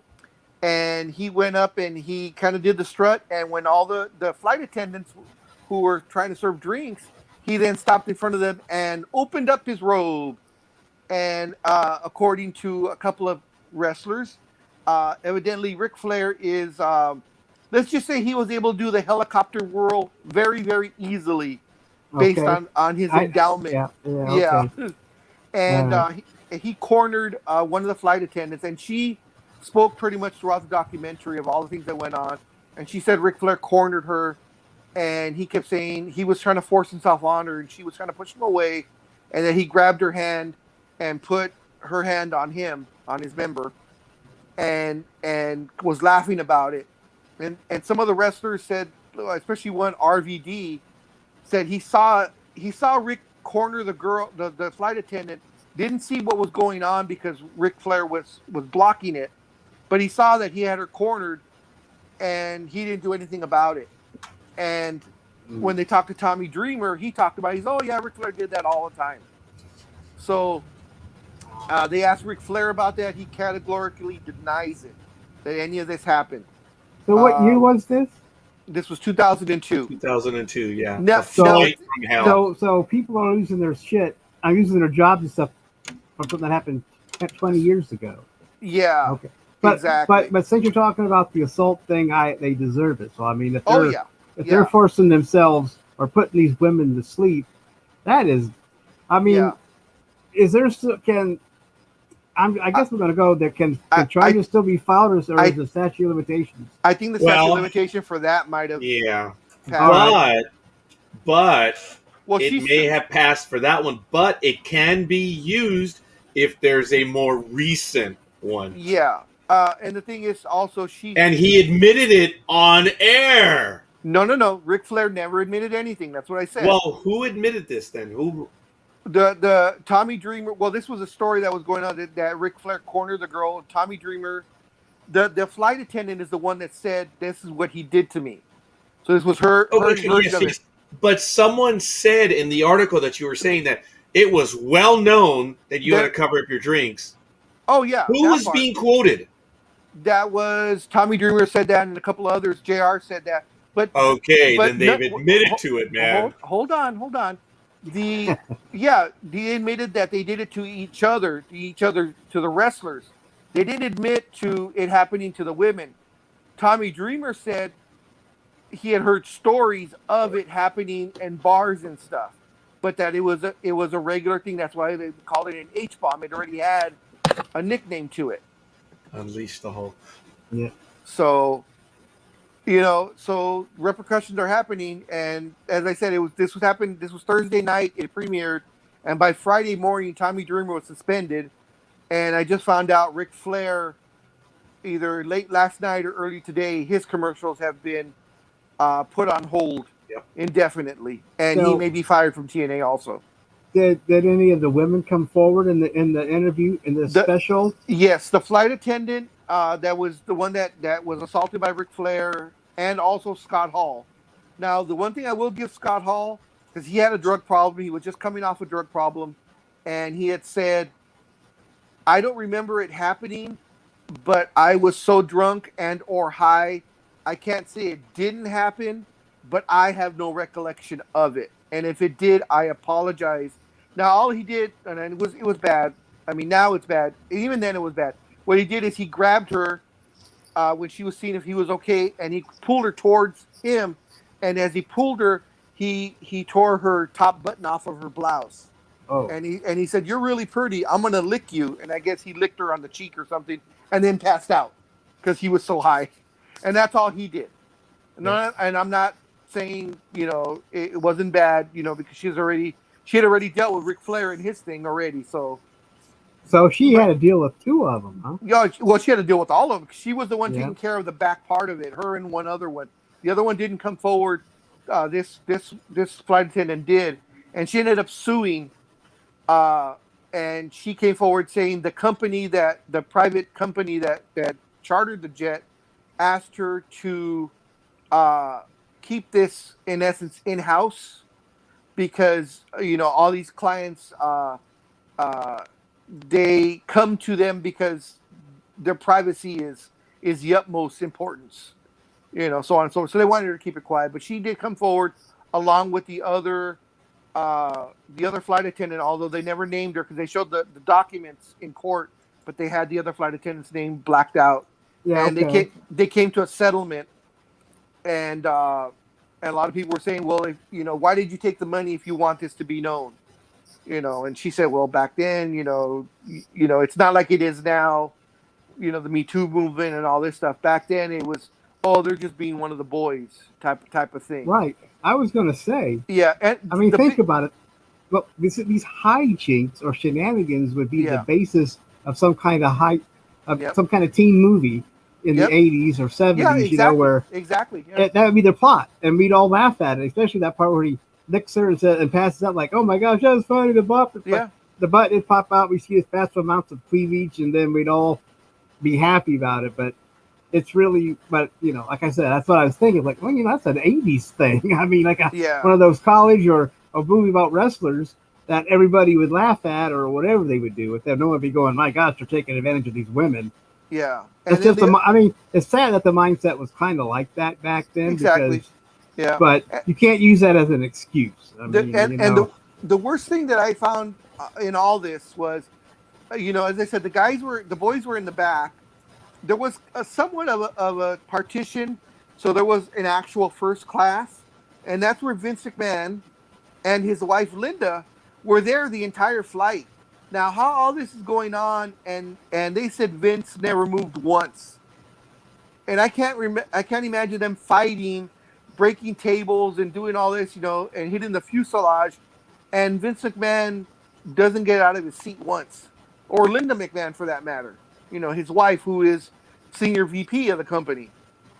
And they're, knowing from interviews of what I've heard, and you've heard the same thing from Vince. Vince is like, "Oh, they're just one of the boys. They're just being the boys. Don't worry about it." Right. Yeah, that's what I was thinking too. But still, you think you'd want to check it out to see if anybody's getting hurt. Exactly. And the other shenanigans that went on, there was a road agent, former wrestler, and he had a ponytail, and that was like his pride and joy type thing. He was balding in the front, but had that ponytail going in the back. And when he was out, they actually slipped him an H-bomb. So he passed out, and one of the wrestlers thought it would be the funniest thing in the world if to get some scissors and cut it off. So he cut it off, and of course, when it was Michael Hayes, when he woke up, he lost his shit because that was like his pride and joy, that ponytail of his. and someone just cut it off, and he was, I bet. screaming bloody murder. I bet, because that would take a while to grow back. Oh, if it yeah. would grow back. You're saying he's bald. Yeah. You know Yeah, what's going on with exactly. that. Because when So- you're going bald, you take every patch of hair and you're like, don't cut it. Don't, just let it alone. Don't you dare shave that. It might not come back. So, yeah. So the day after all this started coming out of all the shenanigans that were going on, then Vince McMahon got together with JR and said, okay, we need to make some examples of people. And if people need to get fired, they get fired. Now, the guy who cut the road agent's hair, he got fired. Okay. One of the guys who was drunk and made a fool of himself, Dustin Rhodes, he Oh, wow. Okay. he ended up taking the microphone and was singing to his ex-wife, and he got a little. He was of course drunk, but what got him it was like $100,000 fine, is because he had chewing tobacco, and you know the little part where you put your magazines right in front of you on the seat. Right. He used that as his spittoon. Oh, no. Oh, my. Oh. So when they yeah. found that out, they were like, okay, we're not going to fire you, but you're being reprimanded. So I believe he was suspended for 30 days without pay, and then some big fine. Wow. Okay, I'm just curious. This was on the airline, right? This happened on the airline, yes. Okay, or the plane. Yes. Today, that's a felony. Yeah. Back then you were able to still. Well, I don't know about the chewing Well, I don't tobacco know, part. but I don't I'm know just about saying the chewing today tobacco. that's a felony. Well, it is. You actually can't have that. I was surprised when I read it, and I was like, "Ooh, can't have any of that stuff." So him using a spittoon, that might even be a double felony. Well, and don't forget though, Roger, this is a private jet that's chartered. So a lot of those rules don't apply. Because I've heard of so many times Justin Bieber's a very one that I remember hearing about it a year and a half, 2 years ago, where he chartered a private jet and they got on there and they started smoking up a storm. I believe you can do that. Yeah. So, and that's what this is. This was a private jet. Okay, but what he's doing is he's destroying, man. That's not a felony, but that's. But they caused. I believe they said they caused 6 figures of damages in that plane. Oh, my. I can see that. Yeah. Wow. I can And see of course, Vince, wrote the check for it. No problem. But everybody that caused problems were reprimanded, fined, or suspended, except for Ric Flair, and he was the most egregious of all of them. From what you're saying, yeah. And he got away with it. And they asked JR this one, because remember, JR is in charge of talent relations and the hiring and the firing and so on and so forth. And they point blank asked him, why did Ric Flair have no repercussions whatsoever? And Jim Ross seemed annoyed that he was asked that, because he knew he had to answer. Actually, maybe he didn't have to answer, but he answered it, and he said, the only thing I can tell you is, I guess you would call him a made man. Of course, talking, as if you were in the mob. Right. He was that close and that high up in Vince's ear that he could essentially do whatever he wanted and have nothing done to him at that time, because he was still at the top of his game as a wrestler in 2002. So is all this just coming out now? Yeah. The plane ride from hell story has been said Around. over and over a lot over the years. It's been 18 years now. But as far as like this documentary where they actually maybe had the flight attendant and they actually got wrestlers on camera to say that, this might have been the first time for that. Yes. Okay, so the rumor, it's been a rumor, but now it's been confirmed. Okay. It'd be like if you or Roger were interviewing Jim Ross and say, hey, we heard about the plane ride from hell. Did this actually happen? And they'd say, oh, yeah, this happened. And they would tell like a little bit of a story, of that particular incident, maybe the hair cutting incident or the fighting incident or whatever. They never actually got into the entire plane ride. So story. I'm sorry. No, go ahead.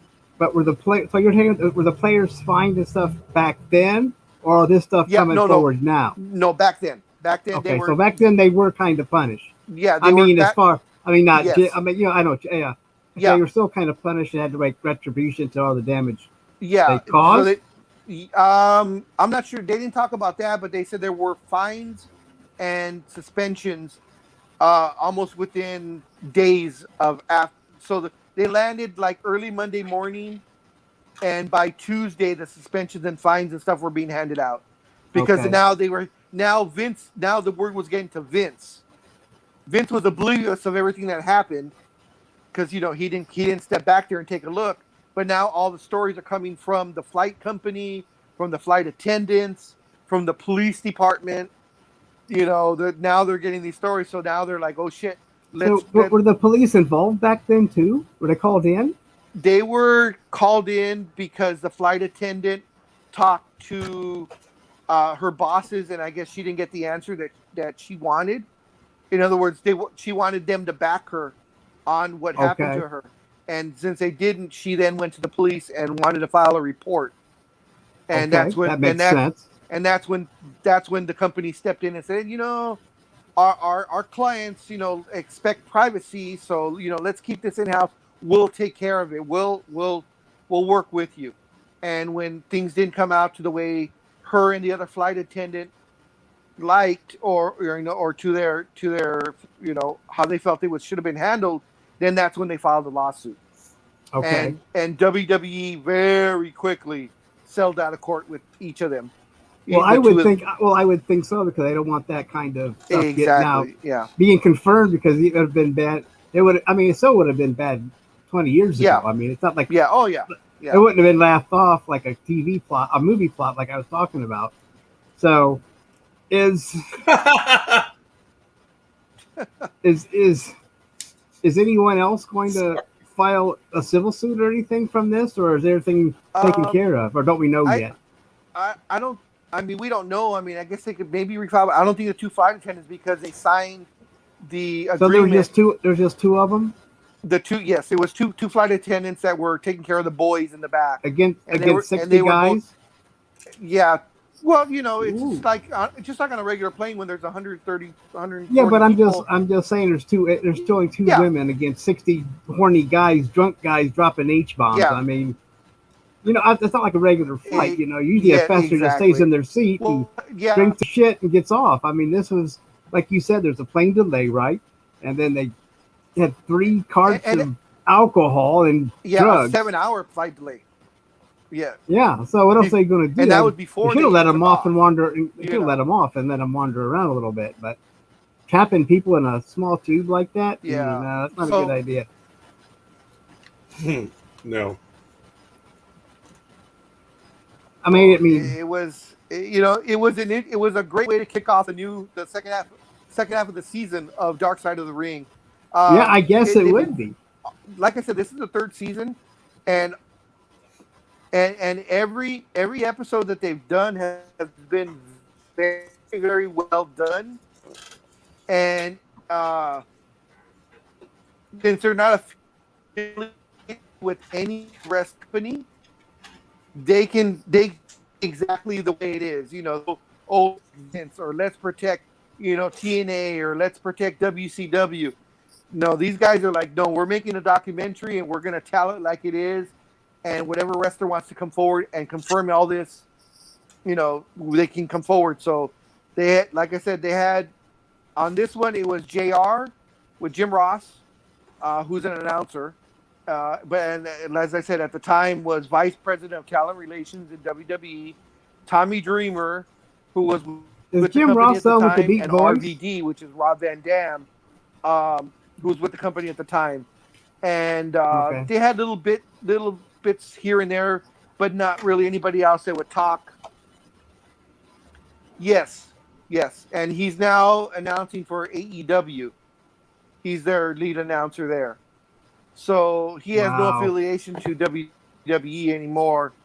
And the way he was treated badly, they've made fun of him countless times. He's slightly overweight, and they made fun of that. But the worst thing that they did for him is he had a Bell's palsy, And who doesn't know what that is? It's a paralysis of one side or the other, either the left or the right side of your face, and it looks like you were a stroke victim.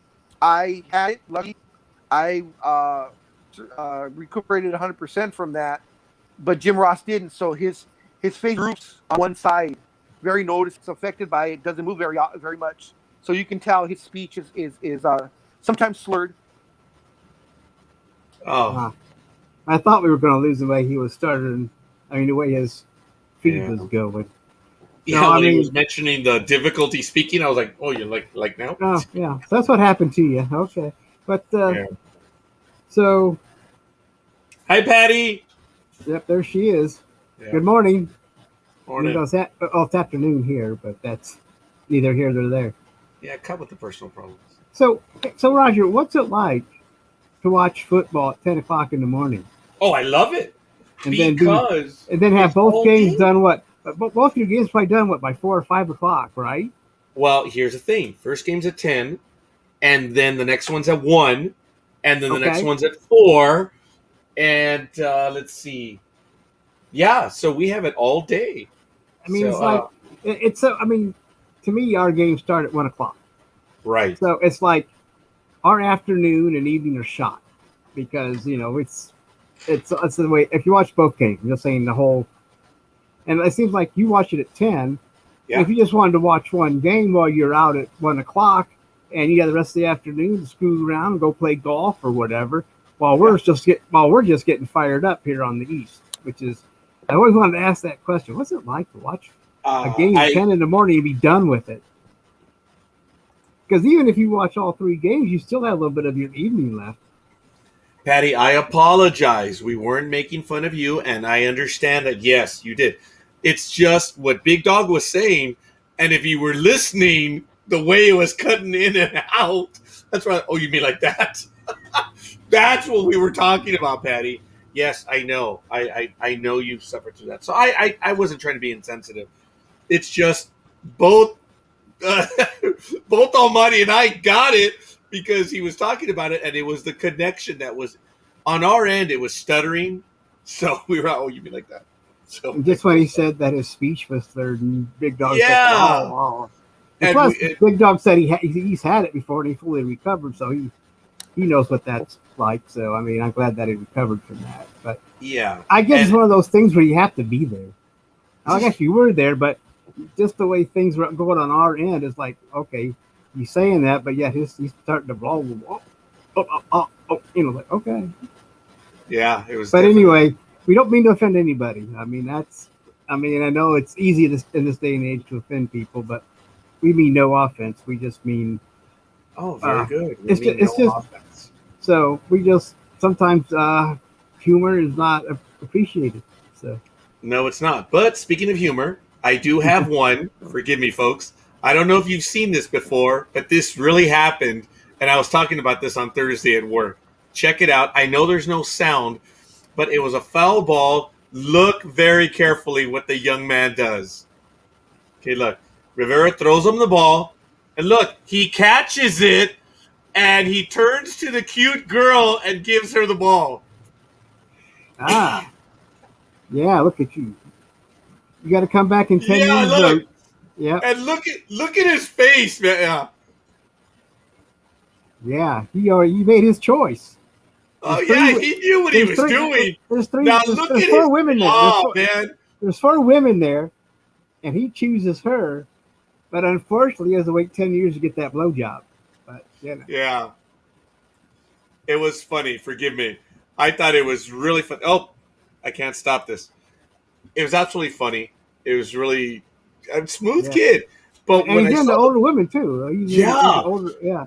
when I saw the video the first time that they were closing in, when he kind of sits down, he's like, "Did you see that? I got away with that shit." Yeah. It's so funny. But actually, I'll see if I can get back to it real quick again. The first time, it was so subtle. Okay, watch. He's going to be more dangerous as he gets older. Ooh, yeah, no kidding. Watch. Here's a little bit more to the video.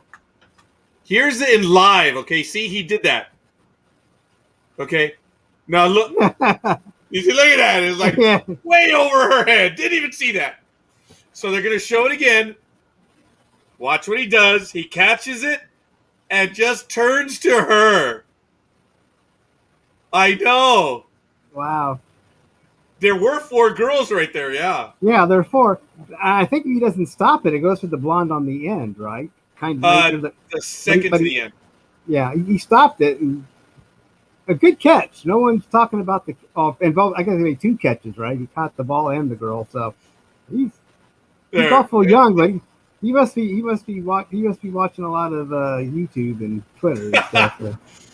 It was so smooth because he catches it and just here. Yeah, there was no hesitation. He knew where he was going right away. He might have spent a split second on trying to choose which blonde, but other than that, once he made his choice, boop, you get the ball. You get this one. The one that he gave it to, she was cute, but the one from our angle, the one to the right, she was kind of cute too. Actually, I think they all were. Yeah, they were all cute blondes, but he had what a choice you'd have to make. I mean, can you imagine? Okay, which blonde? I've got 4 of them. Got 4 of them, yeah. But I'm just saying that was smooth. He caught it. He did it like he does it every day. Yeah, I give these balls to blondes every day. Yes. Look how happy she is. I mean, she's excited. Yeah. Look Calm your chonies. Hey, cut it out, Patty. Cut it out. It's funny. But yes, what's Patty saying now? She's like, calm your chonies. She's like, calm your shorts. That's exactly what she's saying. So it's funny. Well, but look, I know I can. I see if I can get this right. I know I can be a grande culo. Is that correct? Yes, it actually is. Oh my God! Oh, I actually got red right now. That's funny. Oh, you know what? That was good. Patty, thank you for the comments. For everyone joining us, Richard, thank you. I missed being on last week, and now we're back. But we're gonna figure out what we're gonna do for October 2nd. It's a Saturday. I'm flying to San Francisco that day, and it's gonna be kind of early again. So we'll see what we'll do for Sports Talk with the Guys. And no, it's not going to happen in the evening because we're flying way in the evening. We're leaving there at about 7:30. We should be back by 8:30, 9 o'clock. I'll be home by 10.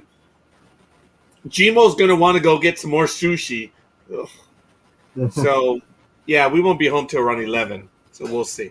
But I think well, as far as I know right now, I'm good for whatever day you choose or time. I would be able to make it. So if you want to do it if you have time whenever you have time, I mean, I guess we can do it anytime, I guess.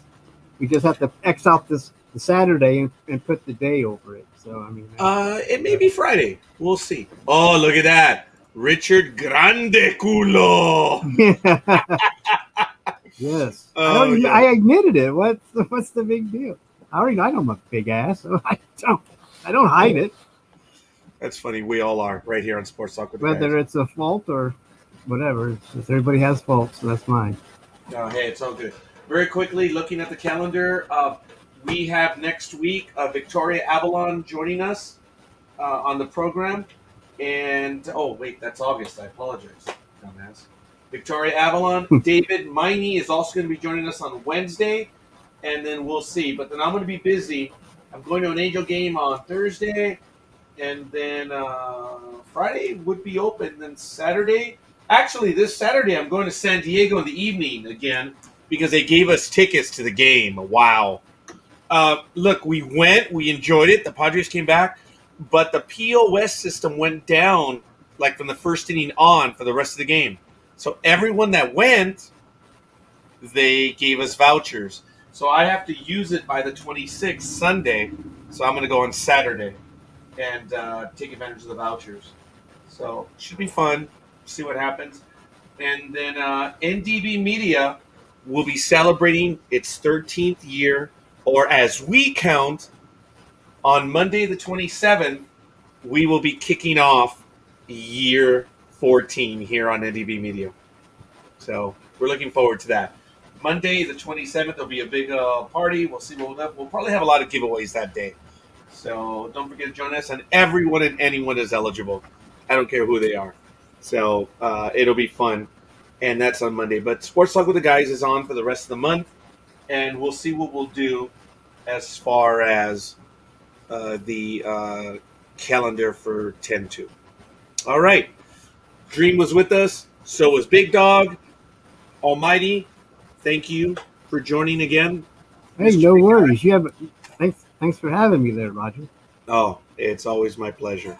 So for everyone else, thank you, Tony, Gridiron Girl, William, Cecilia Redding, my brother Lewis, my cousin Patty Figueroa, and others.